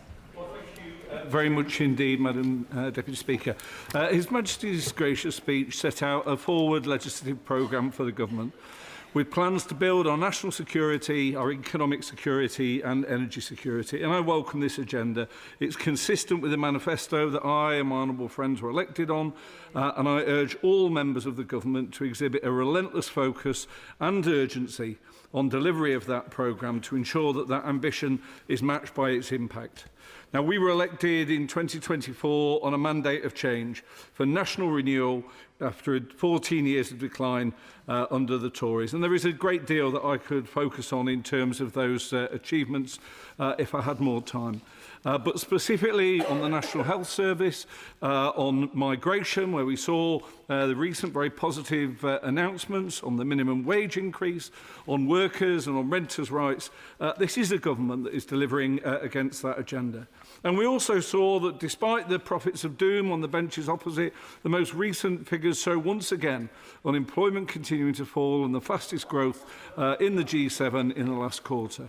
So many of the fundamentals are going in the right direction. But anyone who spent time attempting to persuade voters to vote Labour in the recent elections will have been left in no doubt that our voters remain unconvinced that we are going fast or far enough to bring about the change that they want to see. So I would like to focus on some specific measures within His Majesty's gracious speech that I particularly welcome. Firstly, on the Energy Independence Bill, I very much welcome the government's action to protect households and industry from global instability by powering forward with clean, homegrown energy to create energy independence and get off the fossil fuel roller coaster. Both the Energy Independence Bill and the National Nuclear Regulation Bill will also strengthen our resilience to energy price shocks for the long term and bring down the cost of bills for families.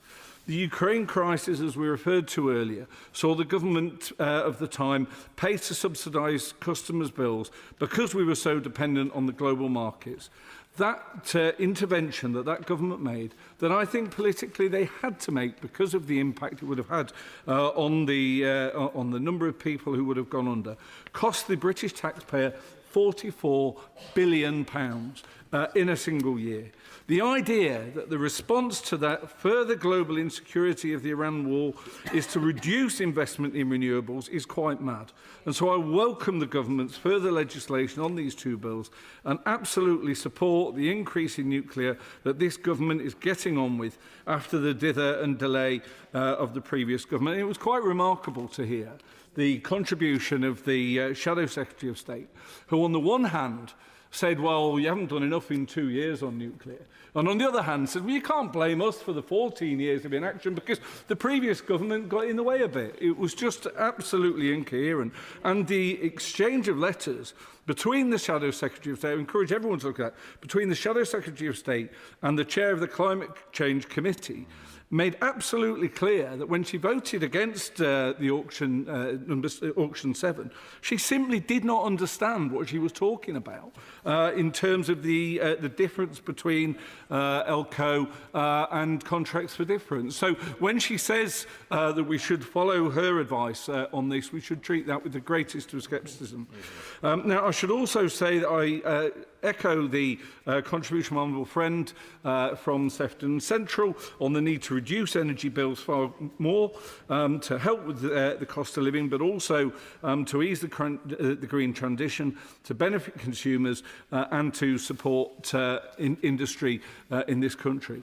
Alongside that, we also see in this King's Speech the Clean Water Bill, which, alongside climate action, we do need action on nature. Nature is the foundation of our national economic security, and we cannot tackle climate change without restoring nature.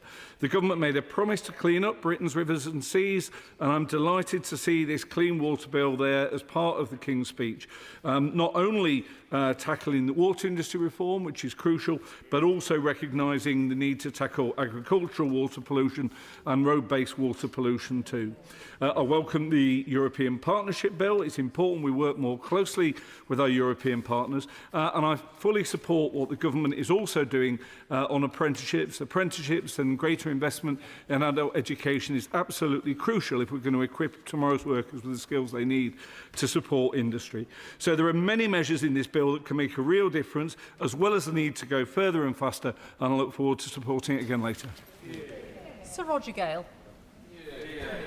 Thank you, Madam Deputy Speaker. If we are moving into an era of electric cars, thousands of them, and if we are moving into, mostly made in China, of course, and if we are moving into an era of artificial intelligence developed in the United States, then we are going to need infinitely more electricity than the country is capable of producing at present. Madam Deputy Speaker, since the days of the great Walter Marshall, the head of British Nuclear Fuels at one time, I have been a supporter of nuclear energy.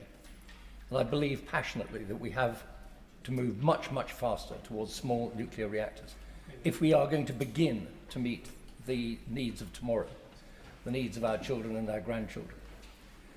And I hope very much that we can unite behind that move. But in the meantime, we've got to bridge the gap. And I believe it is sheer folly for this government not to take advantage of the resource that we've got in the North Sea to help to bridge that gap. It is an absolute nonsense to buy in fuel from Norway or elsewhere when we could be producing it from the same sources ourselves. And we should be doing that. Don't tell me it's a drop in the ocean. It's an important potential contributor to bridging the gap in our energy needs. And Madam Deputy Speaker, the Secretary of State, sadly no longer with us, derided. I take no lessons from a former failed leader of the opposition, but the Secretary of State, in extremely derisory fashion, spoke of the minimal cost to agricultural land of solar panels. Those solar panels are covering, in East Kent, agricultural land on which was growing bread-making wheat. My right honourable friend referred to the breadbasket of England. We can't lose that land, and we don't need to lose it when we've got acres of rooftops in public ownership and acres of car parks that could and should be used first. Now, the Secretary of State said we're going to have to produce the network to get the future power to the homes and the businesses and the hospitals and the schools that we have to feed. He implied that that requires a network of pylons right across the United Kingdom. I am not prepared as a grandparent to see my grandchildren's future environment sacrificed on the altar of hideous pylons strung up by National Grid simply to meet the desires of their shareholders. And we need to remember that it is a private company. We've got to learn, Madam Deputy Speaker, how to underground our cables. It's happening throughout Europe, where they've already got overhead cables and they're taking them down.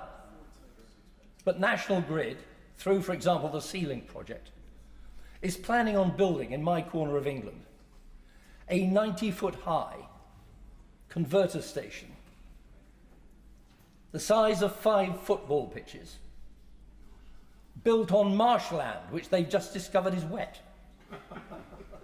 which means they're going to have to import thousands of tons of concrete and destroy the whole of the local environment around it, which includes a nature reserve and a site of special scientific interest. That is not progress. That is selling the family silver. It's selling the environment of our children's future, and we must not do that. So I believe we have to strike a balance between meeting our future needs, bridging the gap, and protecting our environment. And, Madam Speaker, I've got 18 seconds left, so I'm going to stop there. Thank you very much. Dame Annalise Dodds. Thank you, Madam Deputy Speaker. I welcome the measures in the King's speech on energy security, as on many other issues. The opposition's wrong-headed approach would leave us tethered to global markets that we can't control. They'd lock our country out of much-needed jobs, and they'd condemn Brits to higher bills. Yeah. The energy independence and nuclear regulation bills, in contrast, are further leaps towards the stronger energy security we need. In my speech today, Madam Deputy Speaker, I want to tackle an issue touched on actually by the previous speaker in his remarks, an issue which will increasingly drive the amount of energy our country needs to generate: the development and deployment of artificial intelligence. The Government did not bring forward in this King's speech our manifesto commitment to ensure the safe development and use of AI models by introducing binding regulation on the handful of companies developing the most powerful AI models. Indeed, AI was not mentioned in the speech. The Government has acted decisively on one symptom of the lack of regulation: the widespread production of sexualised images. This, however, followed 3 million such images being generated. Harm was already done, and I underline here recent comments made by my right honourable friend for Birmingham Yardley. Now, the Government has, rightly in my view, launched its Sovereign AI Fund, supporting innovative start-ups to scale up and generate value here in the UK, including access to compute. And I know many of the ministers, indeed, from the Department for Energy have been working hard to ensure the capacity is there to deliver that additional compute. However, when it comes to the design and use of AI systems and models, we have only the AI Security Institute, a world-first, expert-led organisation, but one which lacks statutory powers and which has to ask companies politely to engage. Even the Trump administration now appears to recognise the need for evaluation of frontier AI models before release. If we're genuinely serious about our country's economic security, we must devote as much attention to AI and its astonishingly transformative, productive and disruptive potential as we're rightly devoting to energy security and the delivery of homegrown renewables. That will require, first, working with the EU on digital regulation, and I will push for this to be reflected in the Welcome EU Partnership Bill. The Government maintains in the briefing pack for the King's Speech that nearly 1/3 of UK AI startup leaders are considering relocating overseas due to regulatory complexity and capital constraints. Given that regulatory complexity will often relate to cross-border issues, the prescription is not here deregulation, but regulatory coordination. I want to keep to time, thank you. Capital constraints and relatedly constraints in compute are real. Here we must recognise that while unilateral measures to support sovereign AI are important, their scope is necessarily limited, so we must again work with reliable partners who share our values, not least within the EU. And finally, Madam Deputy Speaker, we must be brave enough to open up discussion on the fiscal framework for AI. We currently tax the very thing, labour, that AI will, in some sectors, in specific ways, displace. We must examine now how we might be able to use the public stake from our sovereign AI investments, or mechanisms like a token tax or reform to capital gains, as the TUC has suggested, to build up the resources that may well be needed. There is potential for significant disruption to the labour market, and we must be more ready for it.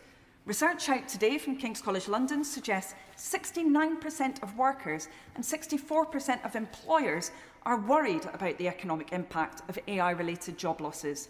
A majority of all groups surveyed predict AI's benefits will mainly go to wealthy investors and companies, not workers or society, and a majority of all groups also back government intervention. If we are to secure the government's intention of the fastest adoption of AI in the G7, we must deal with these issues too. Our young people in particular will not forgive us if we fail to engage with this generational challenge. Thank you. Sir John Hayes. Thank you, Madam Deputy Speaker. Britain is becoming harder to govern. That's not principally because of disruptive or destabilising societal change, and it's not even because of the increasingly complicated world which is creating more uncertainty for all governments. The problem is in governance itself. The Prime Minister complains that he pulls levers in Downing Street, but they have less effect in practice than he hoped. And Simon Case, when he left office, put this very clearly. He said, an increasing number of English devolution settlements, independent quangos, arm's body, courts, statutory consultees and the like block the path what a winning political party promises at an election, what it can achieve in power. Successive governments have delegated power to all kinds of unelected, unaccountable bodies. Everything from the budget for the Office for Budget Responsibility to Network Rail, from the Environment Agency to all kinds of other quangos, many of whose names we barely know, and neither do we know how their membership is chosen or to whom they are held account. It's time for a more radical programme than this Queen's Speech offers. It's time for Parliament and Government to be more confident about the difference it can make. Now, the Secretary of State in opening this debate talked about economic resilience, and he's right, by the way, absolutely right, that in the age in which we live, we need to build more national economic resilience. But that means facing up to the fact that we manufacture too little of what we consume, we grow too little of the food that we need to feed the nation. And the sort of economic resilience that he describes requires us to look again at the balance of payments. Before the 1970 election, it was said that Harold Wilson, the then Labour Prime Minister, lost that election against expectations because there were bad balance of trade figures. No one now speaks of the balance of trade. And yet the truth is that we import far more than we did then. In the mid-1980s, we grew about 75% of the food we consume. That's now down to 40%. It is preposterous that we've lengthened supply lines, that we've, as a result, decreased traceability. We don't really know where much of what we consume is made, or how it's made, or by whom it's made. We know that in the Far East there's all kinds of unacceptable conditions that wouldn't be tolerated in this country, and yet we still choose to import large amounts of those kinds of goods. So let's have a fresh look at the character, the shape of our economy, if we really want to build more national economic resilience. To do that, we will also need to look at productivity, because as the Father of the House described, it's not good enough for government to spend endlessly without looking at the value it gets from that expenditure, and yet we know that both public sector and private sector productivity has stalled for a considerable time. Not unique to this country. It's a problem for the whole of Western Europe, most modern economies. But nonetheless, we need new measures to focus on productivity so that what we get for what we spend becomes the issue, not how much we spend as a whole. I thank my honourable friend for giving way, and he's giving quite a good lecture on what needs to happen. What incentives do we need to provide farmers to grow more and indeed use their land as effectively as possible, and also employers to use their time as effectively as possible, so that we can literally operate on a 24-hour-day, 3-shift operation in production? Yeah. Let me just before I deal with that excellent point, and I'm grateful to my honourable friend for making it, just remind the House the current trade deficit is about 25 billion, by the way. That would be unthinkable a generation or two ago. And on the issue that he described, we have to rebalance the food chain. For too long, major retailers have held a gun to the head of primary and secondary producers. It's not the size of the cake that matters, it's who's getting what sort of slice of the cake. So whilst those major retailers continue to make huge profits, the people who actually grow, make the food, have seen their livelihoods under persistent pressure for the whole of the time I've been in this House, and no government has really had the courage to face up to that fact. So we need to give more power to the grocery code adjudicator, to intervene where sharp practice takes place, and to stand up for the hard-working farmers in Lincolnshire and even farmers elsewhere, but particularly ones in Lincolnshire, of course, who grow so much of the food which we consume across the kingdom. If we're going to build productivity, we have to invest in skills. Now, when I was the skills minister, I'm proud to say we built apprenticeship starts to around 500,000 a year. Still not enough, in my view. I think we should be having more apprenticeships than that. We've got it up to about 500,000 a year. That's fallen to about 350,000 now. We have fewer apprenticeship starts than we did then. We have to re-evaluate what advanced learning looks like. Higher education is all very well, but higher learning matters just as much. And vocational, practical and technical skills both deliver for the economy because they satisfy economic need, and they give people a chance for fulfilment whose aptitudes, whose tastes and talents lie in that direction. So to build productivity, we need to invest in skills. That's the kind of radical programme. Productivity, tackling the trade deficit and building skills that I'd hope to see. And I implore the government to address those kinds of issues in the common interest, for the national good, for the common good and the national interest. Jeff Smith. Thank you, Madam Deputy Speaker. Can I say it's a pleasure to follow the honourable gentleman from South Holling and the Deepings, who made a characteristically interesting speech. I agree with him very much on the need to improve our investment in productivity and skills. Can I start by making a very brief tribute to Susanna Reeves, to Joanna Midgley, to John Hacking and to Angela Garside, who are 4 councillors who lost their seats in the elections last week in my constituency, not because they weren't excellent councillors.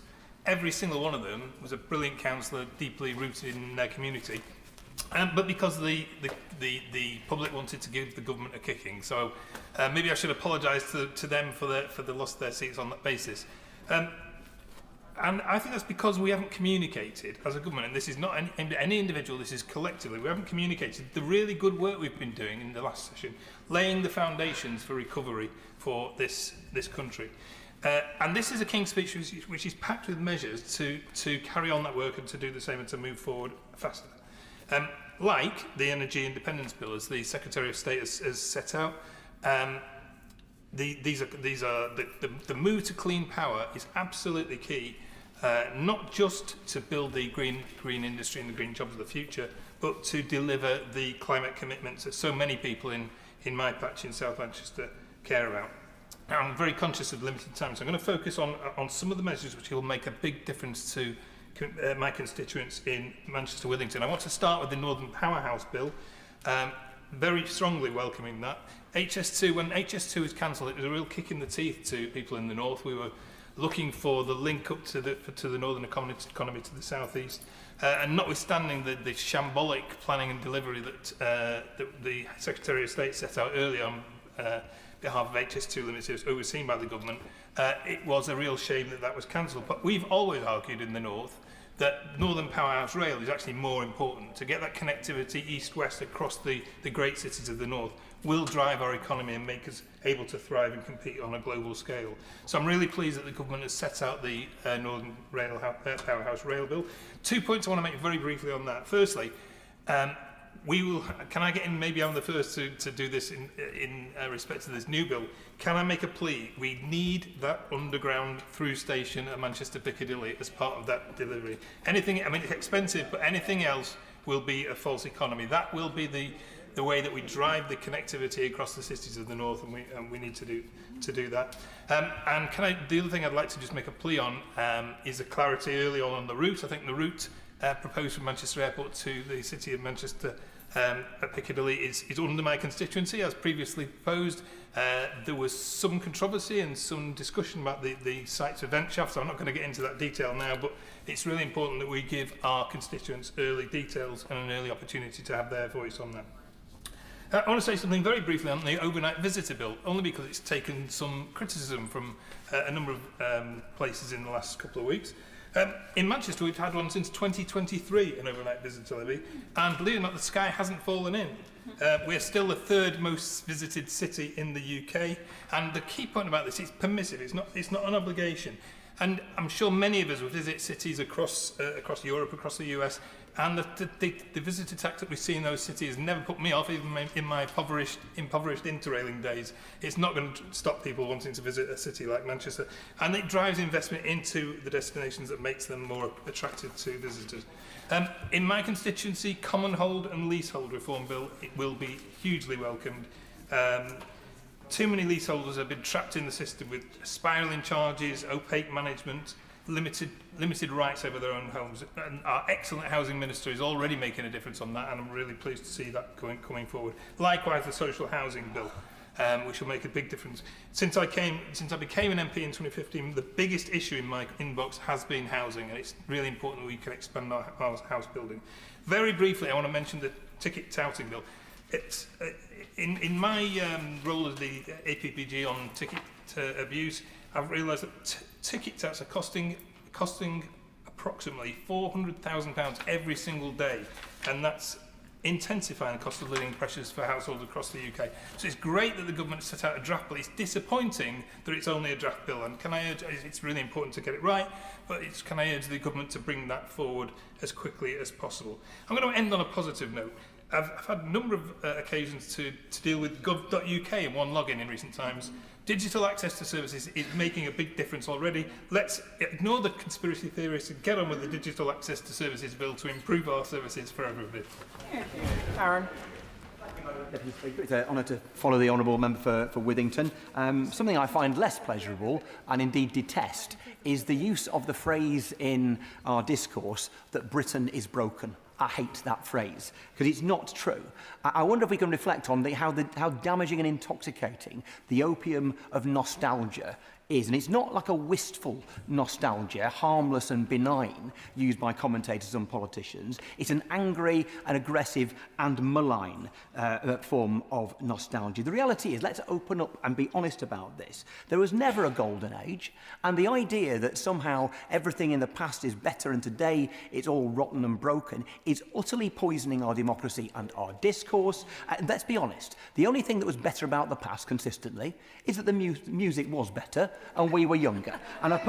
So let's not fall for witless, unpatriotic guff about Britain being in terminal decline. We are a wonderful people with a history strong and rich and resources second to none. We are not broken, but we must be better. A wise government would acknowledge our challenges and strengthen our alliances with NATO, with the Commonwealth, and indeed reconnecting with Europe, not least on energy security. John Maynard Keynes famously said, "When the facts change, I change my mind." What do you do, sir? You don't need to love everything about the European Union to know that our security and sovereignty now obviously depends on our deepening and widening alliances. We need to see Europe as the third bloc alongside the US and China, and if we are not part of that, if we are detached, then we are not safe. But our security involves looking internally too on energy and food security. Over the last few weeks, the energy market has been in the eye of the storm, of course. The loss of 14.4 million barrels a day of crude oil.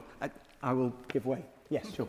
I thank my honourable friend for giving way. Food prices have become the biggest pressure on family budgets. Our food system is failing as households, it's failing our farmers, and it's also failing the economy alike. It's clear that a good food bill is a glaring missed opportunity to back British farmers and improve public health. So does my honourable friend agree with me that you can't have food security without energy security, and that the government must set out a national food strategy to support this? I want to strongly support my honourable friend's food security bill, and I will come to that in a moment. The fact that we have seen this loss of crude oil output from the Gulf since Donald Trump's war began, it's been partly offset by draining stockpiles and other temporary reliefs. For the developed world, prices have risen and indeed crippled many communities that I represent in Westmoreland and indeed across the whole of our country. But so far, we have yet to run out. But the International Energy Agency warned just last week that oil inventories are being depleted at a record pace. Governments, companies and consumers need, therefore, to be ready. Are we? I do not think so. Energy security is now utterly and totally urgent. If I cannot convince you of all of the science that points at human-made climate change, the need to tackle it, that catastrophic blight that we face, if I cannot convince you on that level, surely I must be able to convince you that our energy security rests on renewable energy, domestically produced, because Putin cannot turn off the sun, the wind or our waves. Surely we should be therefore rejoining the European international energy market, and we should be investing massively in the national grid. But it is also vital that we recognise, as my honourable friend rightly and wisely said, the importance of food security in all this. The United Kingdom is currently only 55% food secure. The outsourcing of our agriculture has become a national security liability. We need more short, diversified food chains with more incentives to primary producers to grow food domestically. The problem is, though, England is now the only country in the United Kingdom and the only country in Europe that no longer provides support for our farmers to produce food. Now, maybe we could agree that back in 2020, when the Environmental Land Management Scheme was being drawn up by the previous government and adopted by this government, maybe we could agree that that was how things felt at the time. But the facts have changed. It's time to change our mind and to back our farmers to produce the food that we need. The facts have changed. Food prices are projected to be 50% higher in November this year than they were in 2021. Agricultural inflation is double regular inflation and therefore feeding food inflation, which will follow and harm our communities. And of course, we live against the backdrop of uncertainty. The technological and geopolitical shifts that we are living through include, of course, the very threat to the future of NATO, Russian and Chinese aggression. So our energy, food and military resilience matters more now than it ever has before. We are fools if we do not respond. So, you see, Madam Deputy Speaker, we are not a broken country. We are a brilliant country, but we are a vulnerable country. We should not be energy insecure. We should not be food insecure. We should not have the smallest army we've had in 200 years. We should not be decoupled from our allies in Europe. But the good news is that we can fix all of these things if we have the will. It will mean uncomfortable choices and changed stances from many. But the facts have changed, so we need to change our minds. Emma Foodie. Madam Deputy Speaker, and I'm really pleased to be able to speak in this debate today on the gracious speech, because this government was elected to deliver change, And in my community, for too long, we've felt at best ignored and at worst left behind. Decisions taken in Whitehall and Westminster did not address the challenges that we faced. That investment didn't reach us, opportunities didn't reach us. Frankly, Westminster didn't hear us. And the measures in the last King's speech began to change that. The English Devolution and Community Empowerment Bill brings decisions closer to home. The changes to the Green Book give us a fair go at securing the investment that we deserve. Breakfast clubs and free school meals set up children not just for the day, but to give them the best start in life. We're starting the process of bringing buses back into public control. Public services are showing signs of recovery following 14 years of austerity. And this King's speech builds on that, but we must deliver more and we must deliver it faster. And today's debate is rightly about energy. And recently I visited the Port of Blyth in my honourable friend, the member for Ashington and Blyth's constituency, and I heard about their vision and the jobs and the opportunities that the renewables sector is already bringing there. We have been at the mercy of repeated international crises, underlining why we must secure energy independence to protect people here and across the country. Previous governments didn't move quickly enough, and we are paying the price. Now, my region is leading the way to build clean, renewable energy and energy security. New seabed site off our coast can unlock at least 6 gigawatts of offshore capacity. That is billions of pounds of investment coming to our region, creating jobs and opportunity. And in my own constituency, the West Hertford Business Park, with support from Arlington and the Port of Blyth, will unlock 2,000 jobs and more than 400 million of local investment. The Moor Farm roundabout upgrades, never knowingly not mentioned by me, add to the sense of possibility and acting as a gateway to growth across the North East. We're building futures here. Energy Central Campus at Blyth and the Energy Academy, in Wallsend are training a new generation of skilled workers for the industries of the future. And when the opposition talk down clean energy, they are talking down opportunity.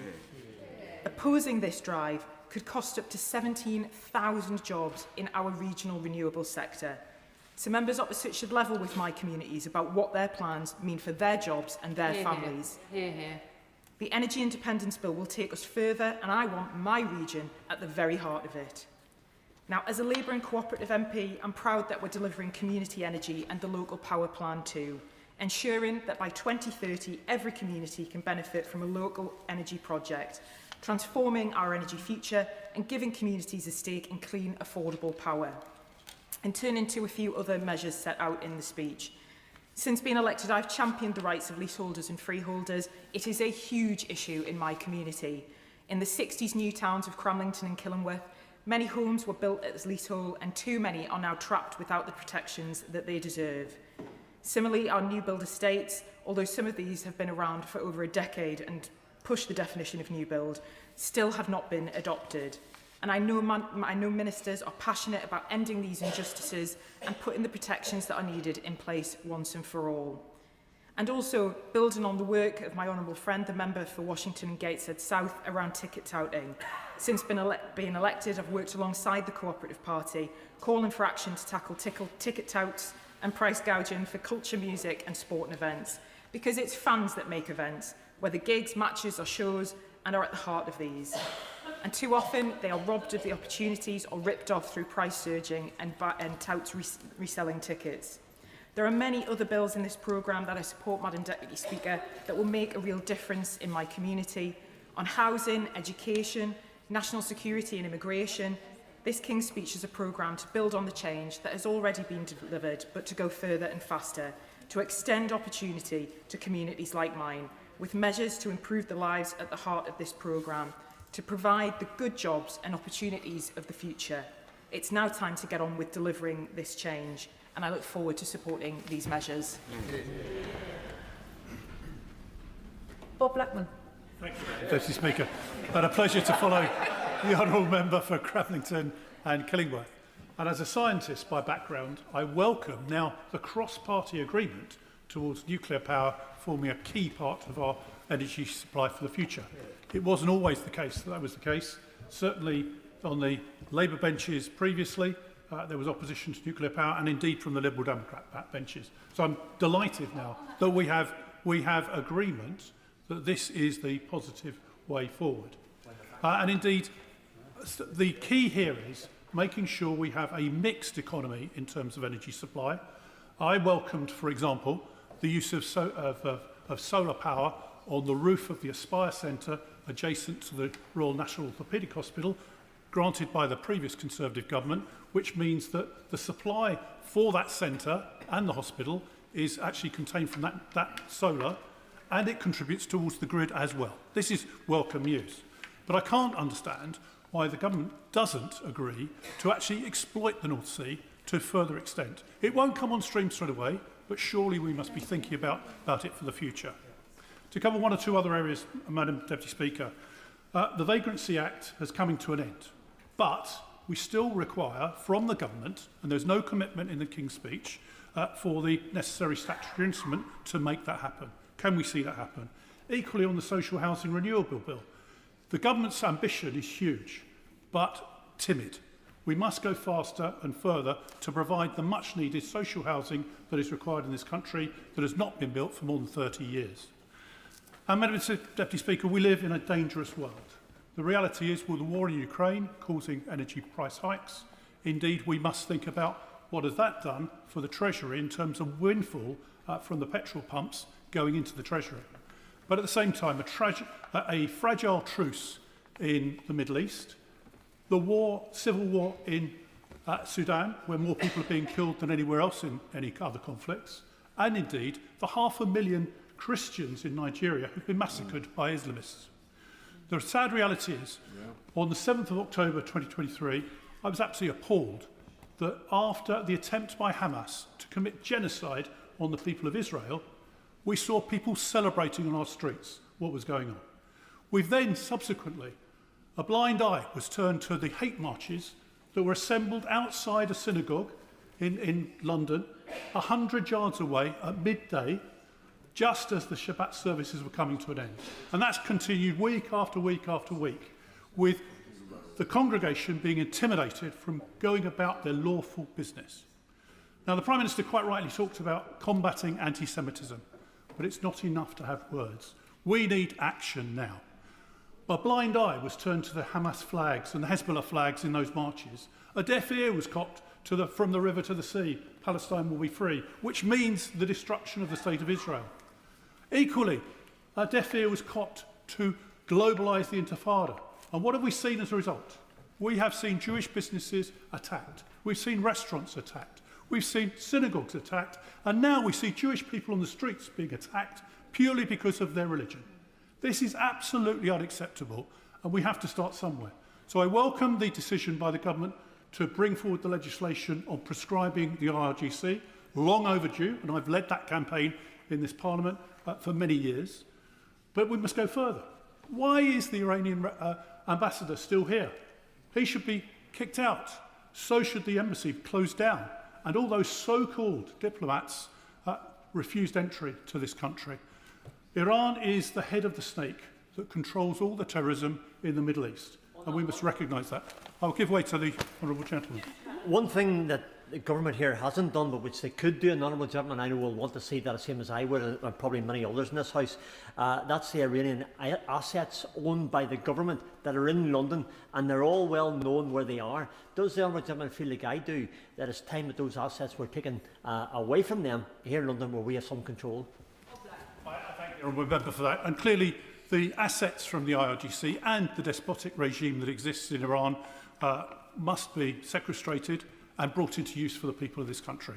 There are 11 well-known properties which are detached houses that are not used at the moment but owned by this despotic regime. They could be used for homeless families. They could be used for Brits that need somewhere to live, but we don't take the necessary action. Equally, Madam Deputy Speaker, as I've raised previously, we have 13 charities that get their funding from Iran. They have their headquarters in the UK, and they're banned in Arab countries. Why is it they're allowed to exist and spread their poison? Equally, we must go further on university campuses. Vice-chancellors have a duty to protect Jewish students, but don't carry out that duty. And perhaps we could start in our schools by teaching our children the true history of the Middle East. In 1948, the Arab countries tried to prevent Israel from being set up. they encouraged and almost forced the Arabs to leave the state of Israel so they could go in and kill everyone. The reality is Israel won that war, and no one's ever forgiven them since. The sad fact is that if we go into 1967, 1971, where Israel fought wars once again to protect itself, those are not taught in our schools. And we need to understand that if we don't educate our children in this right way, then unfortunately propaganda will be allowed to grow. Why is it that one of our colleagues from the Labour benches was banned from going into school in his constituency solely because he's Jewish? That cannot be acceptable. So words are not enough, Madam Deputy Speaker. We need prompt action and firm action to root out anti-Semitism and anti-Jewish hatred once and for all. Rachel Hopkins. Deputy Speaker, and I welcome the opportunity to speak in this debate on the gracious speech. And I'm proud, since our Labour government took office in July 2024, that we've introduced a number of policies to improve our country's energy independence and therefore our energy security by increasing domestic clean energy production and reducing reliance on imported fossil fuels. And one of the best examples of this is the creation of Great British Energy, a publicly owned energy investment designed to support British clean energy projects. And I also welcome our Clean Power 2030 plan, which will mean most UK electricity comes from low-carbon domestic sources by the end of the decade. And this includes expanding offshore wind, removing planning barriers to onshore wind, increasing solar power generation, investing in grid infrastructure and supporting nuclear and carbon capture projects. And this King's speech has outlined our plans to go faster and further, taking definitive action to protect the energy, defence and economic security of the United Kingdom for the long term, including the introduction of an energy independence bill to scale up homegrown renewable energy and protect living standards, helping to tackle the affordability crisis, particularly for low-income households, including through our Warm Homes plan. We've seen firsthand... Sorry, I'm going to continue, short on time. We've seen firsthand the devastating impact of exposure to volatile international gas markets, which caused major price rises after Russia's invasion of Ukraine in 2022. This government is taking measures to protect our citizens and ensure such stark and unaffordable increases are never passed on to households again, regardless of global conflicts, supply disruptions and sudden rises in international energy prices. With the war in the Middle East being felt in the pockets of people at home, this is more important than ever. And I welcome the fact that more stable energy costs for households and businesses in Luton South and South Bedfordshire and across the country is a priority, while giving the government greater flexibility during international crises.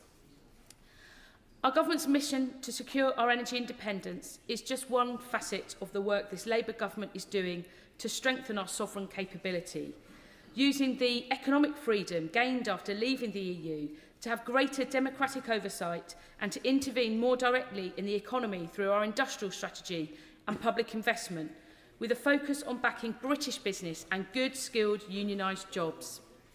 There's no better example of this than our commitment to safeguard the domestic production of steel through the Steel Industry Nationalisation Bill, which we will debate later this week. This highlights the importance of the role of an active state in supporting its citizens, protecting our national resilience, our economic security, and our ability to act independently in the interests of our citizens in an increasingly volatile and uncertain world. I've spoken about the sovereignty and security of energy, but part of building a more secure Britain for my constituents is to ensure that everyone has access to a safe and secure home. And I welcome our Labour government's commitment to address long-term housing shortages, which have driven up rents, made home ownership harder and placed increasing pressure on social housing and public services. Increasing our supply through long-term investment in social and council housing with significant restrictions on right to buy under the Social Housing Renewal Bill, alongside planning reforms and reform of the leasehold system, including the capping of ground rents, will make the housing market more affordable and stable, particularly for families in constituencies like mine of Luton South and South Bedfordshire, where more affordable family homes are so desperately needed. Indeed, expanding our housing supply goes hand in hand with our efforts to strengthen our national resilience, reducing housing inequality and creating a stable foundation for long-term social and economic security, all part of building a stronger and fairer country for all. Richard Ford. Speaker, last week in the gracious speech, the government pledged to introduce a new representation of the People Bill. Now, constitutional issues like the electoral system can seem far removed from people's daily lives, but that could not actually be further from the truth, because with a better electoral system, politicians and parties will be more focused on the issues that really matter to voters. Electoral reform is a necessary step to ensure a fairer society with better schools, better hospitals, safer communities, clean air and clean water. The representation of the People Bill has the potential to be the latest chapter in the evolution of our democracy. Ours is a proud history of a franchise that has expanded across the generations, extending the vote to an ever broader base of people. From the 1832 Great Reform Act to the 1918 Representation of the People Act, which granted the right of voting to women, to the 1969 Act, which made the UK the first democracy to give votes to everyone 18 and above. This is a story of progress, and we should continue it. So I welcome that the government is continuing this trend with votes for 16 and 17-year-olds. When I trained 16 and 17-year-old recruits in the regular army, some of them were bound months later to serve in places like Iraq and Afghanistan, which they did. If 16-year-olds can join our armed forces and pay tax, they deserve a voice in how both of those are used. The new representation of the People Bill has the potential to occupy a place in the pantheon of progressive extensions to the franchise. First past the post, by contrast, is our current system, which enables parties to turn a small plurality of votes into a massive majority of seats. And 2024 showed this at its worst. The general election of 24 was the most disproportionate in modern British history. Turnout was the second lowest since records began in 1885. Less than 60% of the electorate cast a vote. They were unconvinced and uninspired by both Labour and the Conservatives. Labour won 1/3 of the vote, Labour won 2/3 of the seats, and Labour won 3/3 of the levers of power. The 2024 general election result was a direct consequence of the first-past-the-post voting system. This winner-takes-all approach threatens to reward populists who thrive in divisive and adversarial politics.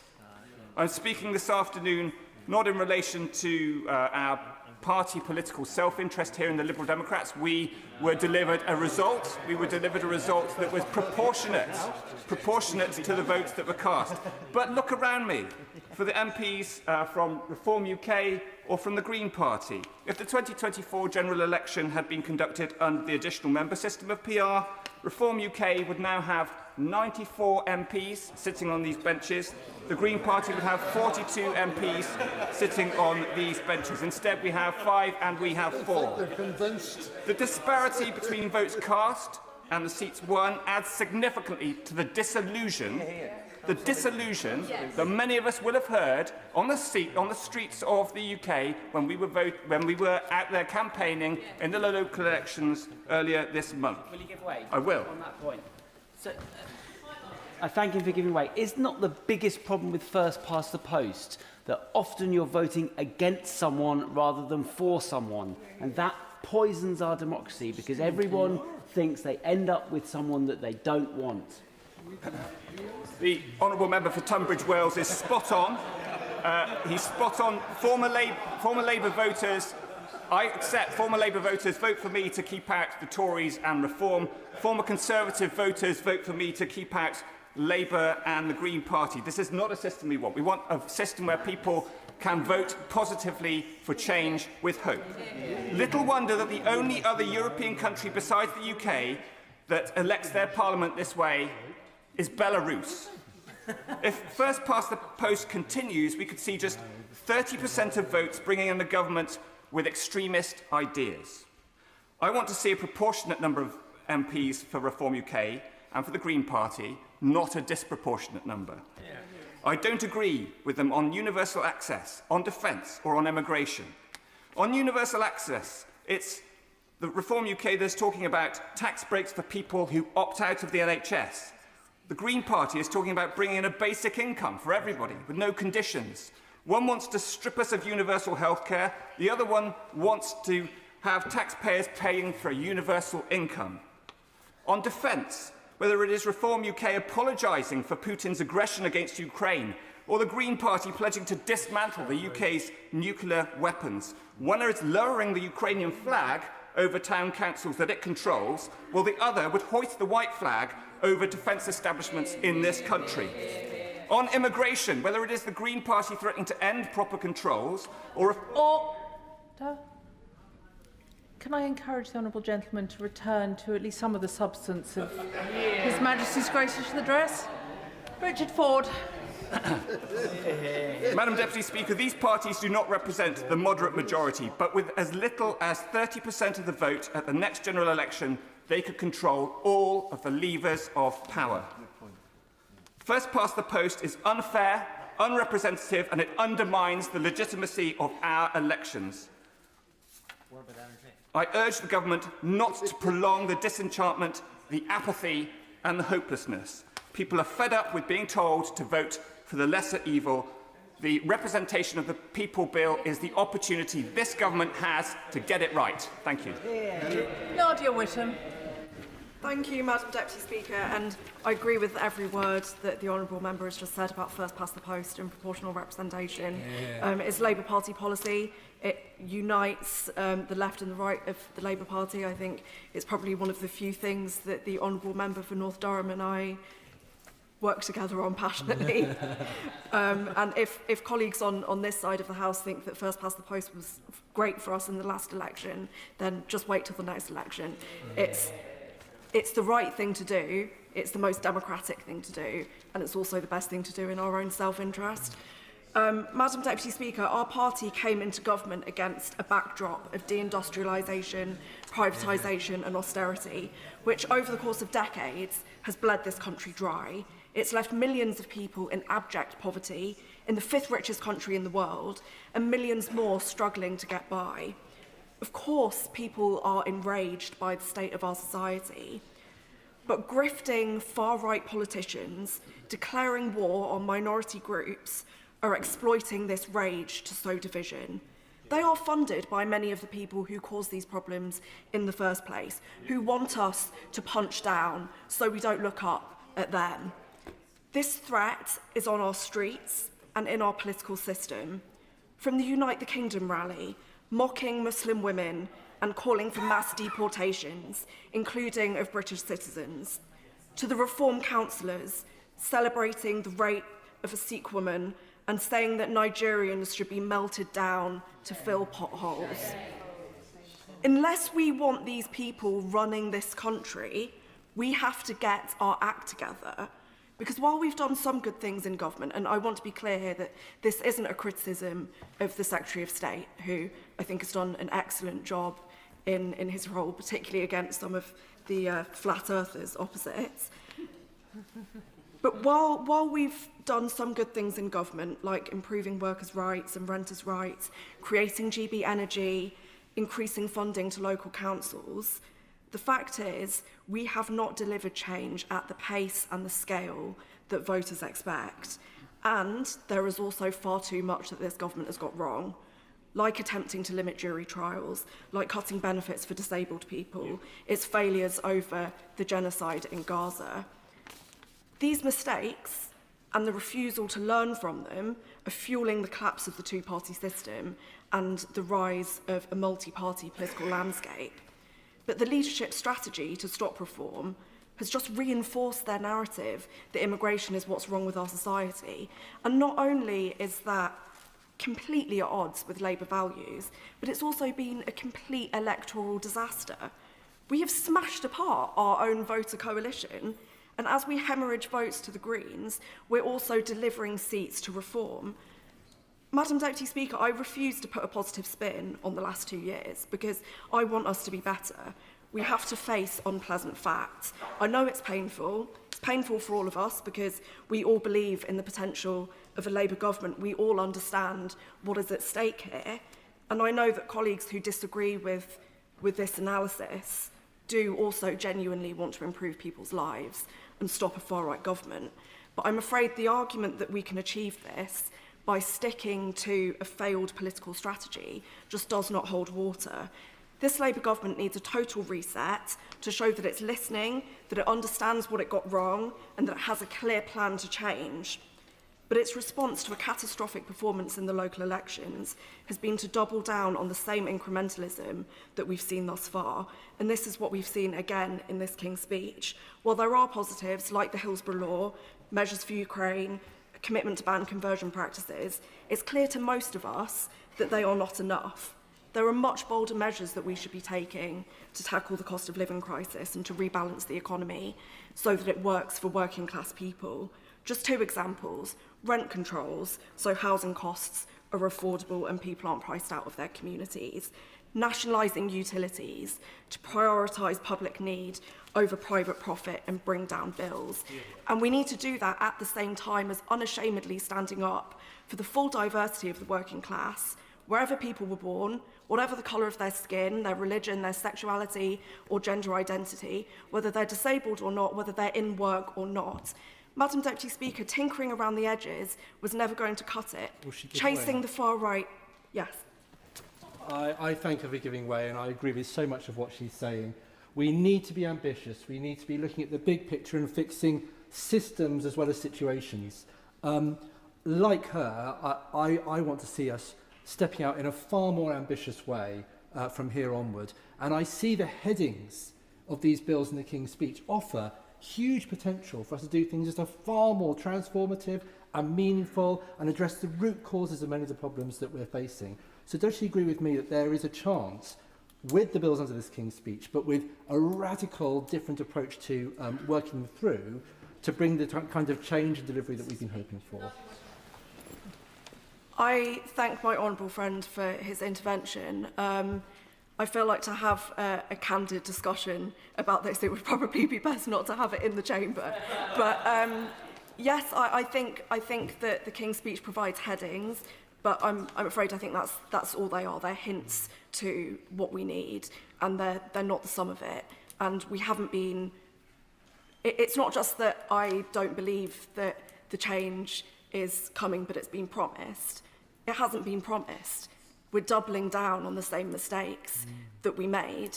And what we've heard from the Prime Minister is we've done great things in government, you just haven't realised it yet. So, Madam Deputy Speaker, tinkering around the edges was never going to cut it. Chasing the far right on immigration was never going to work.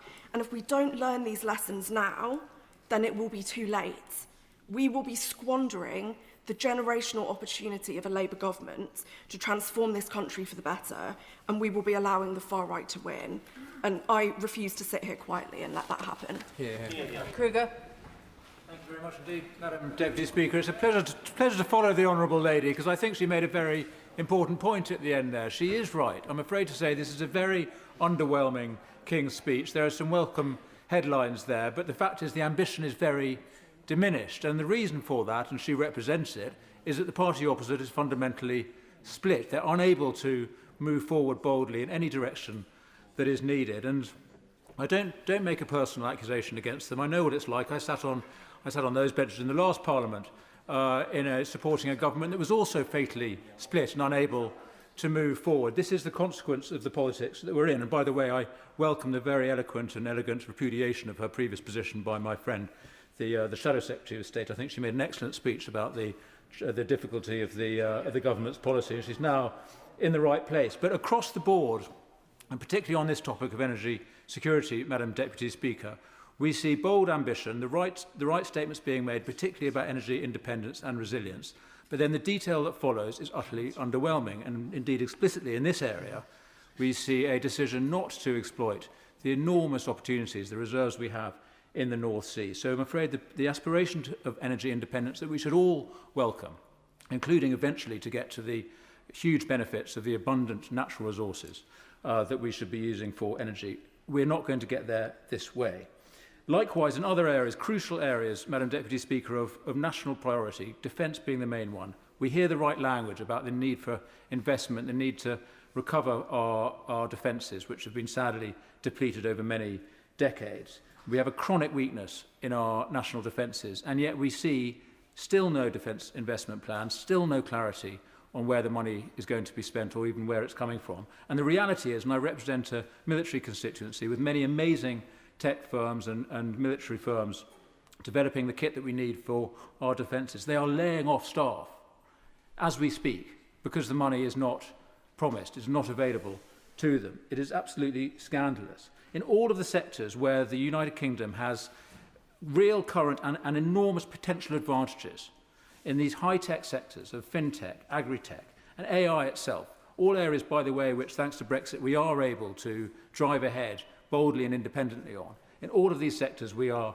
being hobbled by a lack of ambition and a sort of chronic inability to release the talents and the opportunities of these sectors. I was going to intervene earlier on the member for Oxford East, who was bewailing the exit of UK tech entrepreneurs in the AI space and saying that we should be more like Europe in that regard. They're not leaving the United Kingdom to go to the EU. They're going to the Middle East, they're going to the United States, they're going to the Far East, because these countries have a pro-tech industrial policy, which is what we need here in our country. Madam Deputy Speaker, I've been meeting a whole bunch of businesses recently. We're on a bit of a prawn cocktail operation in the Reform Party. It's amazing which businesses want to come and talk to us at the moment. It's very encouraging. But they are all very depressed about the state of the economy. And one of them said to me recently, yesterday in fact, an AI entrepreneur, said, if we're not careful, this country's economy is simply going to be US tourism. That's all we're going to be able to offer, because we are driving away all of the entrepreneurs, all of the businesses which represent the opportunities for growth in future. I was talking to a pharmaceutical firm last week, now exiting to Europe, yes, to Switzerland in fact. I saw this morning again a company developing the technology for small modular nuclear reactors, giving up, going to the United States. This is what we are doing. We are driving away the talent that we need for the future. And lastly, Madam Deputy Speaker, I'm very enthused by the opportunities that our high-tech sectors represent and what we could be doing. But there is also the ordinary economy. Labour used to talk a lot about this. The Chancellor wrote a book called The Ordinary Economy, I think, The Everyday Economy, some years ago. That's absolutely a vital focus for us. But what are we doing for those businesses that are the backbones of our high streets, national businesses and SMEs? We're ramping costs onto them, NI contributions, business rates. On the small businesses, the VAT threshold way too high, inhibiting growth, inhibiting job creation. So a government that wants growth, wants productivity, is going in directly the opposite direction. And I would just end with a plea to the ministers. I extol and I applaud their aspiration for a clean transition, but right now we are in a national emergency and we need to crowd in every possible source of electricity that we have to get our economy growing. And that includes nuclear and it includes fossil fuels. Thank you. Alex Sobel. Thank you, Madam Deputy Speaker. It's a pleasure to speak in this King's Speech debate, and I'd like to thank the Energy Secretary for another very clear case for the energy transition. Regarding the energy security part of the transition, I welcome the Energy Independence Bill, which is one of the most significant and pragmatic piece of legislation we seek to work on in this Parliament. This bill is directly entwined to our national security. Energy independence sets us free from the energy cost chaos caused by Putin's erratic warmongering. This is another step that enables us to stand in strong solidarity with the people of Ukraine. The stabilisation of energy security will enable us to work on Jo Cox, whose 10th anniversary of her tragic murder is coming up shortly. Work on her agenda of progressive internationalism by improving our capacity to be a force for good. On Jo's progressive internationalism, I'm also proud to see the European Partnership Bill and welcome the Youth Mobility Scheme many of my constituents will be able to take advantage on. So I'm keen to see even more progress in terms of our European relationship, including freedom for European musical acts to tour Europe and visa-free travel. Furthermore, I'd like to hail the Power Rail with delivery of a fair deal for the north of England, something we've been sadly neglected through the last 14 years of Conservative government prior to 2024, through Northern Powerhouse Rail Bill, a scheme, you have to remember, that was announced and then cancelled by the previous Conservative government.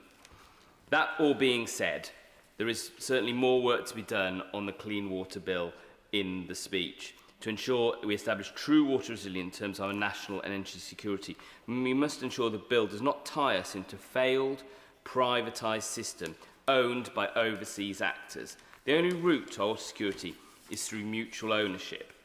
In England, we should have the system like they have in Wales, where the people of Wales own the water company. This is notably different to 1970-style nationalisation.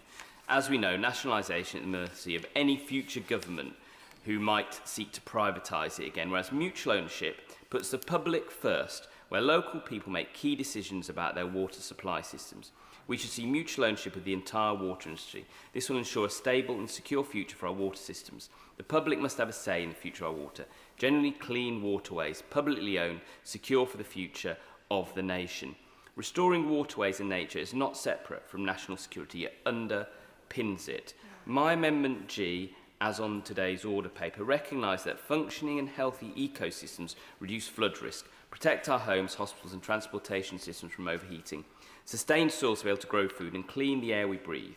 The UK's key ecosystems are every bit as vital as our roads, energy grid and water networks, yet we continue to treat them as an afterthought. As the Treasury Commission Das Gupta review made clear, we undervalue the natural assets our economy and security depend on. By legislating for a strategic nature network and recognising it as national infrastructure, we can restore, connect and maintain a system of key functional ecosystems that strengthen our national security, protect communities and build resilience across the UK. As other members have mentioned the prospect of electoral reform in the representation of the people bill, I also want to say that we've just seen a local council elections where we had a council elected on 20.5% of the vote, even lower than the lowest percentage at the last general election. We are seeing increasingly lower percentage winning margins as we move from a 5-party system in England and a 6-party system in Scotland and Wales.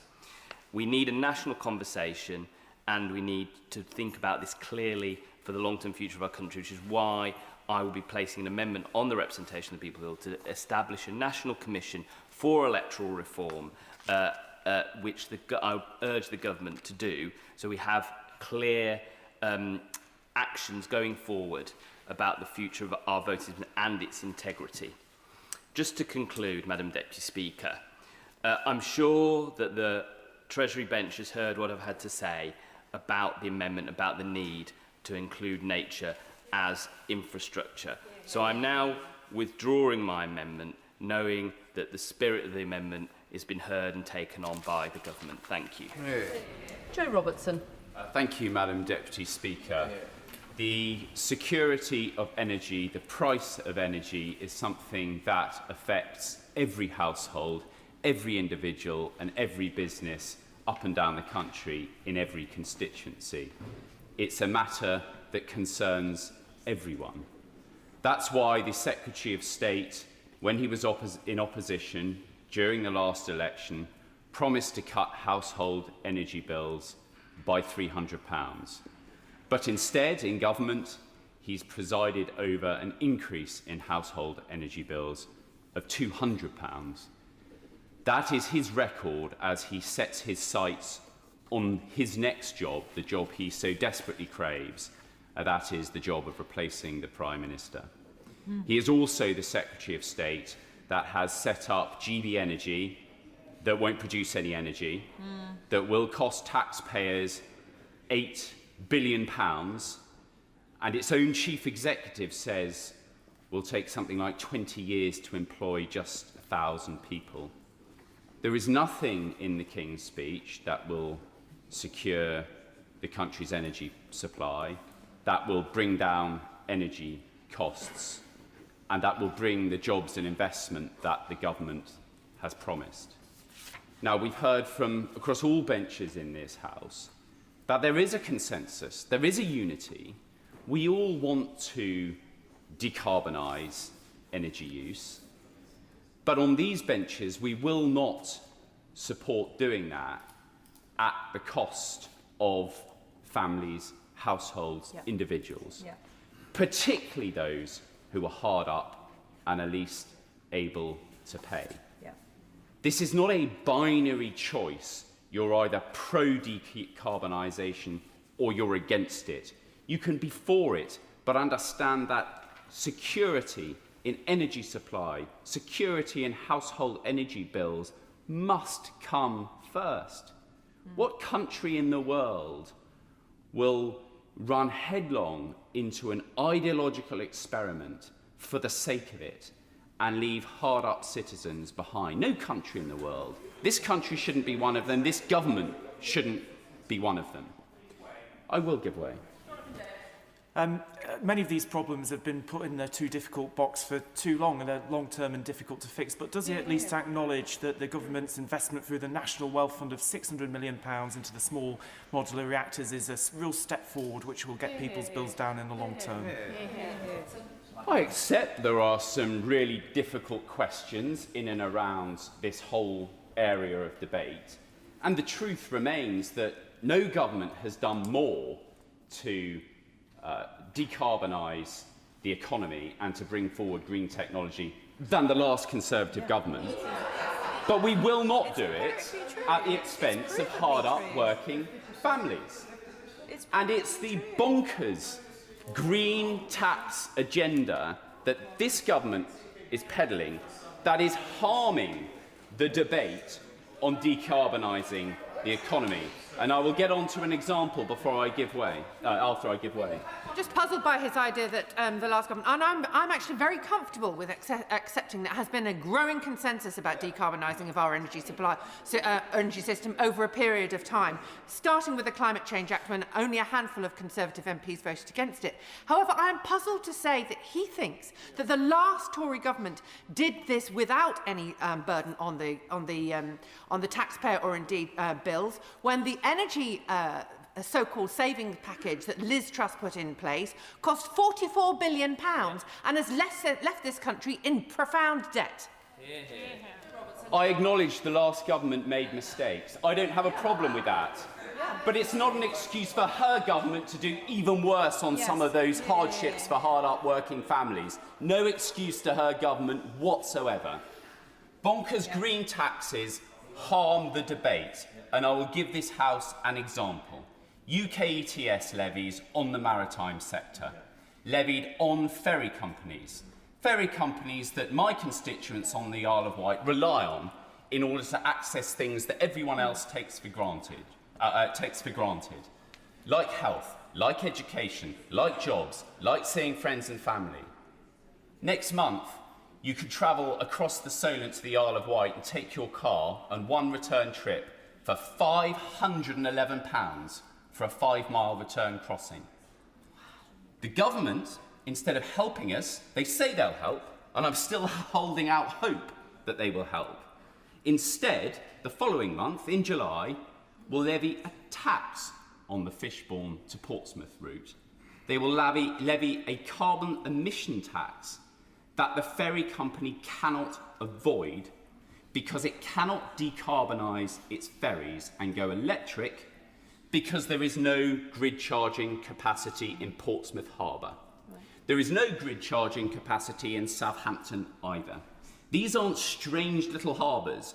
This is the naval base of the United Kingdom and one of the biggest export container ports. Yet there is not the grid capacity to charge an Isle of Wight ferry, but the ferries will pay, and the ferries, guess what, have passed on that charge to consumers, my constituents. I'll give way to the Honourable Lady to try again. Briefly on the point specifically on Southampton, it was under the Tory government that the Labour-run Southampton Council wanted to clean up and have that grid connection in order to be able to decarbonise shipping in that port, specifically to tackle air quality in that city and to be able to help exactly the problem. 14 years the Tories had, and they did nothing. I generally say to the Honourable Lady, the reason her government is in such a mess and polling at under 20% is because she and her colleagues think the universal excuse for her government's inaction is to blame a previous government. She won that argument at the last election, and since then her government has done nothing. Southampton will have that grid charging capacity for boats in mid-2030s, yet the government is bringing in a charge in July of this year. And do you know what the irony is, Madam Deputy Speaker? One of those ferries does have batteries on board. It's a hybrid boat and can use batteries in order to cross the Solent and not burn fossil fuels. But it's being charged because it cannot use its batteries because it's not got nowhere to plug into.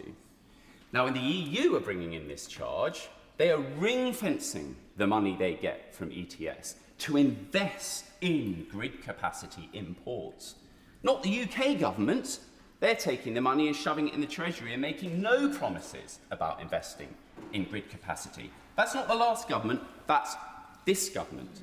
So I say to the front bench, it is bonkers green levies which make no sense, which harm ordinary people, which undermine their entire case for their green agenda.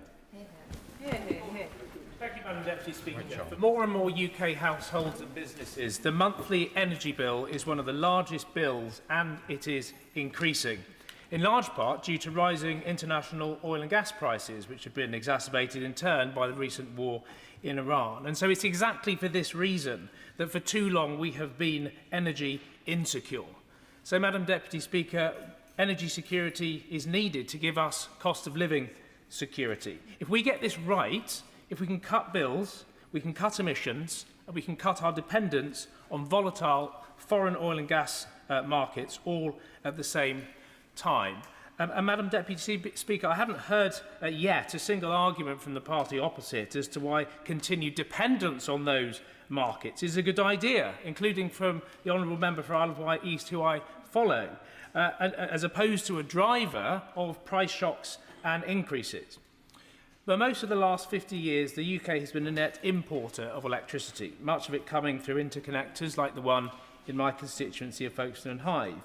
And the growth in British renewables is at long last rightly being pushed forward by this government, and it's starting to reduce our heavy reliance on imported energy and fossil fuels. Last year, our energy production was the most British and clean it has been for years.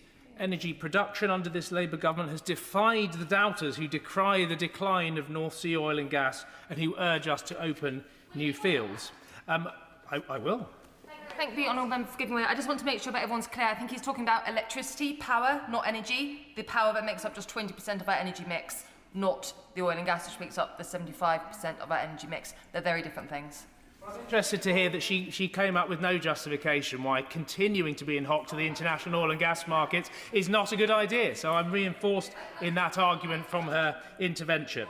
I want us to be energy independent and eventually energy dominant, where we are exporting our energy around the world, generating more revenue for the Treasury, creating more jobs here at home, and helping to fix our current account deficit. The new Energy Security Bill rightly seeks to hardwire in strong consumer protections, a stronger watchdog, and a more flexible, modern grid, giving Ofcom a clearer duty to protect households, changing how support is targeted to low-income and vulnerable families, and making local grids smarter so people can benefit from cheaper off-peak energy. All of this is not a technical tweak. They are frontline issues on the fight against fuel poverty.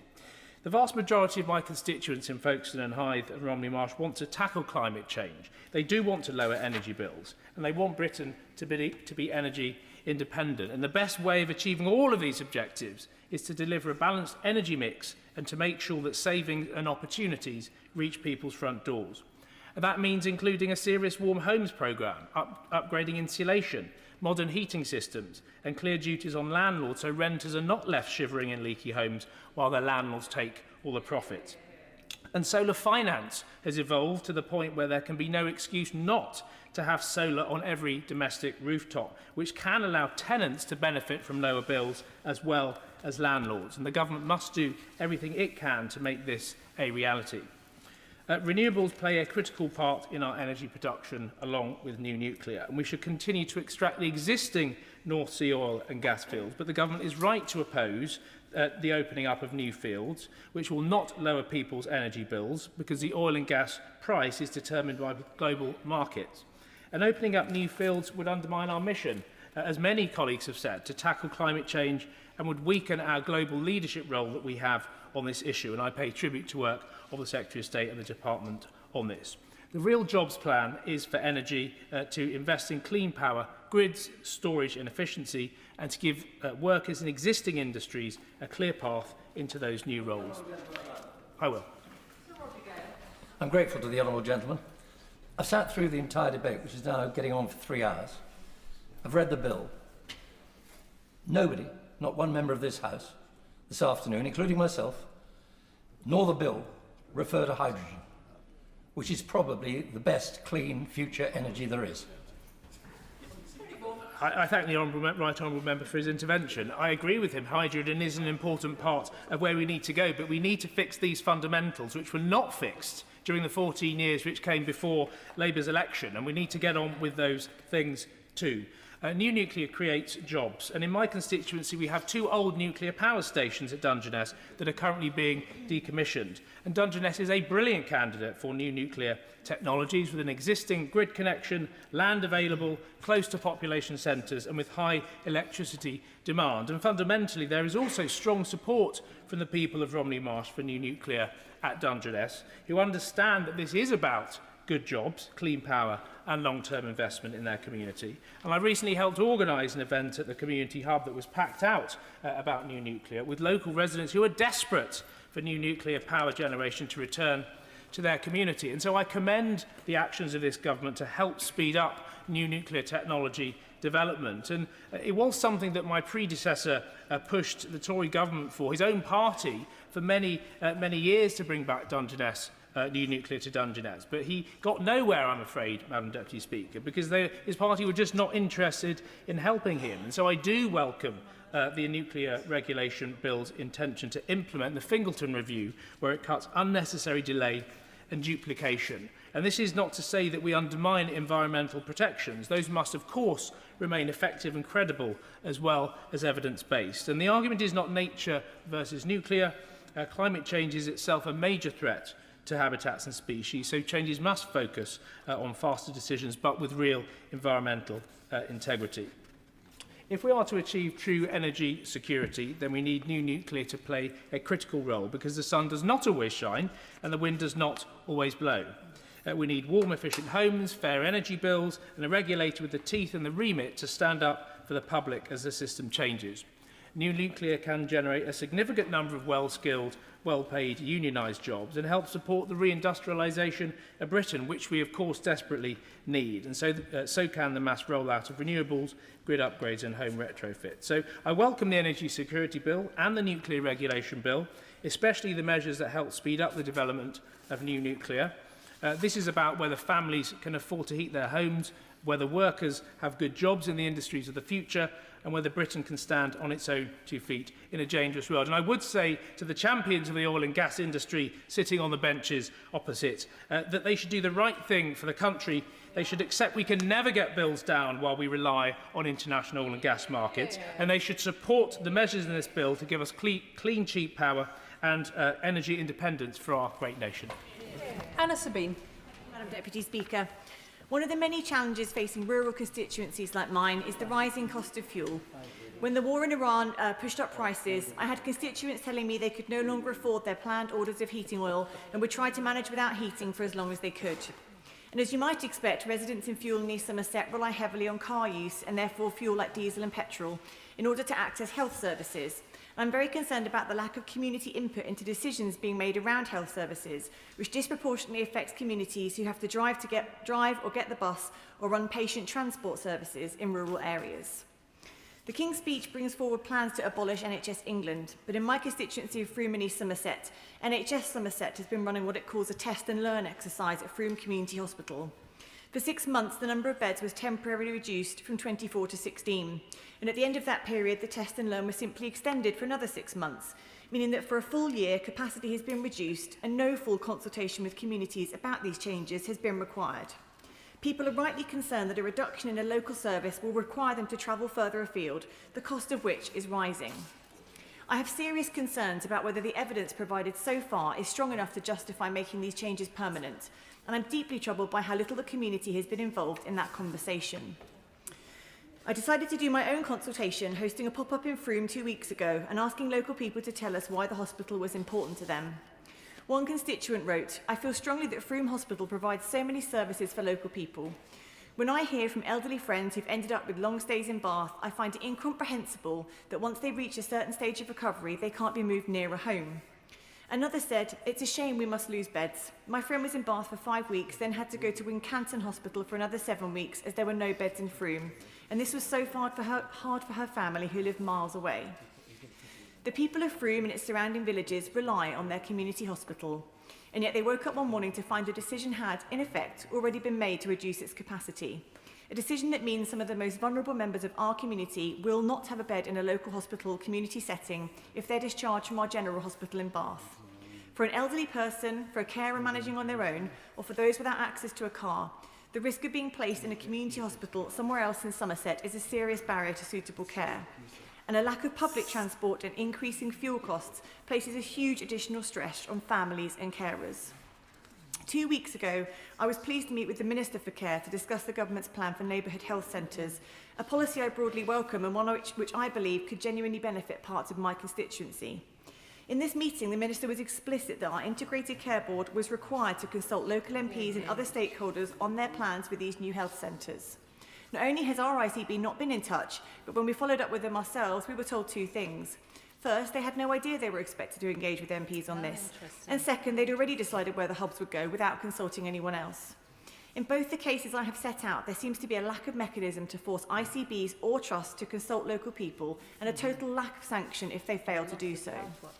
People who live in Frome and surrounding villages are the experts in their own lives, and they have helpful, constructive and innovative ideas to input into decision-making around the future of local health services. The government is also overseeing the removal of Health Watch and the Citizens' Senate, 2 additional bodies which centre patient voice at the heart of discussions about their care. I'm worried that without these bodies being replaced, or without mechanisms in place to ensure good consultation, communities risk being entirely unheard in decisions which will, for some, affect their daily lives. I do hope that ministers will coordinate with colleagues in departments for health, transport and elsewhere to ensure that people in Frome and East Somerset can get the health services they need in the places they need them and in an affordable way. Andrew Lewin. Thank you, Madam Deputy Speaker. And can I say it's a real pleasure to see you back in the chair, the model of calmness and authority. And I think after the week that my party has had, then there is a virtue in stability, which I think you represent in that chair. But I'm pleased to be back in this chamber for the first time in the session of this Parliament to talk about policy and not personality. To focus on one of the biggest issues our country faces, our energy security. The decision by the United States and Israel to strike Iran on the 27th of February has seen thousands of lives lost, billions expended in weaponry, a stalemate in the Strait of Hormuz and a global energy crisis. For many countries, the situation has become very grave very quickly. In the UK, the price at the pump on the day before the strikes, petrol was £1.35 per litre, diesel was £1.43. Average prices now stand closer to £1.58 and £1.86 respectively. And while we are less reliant on the Strait of Hormuz than many countries, our exposure to the fossil fuel roller coaster, that is the global market, means we are being hit hard too. The choice before us is simple. Get off the fossil fuel roller coaster, accelerate our transition to green and clean energy for people and planet, or people and the planet will continue to pay the price for our reliance on gas and oil. A word on climate change. Records on global temperatures date back to 1850, and yet the past 11 years have been the 11 warmest years on record. We must pursue the transition to clean and green energy for our political and economic security today, but for the tomorrows of all of the generations yet to come. Madam Deputy Speaker, when it comes to embracing green technology, the public is already voting with its feet. The CEO of Octopus Energy has reported a 50% increase in demand for solar panels and a 30% uplift in demand for heat pumps within weeks of the conflict in Iran starting. This is welcome news, but the transition to green, clean and homegrown energy is not a challenge that the market alone can fix. I'm proud of the record of our Labour government in the last 2 years. 2 renewable energy auctions with bids for enough power to power 23 million homes, ending the de facto ban on onshore wind and scaling up the social housing Warm Homes Fund. including more than £6 million for Welwyn Hatfield Borough Council in my constituency, which will see more than 600 council homes retrofitted in my community. But we have to go further, and I hope the Energy Independence Bill can be a focal point for this government. Madam Deputy Speaker, we have to innovate. I was with the Chief Secretary to the Prime Minister in January when he made an excellent speech on how to speed up the delivery of policy, something that so many colleagues have talked about today. He talked about learning the lessons of the vaccine task force model and applying it more universally. And I would encourage colleagues in the Department for Energy and Net Zero and the Cabinet Office to work together with this model in mind, particularly with a view to speeding up the all-important connections to our grid. We have to work, Madam Deputy Speaker, with the private sector. I'm very proud that Ocado has its national headquarters in Hatfield, and they've been in touch with me about their ambition to speed up their grid connections and the importance of an EV charging infrastructure that allows them to transition to electric vehicles. And I'm also very pleased that Mitsubishi Europe, working in Hatfield, is training gas engineers to transfer from boilers and so that their skills can be applied to working on heat pumps in the future. But most importantly of all, we have to make clear that the green transition will work for everyone in our society. And the Social Housing Warm Homes Fund is one of the single most important parts of this plan. Retrofitting the homes of people on low incomes, demonstrating beyond doubt that this is not some kind of elite project, as members on the other side of this House want us to believe. It's a project that will ultimately get bills down for people who need it most. Madam Deputy Speaker, if the Conservatives and Reform wish to cling to the fossil fuels and the global markets, it's their job to explain the cost to their constituents. But clean, green and cheap energy is the future, and this Labour government is absolutely right to be striving for energy independence. From after the next speaker, the time limit will be reduced to 4 minutes. Harriet Cross. Thank you very much, Madam Deputy Speaker. And too often we see when we debate energy in this place, it becomes tribal very quickly. You're either oil and gas or you're renewables. There's no room for nuance. We need renewables, we need nuclear, but we also need oil and gas. And many members today have spoken about the cost. The cost is one element, but supply is vitally important, because oil and gas makes up 3/4 of the energy we need every day. The energy we need in the 24 million homes who still rely on gas, the energy we need in over 500,000 businesses that need oil and gas, the oil and gas that goes into different industries such as pharmaceuticals, petrochemicals, all of these need oil and gas. So this energy independence bill assumes that just by calling it energy independence, we suddenly do not become dependent on oil and gas. That is not true, and it will not be true so far into the future because we have not developed the systems to move us away from needing oil and gas as quickly as we need to. So if we look at our nearest neighbours in Norway, who many people rightly think have their energy system done correctly. There are 5 flights a day from Aberdeen to Norway, bringing workers, skilled workers, from the oil and gas, what was capital of Europe, to Norway to work in their industry there.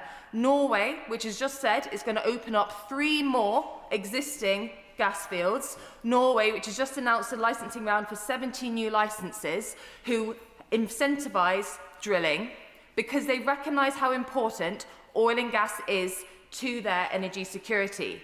So if any member opposite would like to tell me that the Labour government in Norway, by increasing their use of oil and gas and exploiting their oil and gas in the North Sea, if that Norwegian Labour government is making Norway less energy independent by using their oil and gas, no, of course they're not. Of course they're not. It's this Labour government, the UK Labour government, who are making the UK more dependent on Norway for our gas, who we send £20 billion to for the privilege of using the same gas that is from the same North Sea, more dependent on Qatar, on America, on Mexico, where we will use our LNG, which, if we're taking the climate argument, we will liquefy, transport and regasify before using here, so it is less good for the environment.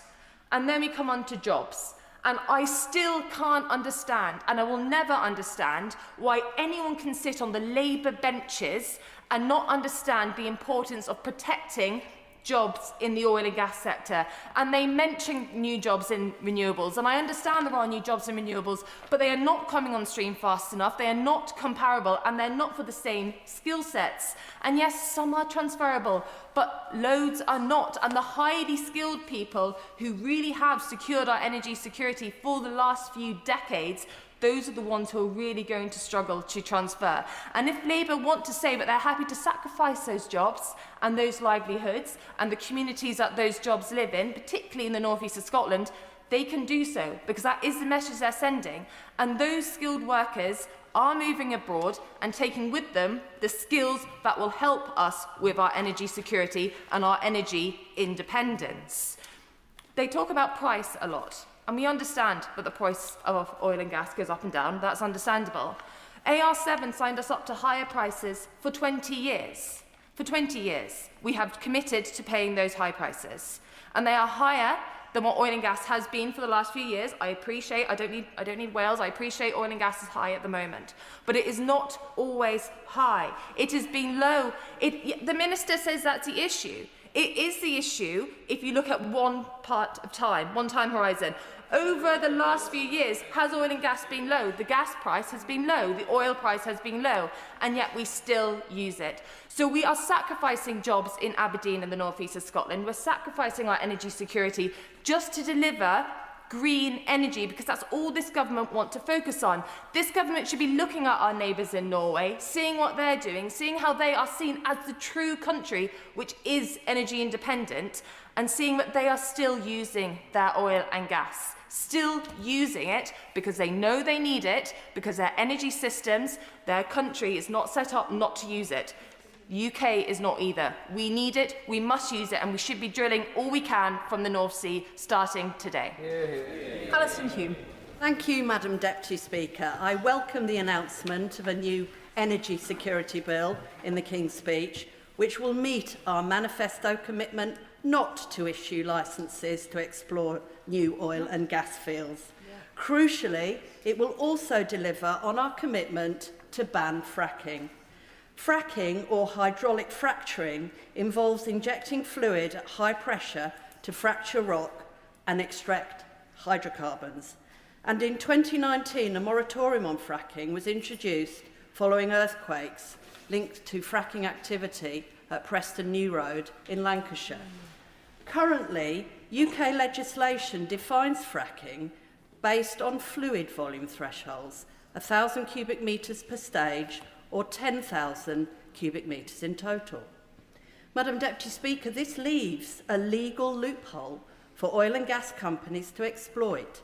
In beautiful Burniston, in my constituency of Scarborough and Whitby, Europa Oil and Gas has proposed extracting gas using a technique called prop and squeeze, which is hydraulic fracturing just at lower fluid volumes. This means it exists outside the fracking moratorium.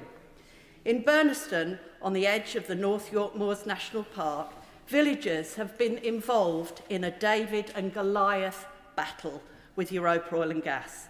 I'm delighted to say that North Yorkshire councillors threw out the recommendations of its officers and formally rejected the planning application. But to create indisputable clarity over fracking legislation in our country and close this loophole, any future ban must include all forms of fracking. Currently, 66 existing licences remain active. Planning applications can still proceed under current rules. If our definition of fracking remains volume-based, then we risk companies continuing to frack, just under a different name. Make no mistake, the frackers haven't given up. Following North Yorkshire Council's rejection of Europa's proposal, Europa stated they felt confident about winning an appeal against the decision. The evidence is there for the government to include small-scale fracking in our ban. A recent report published from the University of Edinburgh found that earthquakes from high-volume fracking and low-volume fracking are equally large and equally unpredictable. This means that the risk of seismicity, such as earthquakes, induced or triggered from proppant squeezes, cannot simply be ruled out. This evidence echoes findings commissioned by the then Oil and Gas Authority into Preston New Road, which also showed that seismic impacts cannot be accurately predicted regardless of fluid volume. I urge the government to use the upcoming Energy Security Bill to replace the volume-based definition with one based on intent and process, and introduce a blanket prohibition on fracturing rock for hydrocarbons. All forms of fracking contribute to greenhouse gas emissions and undermine our net zero commitments, and therefore all forms of fracking need to be banned. Madam Deputy Speaker, last December I held a Westminster Hall debate on this issue, and the Minister responded, confirming that the government remains open to evidence regarding a comprehensive ban. To conclude, I would ask my honourable friend to confirm what further evidence he requires to ban small-scale fracking, unless, of course, it's earthquakes in Scarborough. Anne Davis. Diolch yn fawr, Madam Dirprwy Llefarydd. Energy has become one of the most important issues in Caerfyrddin and the rest of Wales in recent years. Global events have exposed how vulnerable our communities are to energy shocks. And Russia's invasion of Ukraine in 2022 cost the Welsh economy £5.65 billion, averaging over £2,000 per home in Wales. And as the impact of the war in Iran intensifies, Welsh households are being hit once again. And rural households are paying hundreds more in fuel and heating oil costs, and the average on-grid household energy bill could rise by nearly £300 when the energy cap is revised in July. Off-grid customers have seen their oil and gas bills at least double over the past few months. While the measures in the... By all means. Thank you. I thank the honourable member for giving way. I just wanted to point out to her that it would be really, really helpful if the new Welsh Government could release the £3.8 million of funding that the UK Government has given to Welsh Government to help people struggling with their heating oil costs. And I'm wondering when that's actually going to be distributed. I thank my honourable member for her question. Can I assure her that I'm sure that it will be released, but shouldn't it have been released by the previous Welsh Government when that money was put in a few months ago, with all due respect? Whilst the measures in the King's speech sets out steps to reduce energy costs, they do not get to grips with the fundamental unfairness of our system. People in Wales pay some of the highest standing charges in the UK, despite average salaries being lower than the UK average. This is unsustainable and action needs to be taken. Despite being an energy-rich nation, Wales is unable to make the most of our abundant natural wealth. This is simply due to the lack of control over them. Plaid Cymru is clear. It is for the people of Wales to control and benefit from our natural resources. This extractive economy model must cease. And money generated from our wind and sea power should be kept and shared within local communities. The Crown Estate must be devolved to Wales as it is already in Scotland. And following the Senedd election, a majority of parties in the Welsh Parliament, including the Plaid Cymru Welsh Government, are calling for devolution of the Crown Estate, as well as every single local authority in Wales. The case and democratic mandate are inarguable. We have immense natural resources, including wind and tidal power, which are not being fully utilised. And electricity generation in Wales has fallen by almost 50% since its 2016 peak, as growth in renewable capacity has not kept in pace with a drop in generation from coal and nuclear. If we are to strengthen our energy security, we need to see the government and developers working with the needs of communities to deliver investment in renewables. We need to see in a sustainable and fair way, with an emphasis on offshore wind and community-led onshore developments. And developers need to be totally transparent in costs and how their investment is being funded. The King's Speech does include the new coal licensing ban, which is welcome.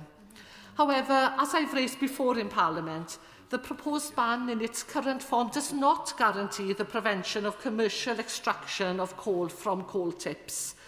The government should bring measures forward to close this loophole so that companies can never profit from the over 2,500 tips we have in Wales, which contain millions of tonnes of coal between them. In addition, Westminster must also provide justice for our valley and coal mining communities by fully funding the remediation of coal tips in Wales, which are the legacy of our pre-devolution industrial past. The price tag is estimated at 600 million. However, the UK government has only committed around 143 million. We needed a King's Speech that addressed the unfairness at the heart of Wales's energy system. For a country so rich in energy and potential,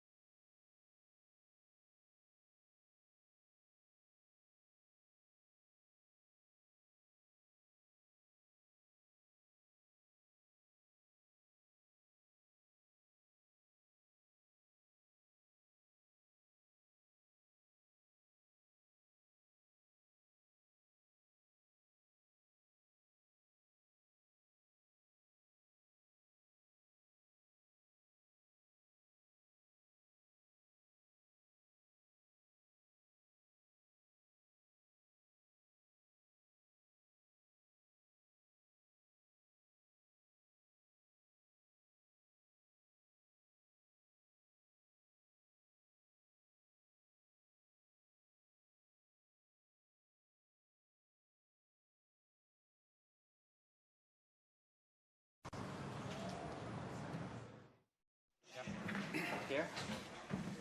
And then I'll be at the Ich mit Übersetzer. Was? Nochmal? Mit Übersetzer. Yeah, of course. Okay.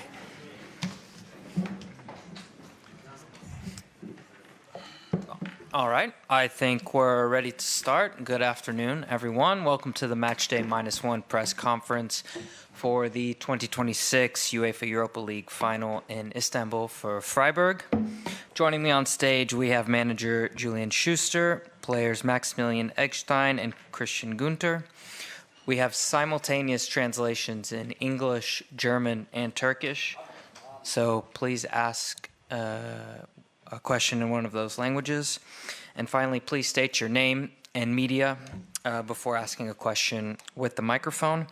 What we're going to do is we're going to do the players first. So we'll take questions for the players first, and then we'll go on to the manager afterwards.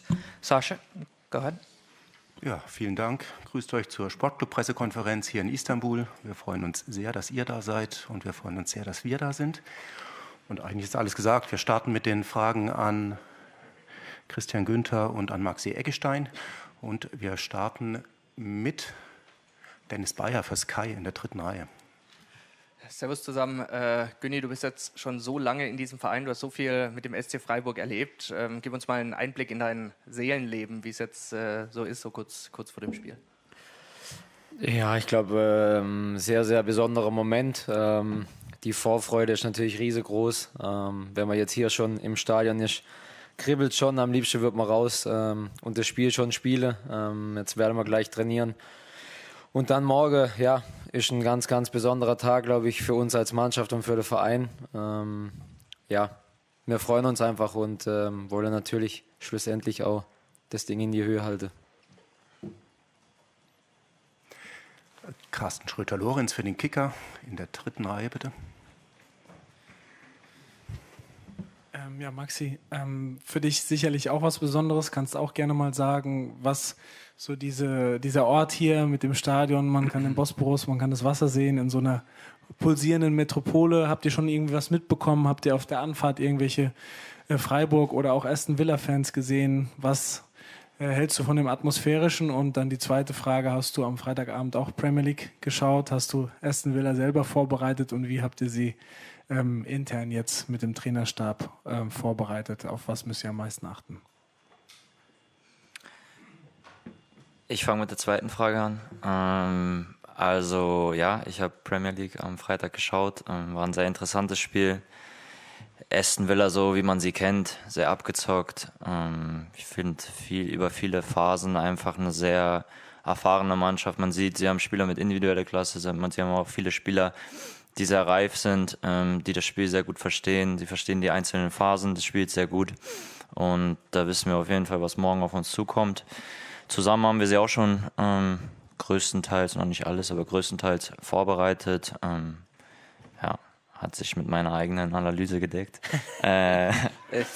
Und ja, zur ersten Frage. Wir sind durch die Stadt angereist zum Hotel. Viele Fans schon gesehen, überwiegend Freiburg-Fans tatsächlich. Und ja, man merkt, dass in der Stadt einiges los ist. Wir sind noch nicht so lange da, aber ja, ein bisschen was haben wir gesehen. Eine sehr pulsierende Stadt und ich glaube, ein schöner Ort, um ein Finale zu spielen.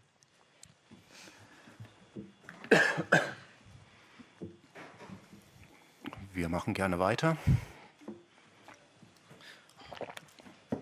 Für beide Spieler, Roy Ankelowitz, iSport, was bedeutet ein Pokalsieg morgen für Freiburg? Es wäre der erste Titel in der Geschichte. Ich glaube, was ganz, ganz Besonderes. Ja, wir werden alles dafür tun, um ja, uns diesen Traum irgendwo zu erfüllen. Für den Verein, für die Fans, für uns selber. Ja, mit das größte Spiel, glaube ich, in der Karriere für uns. Ja, ich kann mich nur anschließen. Also wir waren vor ein paar Jahren mal nah dran an einem Titel, haben es leider nicht geschafft und ja, wie Günni gesagt hat, das wäre der erste Titel für den Verein, für viele von uns auch der erste Titel und man kriegt in seiner Karriere, glaube ich, nicht so häufig die Möglichkeit, einen Titel gewinnen zu können und deswegen ist das einmalig und die Chance wollen wir nutzen. Für die Badische Zeitung David Weigand. Frage an dich, Günni, und dich, Maxi. Ihr wart dabei vor ein paar Jahren, als ihr im Europaparkstadion gegen West Ham gewonnen habt. Ist es auch irgendwie ein Ansporn, dass ihr wisst, wie man mit einer englischen Mannschaft, wie man der zu begegnen hat? Und was habt ihr für Erinnerungen an diesen Sieg? Ja, ich glaube, ich weiß nicht, ob man die Mannschaften so jetzt komplett vergleichen kann. Ich glaube, was vielleicht ähnlich ist, dass sie einem immer wieder das Gefühl geben im Spiel, ja, sie lassen einem auch mal den Ball und das stört sie wenig und können dann aus wenig viel machen und lassen nicht so viel zu. Ich glaube, das ähnelt die beiden Mannschaften ein Stück weit. Ich glaube trotzdem, dass Aston Villa individuell nochmal einen Tick mehr Qualität hat als West Ham damals. Und ich glaube, ja, die Lehre, die wir aus dem Spiel, oder wir haben öfters gegen West Ham gespielt, gezogen haben, ist einfach, dass man sich in dieser Phase des Spiels nicht aus der Ruhe bringen lässt, in jeglicher Hinsicht. Wenn sie vielleicht mal drücken, nicht unruhig zu werden, aber auch nicht selber unruhig werden, wenn vielleicht nicht im Minutentakt Chancen rausspringen, wenn man im Ballbesitz ist. Ich glaube, das ist etwas, was man da mitnehmen konnte und ich natürlich auch hoffe, dass wir das morgen gut umsetzen können auf dem Platz.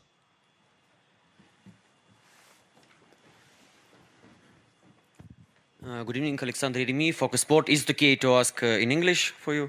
Okay, so Freiburg scored a lot of goals, more than 20 after set pieces.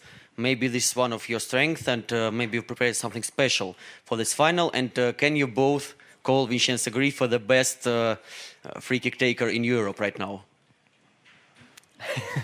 Das musst du.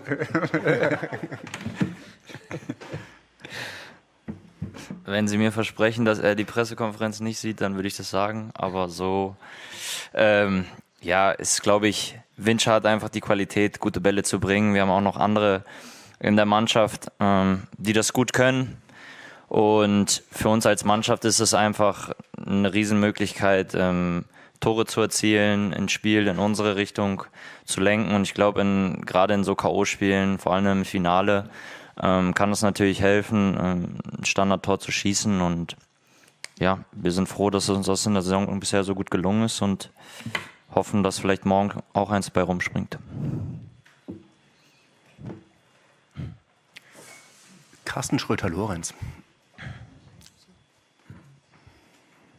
Ja, Güni, nochmal angeknüpft an deine Antwort. Du sagst, Aston Villa hat mehr Qualität als West Ham damals. Wenn man dann sieht, vor allem bei dem 0-5 war der sehr deutlich unterlegen, dann im Rückspiel, auch bei dem Gruppenspiel in London. Warum oder wo seid ihr so viel besser geworden, dass man eben nicht von so einem klaren Ergebnis morgen ausgehen kann, wenn du ja sagst, Aston Villa ist noch eins besser? Und was wappnet euch jetzt besser eben gegen solche Mannschaften, die ja vor allem auch immer auf vielen Positionen eine hohe Athletik haben, individuelle Klasse, Tempo gehen können in verschiedenen Phasen?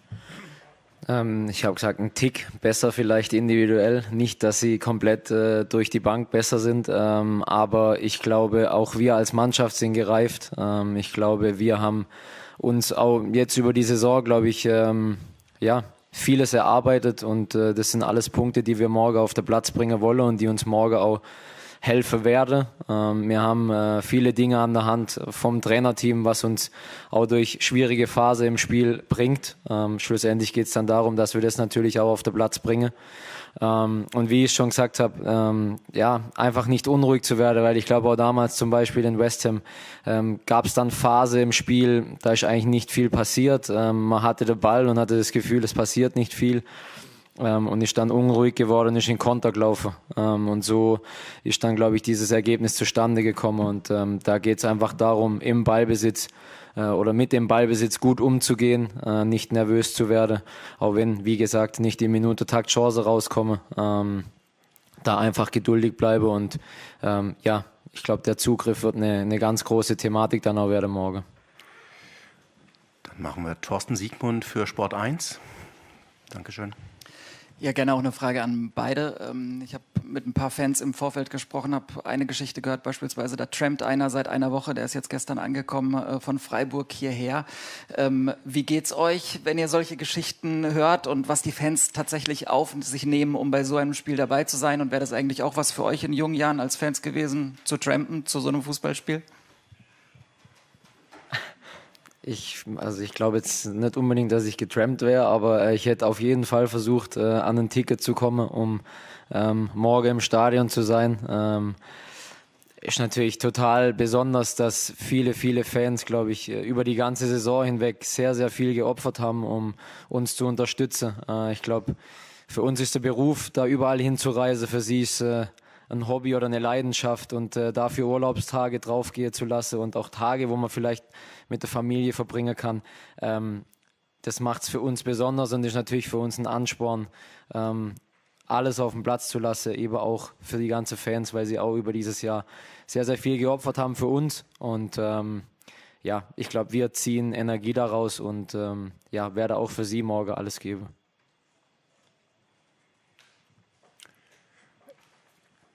nichts mehr hinzuzufügen. Aber Dennis Bayer hat noch eine Frage. Auch an beide die Frage, wir haben mit ein paar Fans gesprochen, ein Aston Villa-Fan hat ein bisschen gelacht über den SC Freiburg und hat gemeint, die haben noch nie was gewonnen, die haben gar keine Chance morgen. Ist die Meinung von vielen Engländern. Spornt euch sowas nochmal extra an, so aus dieser Underdog-Rolle zu kommen?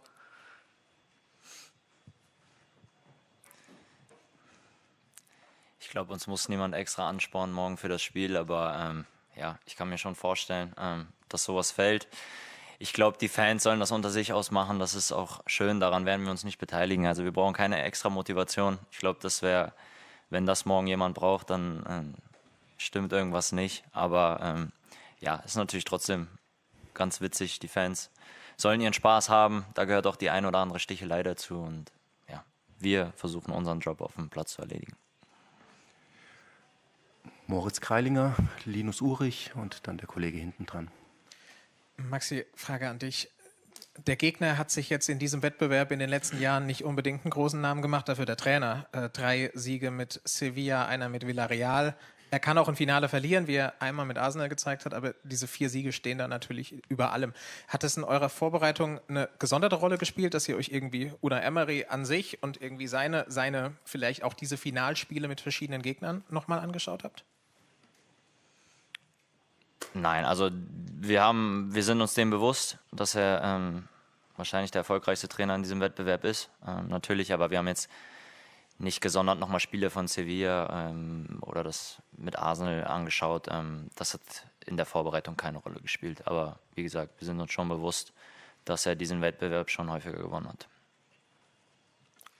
Ja, hi zusammen. Ich habe gehört, dass solltet ihr gewinnen, auf dem Podium nur Platz für 23 Leute ist oder das sind die UEFA-Regularien. Habt ihr euch schon entschieden, wer dann nicht mit drauf darf? Weil mit Staff und so sind das ja deutlich mehr Leute. Wenn man die Sorge nach dem Spiel habe, bin ich Gott froh und ich glaube, wir kriegen es auf jeden Fall gelöst.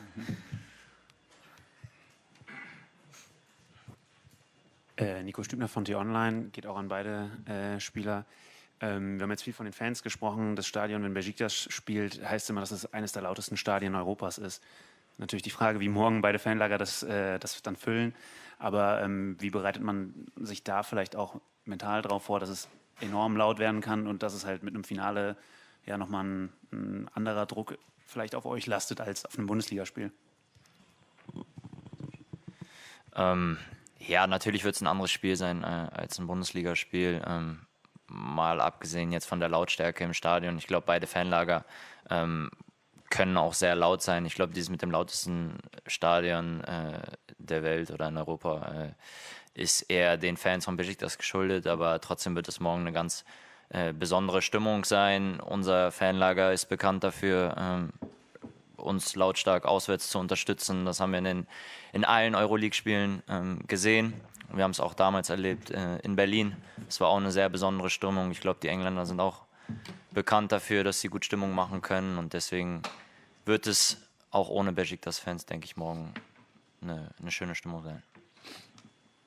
Guten Abend, Konrad Ringleb, FAZ. Auch eine Frage an beide. Wie nehmt ihr denn die Mannschaft wahr? Und wenn ihr beide sagt, es ist so das wichtigste Spiel in eurer Laufbahn, wie geht es euch denn persönlich vor so einem Spiel? Seid ihr angespannt? Merkt ihr eine besondere Aufregung? Ja, gut, es ist natürlich was Besonderes, aber ich glaube nichtsdestotrotz, es ist ein Fokus da. Ich glaube, jeder freut sich auch auf das Spiel.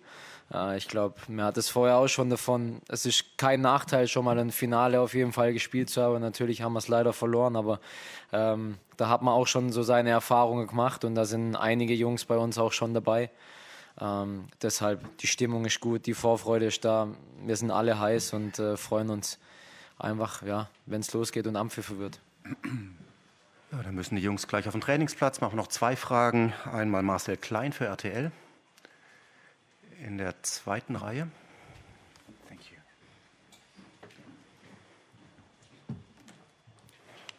Christian, hallo. Sie sind jetzt fast auf den Tag genau seit 20 Jahren beim Sportclub, bevor Sie damals vom FV Tennenbronn gekommen sind. An Tagen wie diesen oder in Wochen wie diesen darf da auch mal gerne bei Ihnen Platz sein, um einfach nochmal Revue passieren zu lassen, was alles in diesen 20 Jahren passiert ist, vor allen Dingen als 13-jähriger Bub. Damals hätten Sie wahrscheinlich nicht gedacht, dass Sie dann morgen Abend hier mal im Finale von Istanbul stehen, wenn Sie dann auch in das Stadion kommen, so wie gerade, oder gleich rausgehen zum Training. Macht das nochmal was mit Ihnen emotional? Ich glaube, in Erinnerungen schwelge werde ich vielleicht oder hoffentlich auch erst morgen, spät Nacht. Natürlich für mich ein besonderer Weg. Natürlich auch jetzt total besonders hier zu sein mit meinem Herzensverein von Kindheitstage an. Ich glaube, das ist nicht nur für die Fans was Besonderes, sondern für mich und für die Mannschaft auch. Und wir haben sehr, sehr viel Schweiß da reingesteckt, um hier zu stehen. Aber wie gerade schon gesagt, ab morgen Nacht kann ich oder irgendwie schwelge in Erinnerungen. Bis dahin ist der volle Fokus einfach auf dieses Spiel. Und wir werden alle wirklich alles dafür tun, um den Titel zu holen. Und die letzte Spielerfrage stellt Max Wöhr für den SWR. Hi, servus. Günni, an dich eine Frage. Es ist ja recht normal, würde ich sagen, am Donnerstag, am Freitag zu einem Bundesligaspiel abzureisen, sich von der Familie zu verabschieden. Wie verabschiedet sich die Familie Günther von Papa Günther oder vom Ehemann Christian Günther? Gibt es da irgendwelche Unterschiede? Es war jetzt kein großer Unterschied. Meine Tochter hat mir im Kindergarten noch kurz hinterhergerufen, schieß ein Tor. Und ansonsten habe ich sie umarmt, wie immer. Meine Frau wird hier sein. Ich glaube, es war eine Verabschiedung wie sonst auch. Ich glaube, für Kinder spielt es jetzt keine so große Rolle, ob es Bundesliga ist oder meine Tochter weiß, man kann einen Pokal gewinnen. Das hat sie auch nochmal explizit gesagt, dass man das auf jeden Fall tun solle. Und ich hoffe, wir nehmen sie alle beim Wort. Und ansonsten war es eine Verabschiedung wie sonst eigentlich auch. Dann vielen Dank, Günni, vielen Dank, Egge.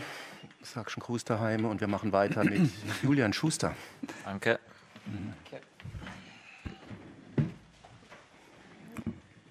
Wer mag Julian eine Frage stellen? Carsten Schröter-Lorenz. Ich muss auch zum Training, gell? Wie bitte? Ich muss auch zum Training. Das heißt nur, dass du das heißt. Hältst dich kurz. Aber fangen wir mal an, ja. Ja, Julian, interessant wird natürlich sein, mit welcher Aufstellung du spielen lässt. Du wirst jetzt wahrscheinlich nicht Position für Position durchgehen und hier bekannt geben, auch mit Blick auf den Gegner. Trotzdem, wenn man jetzt schaut, wer gegen Leipzig angefangen hat, da war schon viel von der Elf, die in den vergangenen Wochen auch in der Europa League gespielt hat. Wer gefehlt hat in der Startelf waren jetzt Lukas Kübler, Doppeltorschütze gegen Braga. Kann man davon ausgehen, dass er damit ganz gutes Bewerbungsschreiben abgegeben hat und auch mit seiner Zweikampfstärke auch im Finale zu spielen. Und dann auch Vince Grifo. Jetzt wurde vorhin auch über seine Standardstärke gesprochen. Wie wichtig ist es für dich, mit Niki Besto und Vince von Anfang an dann zwei Hauptstandardschützen auf dem Platz zu haben?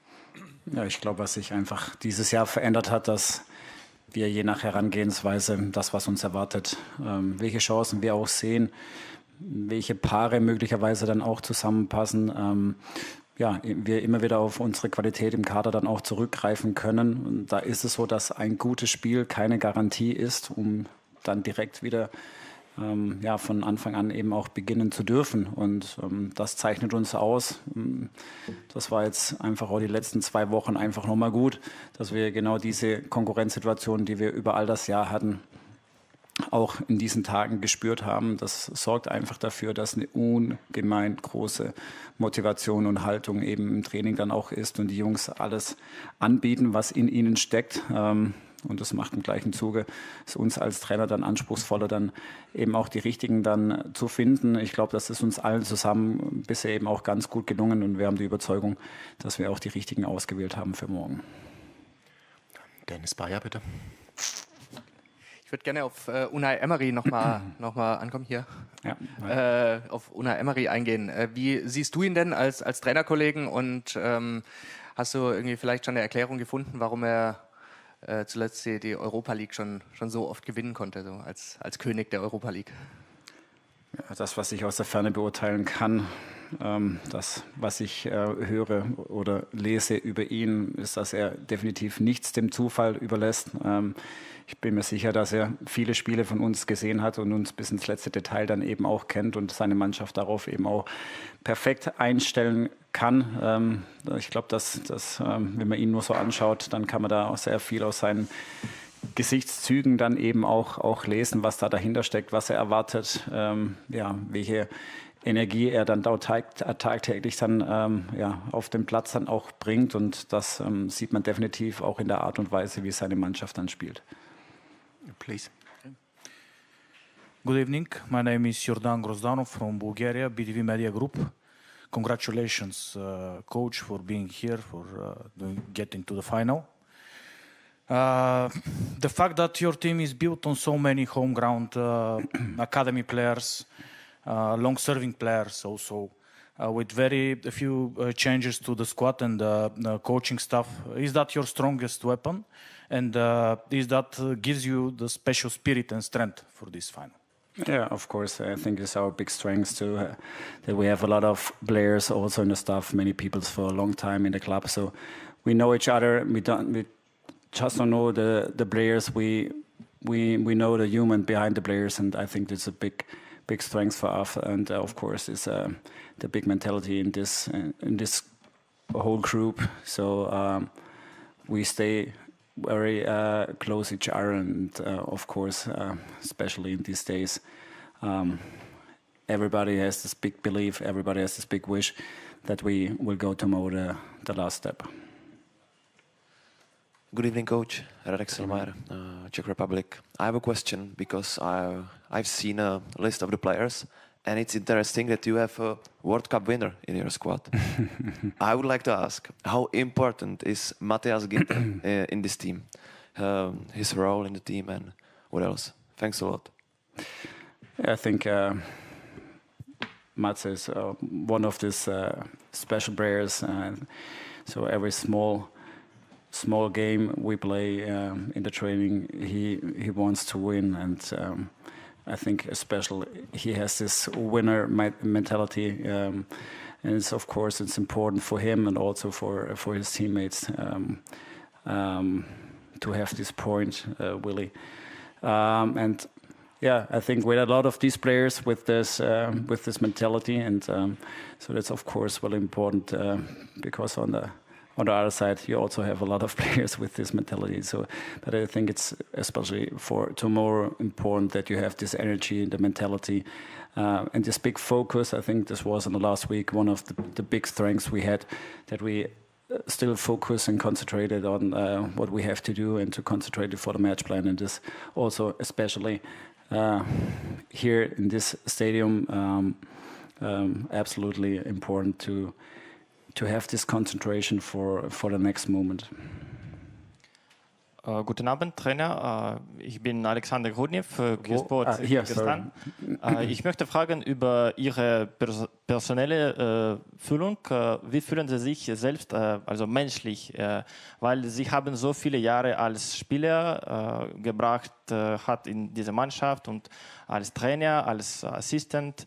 Und jetzt vielleicht, das ist das wichtigste Spiel in Ihrem Leben hier, und es ist mehr Druck auf Ihre Personalität oder vielleicht mehr Motivation und noch eine Möglichkeit, in Champions League zu spielen nächstes Jahr.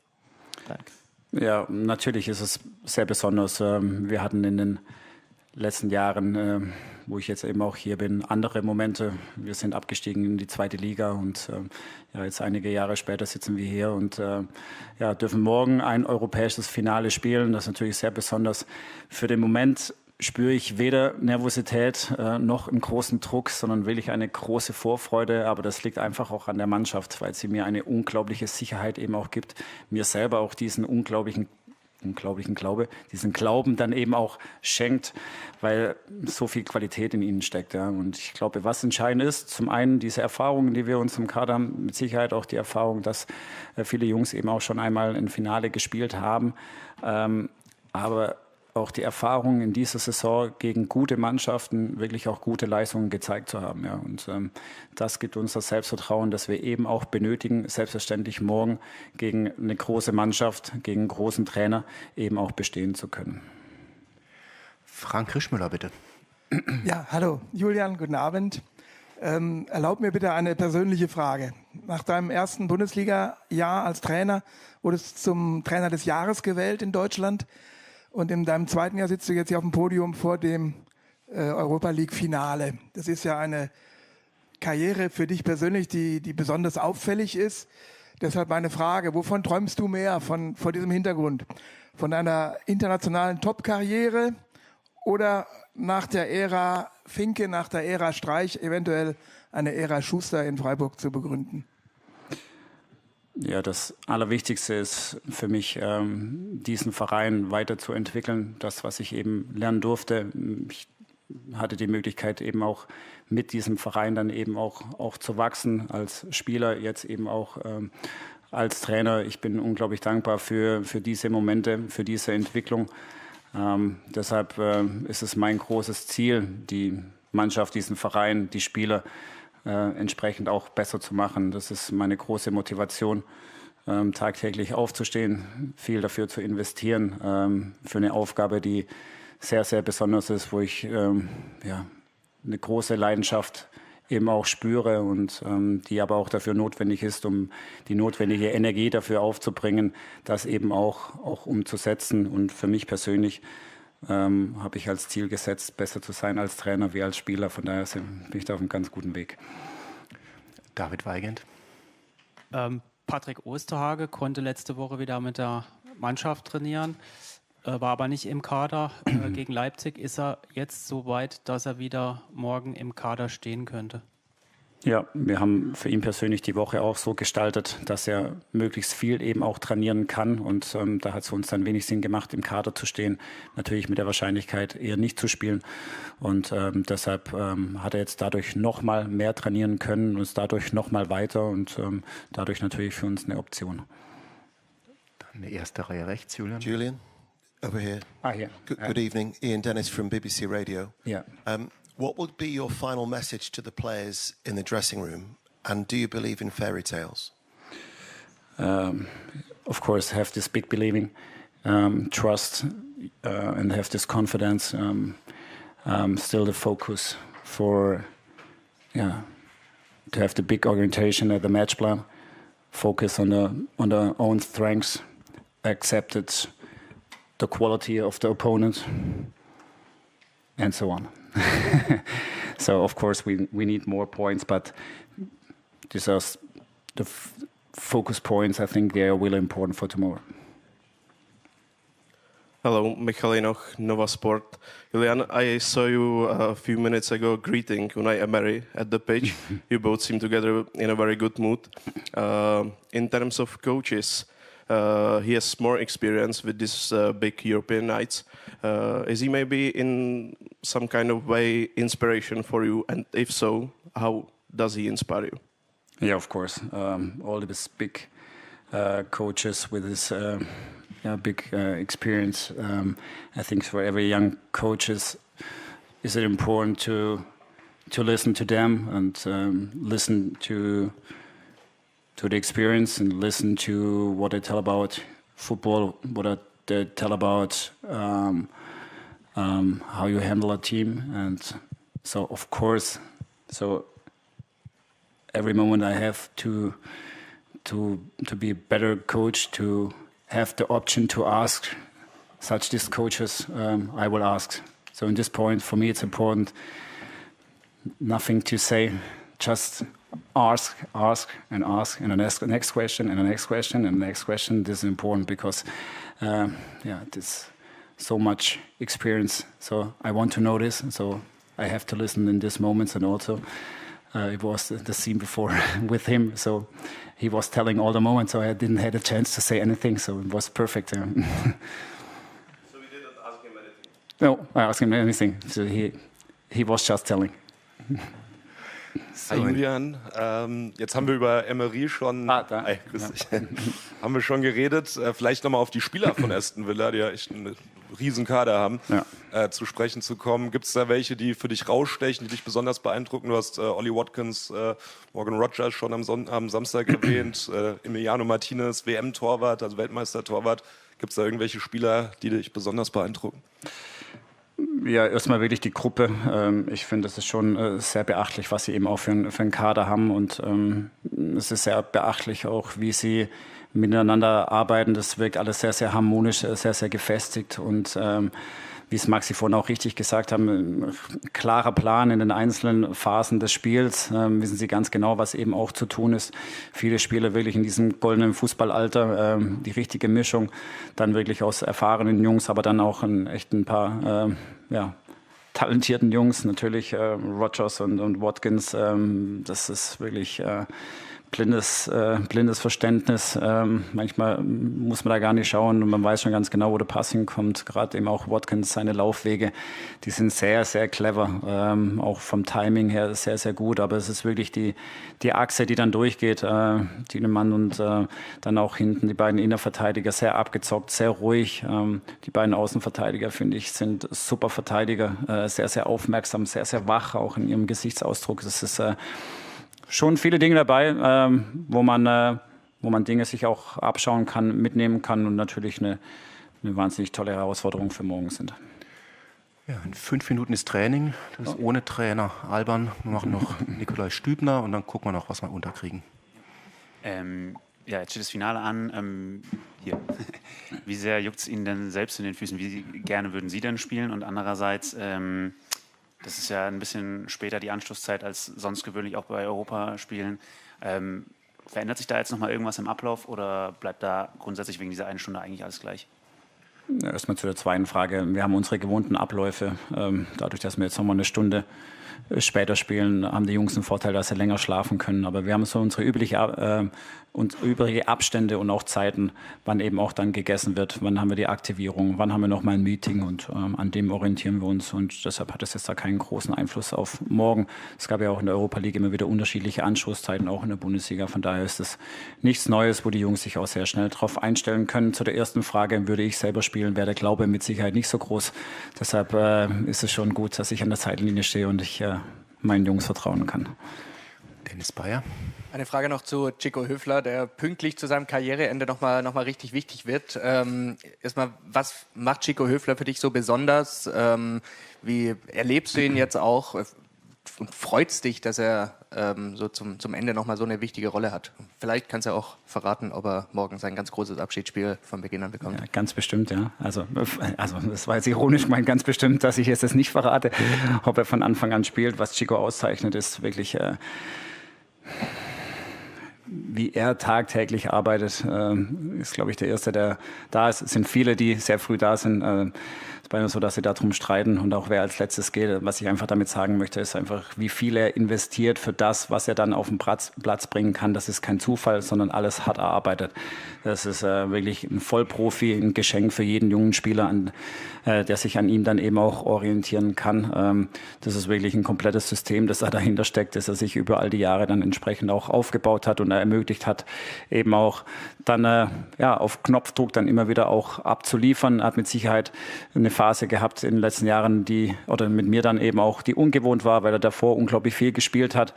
Aber aufgrund dessen, wie er sich eben auch verhält, da nie nachlässt, ist es eben auch kein Zufall, dass, wenn man ihn dann eben auch benötigt, dass er dann eben auch abliefern kann. Und dadurch, dass wir beide uns auch schon sehr, sehr lange kennen, freut es mich besonders. Es war der perfekte Abschluss am Wochenende, was die Bundesliga angeht. Wenn wir das jetzt wiederholen können und auch international so hinbekommen, dann wäre ich und er natürlich sehr, sehr glücklich.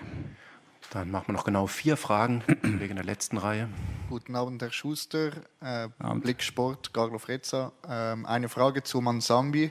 Wie wichtig ist er im Gesamtkontext dieser Mannschaft und träumst du diese Nacht vielleicht davon, dass er noch einmal so ein schönes Tor schießt im Halbfinale? Ja, erst einmal ist natürlich auch seine Geschichte sehr, sehr besonders. Vor 2 Jahren haben wir gesagt, er darf die ersten 2 Wochen in der Vorbereitung mittrainieren, dann mal schauen, ob er mitgehen darf ins Trainingslager. Und jetzt ist er Teil eben dieser Gruppe und hat natürlich einen sehr, sehr großen Einfluss auch auf unser Spiel. Er hat einen sehr, sehr natürlichen Drang, eben auch Tore zu schießen und auch aus wenig Räumen dann eben dennoch etwas entstehen zu lassen. Und ich glaube, bei ihm haben wir die letzten Wochen, Monate immer wieder darüber gesprochen, auch welche Ziele setzt er sich und auf was fokussiert er sich. Ja? Und ich bin schon davon überzeugt, man kann davon träumen, ein Tor zu erzielen, aber was ist dafür notwendig? Ja? Und das ist der entscheidende Punkt, ja? Dass das, was dafür notwendig ist, dass er das umsetzt, umso höher ist die Wahrscheinlichkeit, dass wir dann alle nicht nur von einem Tor träumen, sondern vielleicht morgen dann auch eins sehen werden. Dann die erste Reihe, bitte. Good evening, Coach. This season, Freiburg was 6th in Bundesliga in home points and 12th in away points. The same for Europa League, where you won only in Spain with Celta. Do you think there is a problem playing outside of Freiburg this season? And so tomorrow game is not in Freiburg. Does this concern you? We also win in France and Nizza, and I think one more. I don't know, but maybe 2 is better. 2, I know what you mean. I know what you mean. Of course, we had this fantastic moments at home, and of course with our supporters.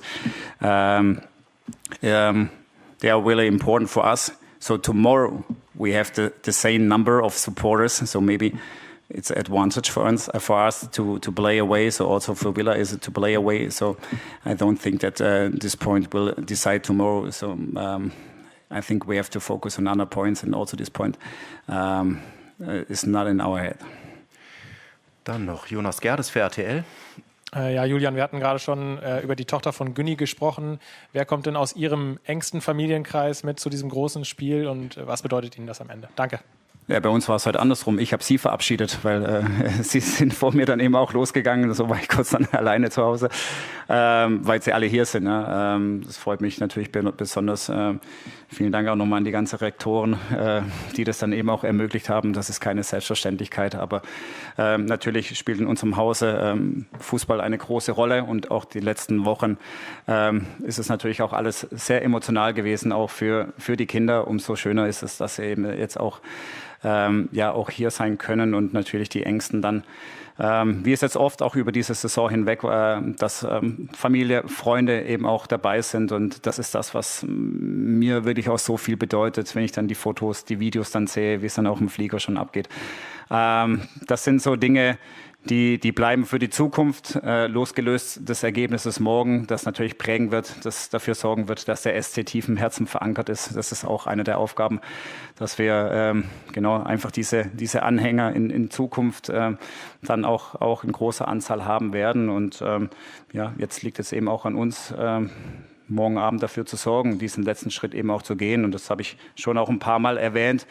Oft wird darüber gesprochen, wie schön dann eben auch Berlin war, und natürlich sind das tolle Erfahrungen, die Reisen hierher und auch dieses Hierher-Trampen, das sind natürlich besondere Dinge, aber nochmal schöner und größer ist es, eben zu Hause die Vitrine zu füllen, und das ist unser Auftrag für morgen. Und die letzten beiden Fragen gehen an die Kicker-Reihe. Sehr schön, alle in weiß. Ist das Zufall oder... Ich gehöre nicht zum Kicker, aber es ist doch das Badische Zeitung, das weiß ich schon, aber alle in weiß. Ich habe es so interpretiert. Okay. Aber wir sind trotzdem gleich gekleidet und schön. Ja, okay. Guten Abend. Der Herr Martinez hat eben gesagt, der andere Torhüter könne ja auch ganz gut Elfmeter halten. Steigen die Chancen denn, dass ihr den Pokal holt, je länger das Spiel dauert? Oder anders gefragt, spielt ihr auf Elfmeterschießen? Wir haben noch nie einen Matchplan ausgerichtet auf Elfmeterschießen. Wenn es dann nachher so kommt, dann glaube ich, hilft es eben auch für uns zu wissen, dass wir einen Arthur dann eben auch zwischen dem Pfosten haben. Das habe ich doch schon was Richtung Aufstellung verraten. Aber das ist natürlich eine Sicherheit und absolut eine Bank. Auf der anderen Seite genauso. Wie ich es gerade schon gesagt habe, Matchplan ist schon so ausgerichtet, dass wir es dann über die normale Spielzeit dann im Idealfall dann für uns entscheiden können. Ich glaube, wenn es länger geht, das hat man jetzt auch am Wochenende gesehen, ich weiß nicht, das war glaube ich 8 oder 9 Kilometer, die wir mehr gelaufen sind als Leipzig, und das eben nach dem Programm, das wir eben auch hatten. Die Jungs sind sie sind fit, sie sind bereit, alles dafür zu investieren. Deshalb, glaube ich, spielt es auch keine Rolle, wie lange es dann geht. Sie werden mit Sicherheit vieles dann einfach körperlich auch abrufen können. Und inhaltlich ist so, dass eben auch, gerade wie es das Spiel dann natürlich in Stuttgart uns dann eben, wenn es dann über eine längere Spieldauer auch noch geht, inhaltlich einfach auch nochmal geholfen hat, da ein paar Dinge dann den Jungs mit auf den Weg zu geben. Genauso Hamburg war für mich da auch nochmal wichtig, in einer gewissen Müdigkeit. Was wird dann wichtig? Deshalb sind lauter so kleine Lernfelder, die wir in den letzten Wochen eingesammelt haben, die uns möglicherweise morgen helfen können. Nochmal zu den Standardschützen, Julian, speziell zu den Freistoßschützen. Wenn mich nicht alles täuscht, hast du auch mal einen Freistoß direkt verwandelt. Und es gab mal eine Phase mit Johnny Schmid und Vincenzo Grifo, die waren auch schon deutschlandweit so die Besten. Hat Christian Streich mal gesagt, wird mal wieder Zeit, dass mal einer in den Knick fliegt. Gibt es eine bessere Gelegenheit für die beiden? Niklas Beste ist jetzt quasi der Johnny Schmid, mal einen Freistoß direkt zu verwandeln. Und was gibst du denen mit und wie wichtig werden allgemein Standards, die ja im ganzen Spiel weltweit an Bedeutung nochmal zugenommen haben, aber bei euch seit 10 Jahren eine wichtige Rolle spielen oder schon länger? Ja, ist definitiv so, dass es aufgrund einfach von Arsenal und all dem, was dann eben auch öffentlich eben auch daraus gemacht wurde, eine unglaubliche Fokussierung auf Standards eben auch dieses Jahr eben auch liegt. Und ich glaube, der Letzte hat jetzt begriffen, wie wichtig es eben auch ist, Standardsituationen eben auch dann zu trainieren. Ich glaube, das ist nochmal der Haken und wie groß ist da einfach auch die Bereitschaft zu investieren. Ich glaube, das ist der Punkt, weil Standardsituationen manchmal dann auch im Training dann einfach auch träge sein können und da bedarf es dann eben auch der Bereitschaft, eben das dann übers Jahr hinweg dann eben auch zu trainieren. Das geht nicht einfach mal so von heute auf morgen, sondern es sind gewisse Abläufe, Timing, viele Dinge, die da eben auch dazu kommen. Ich muss genau wissen, welchen Anlauf hat der Schütze und es sind so kleine Details, die dann eben auch nachher final dann entscheidend sind, ob ich wirklich in der besseren Position bin oder eben auch nicht. Und natürlich haben sie für morgen eine große Relevanz. Man hat es gesehen im Spiel letzten Freitag, wie wenig dann eben auch Villa zum Teil dann eben auch zulässt und Standardsituationen können deshalb offensiv für uns sehr wichtig sein und im gleichen Zuge sind wir eben auch gewarnt, ihre Standardsituation dann entsprechend auch sehr aufmerksam zu verteidigen. All right. Thank you, everyone. The training session will begin momentarily. Okay. Thank you. Thank you. Thank you. Very welcome. Good luck tomorrow.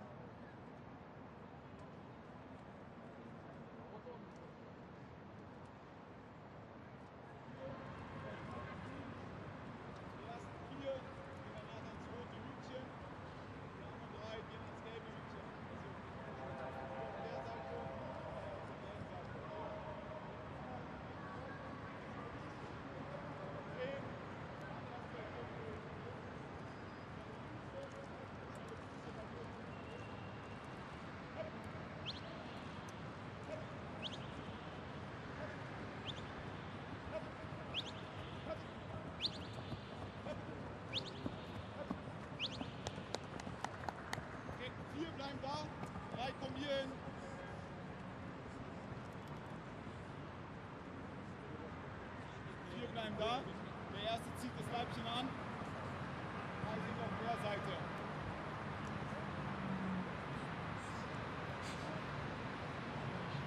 Spiel kennt ihr, haben wir schon mal gemacht.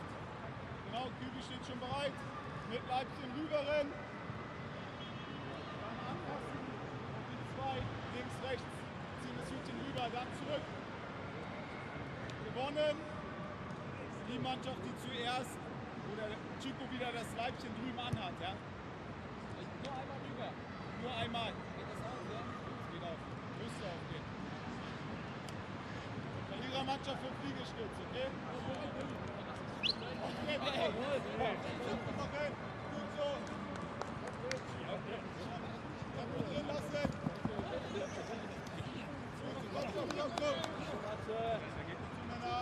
Komm. Ja, laut. Auf geht's, komm, durchziehen, Jode, komm. Gut so. Leibchen nicht kaputt machen, auf geht's, gut so. Komm, dranbleiben. Bewegt nach rechts. Und weg ist es.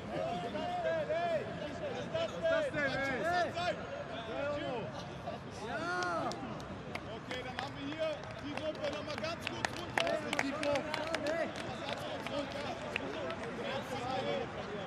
Männer, kommt ganz kurz runter, auf geht's, komm. Einmal schön runter. Und dann ein letztes Mal hier zusammenkommen. Wir machen keinen vollen Steigungslauf. Ein nochmal zum Reinkommen, das reicht dann.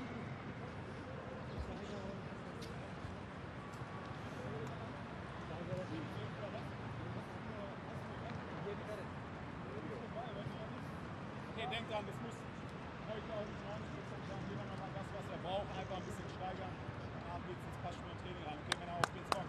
Gut.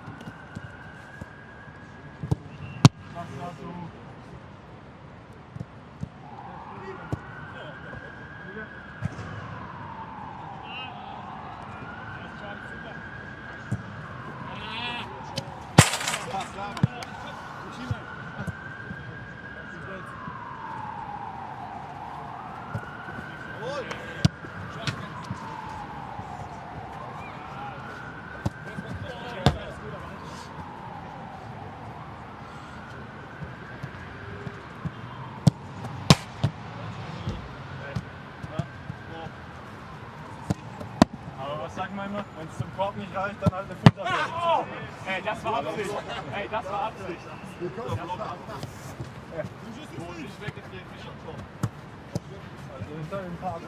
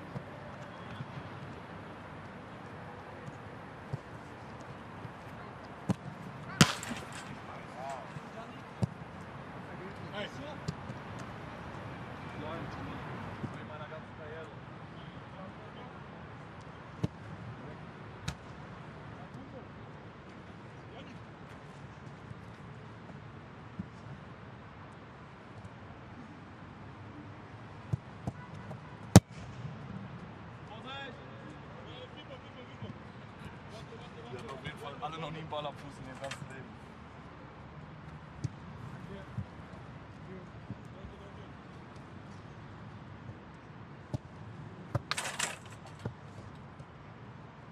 Brauchst du den? Ja, ich sammle sie ein.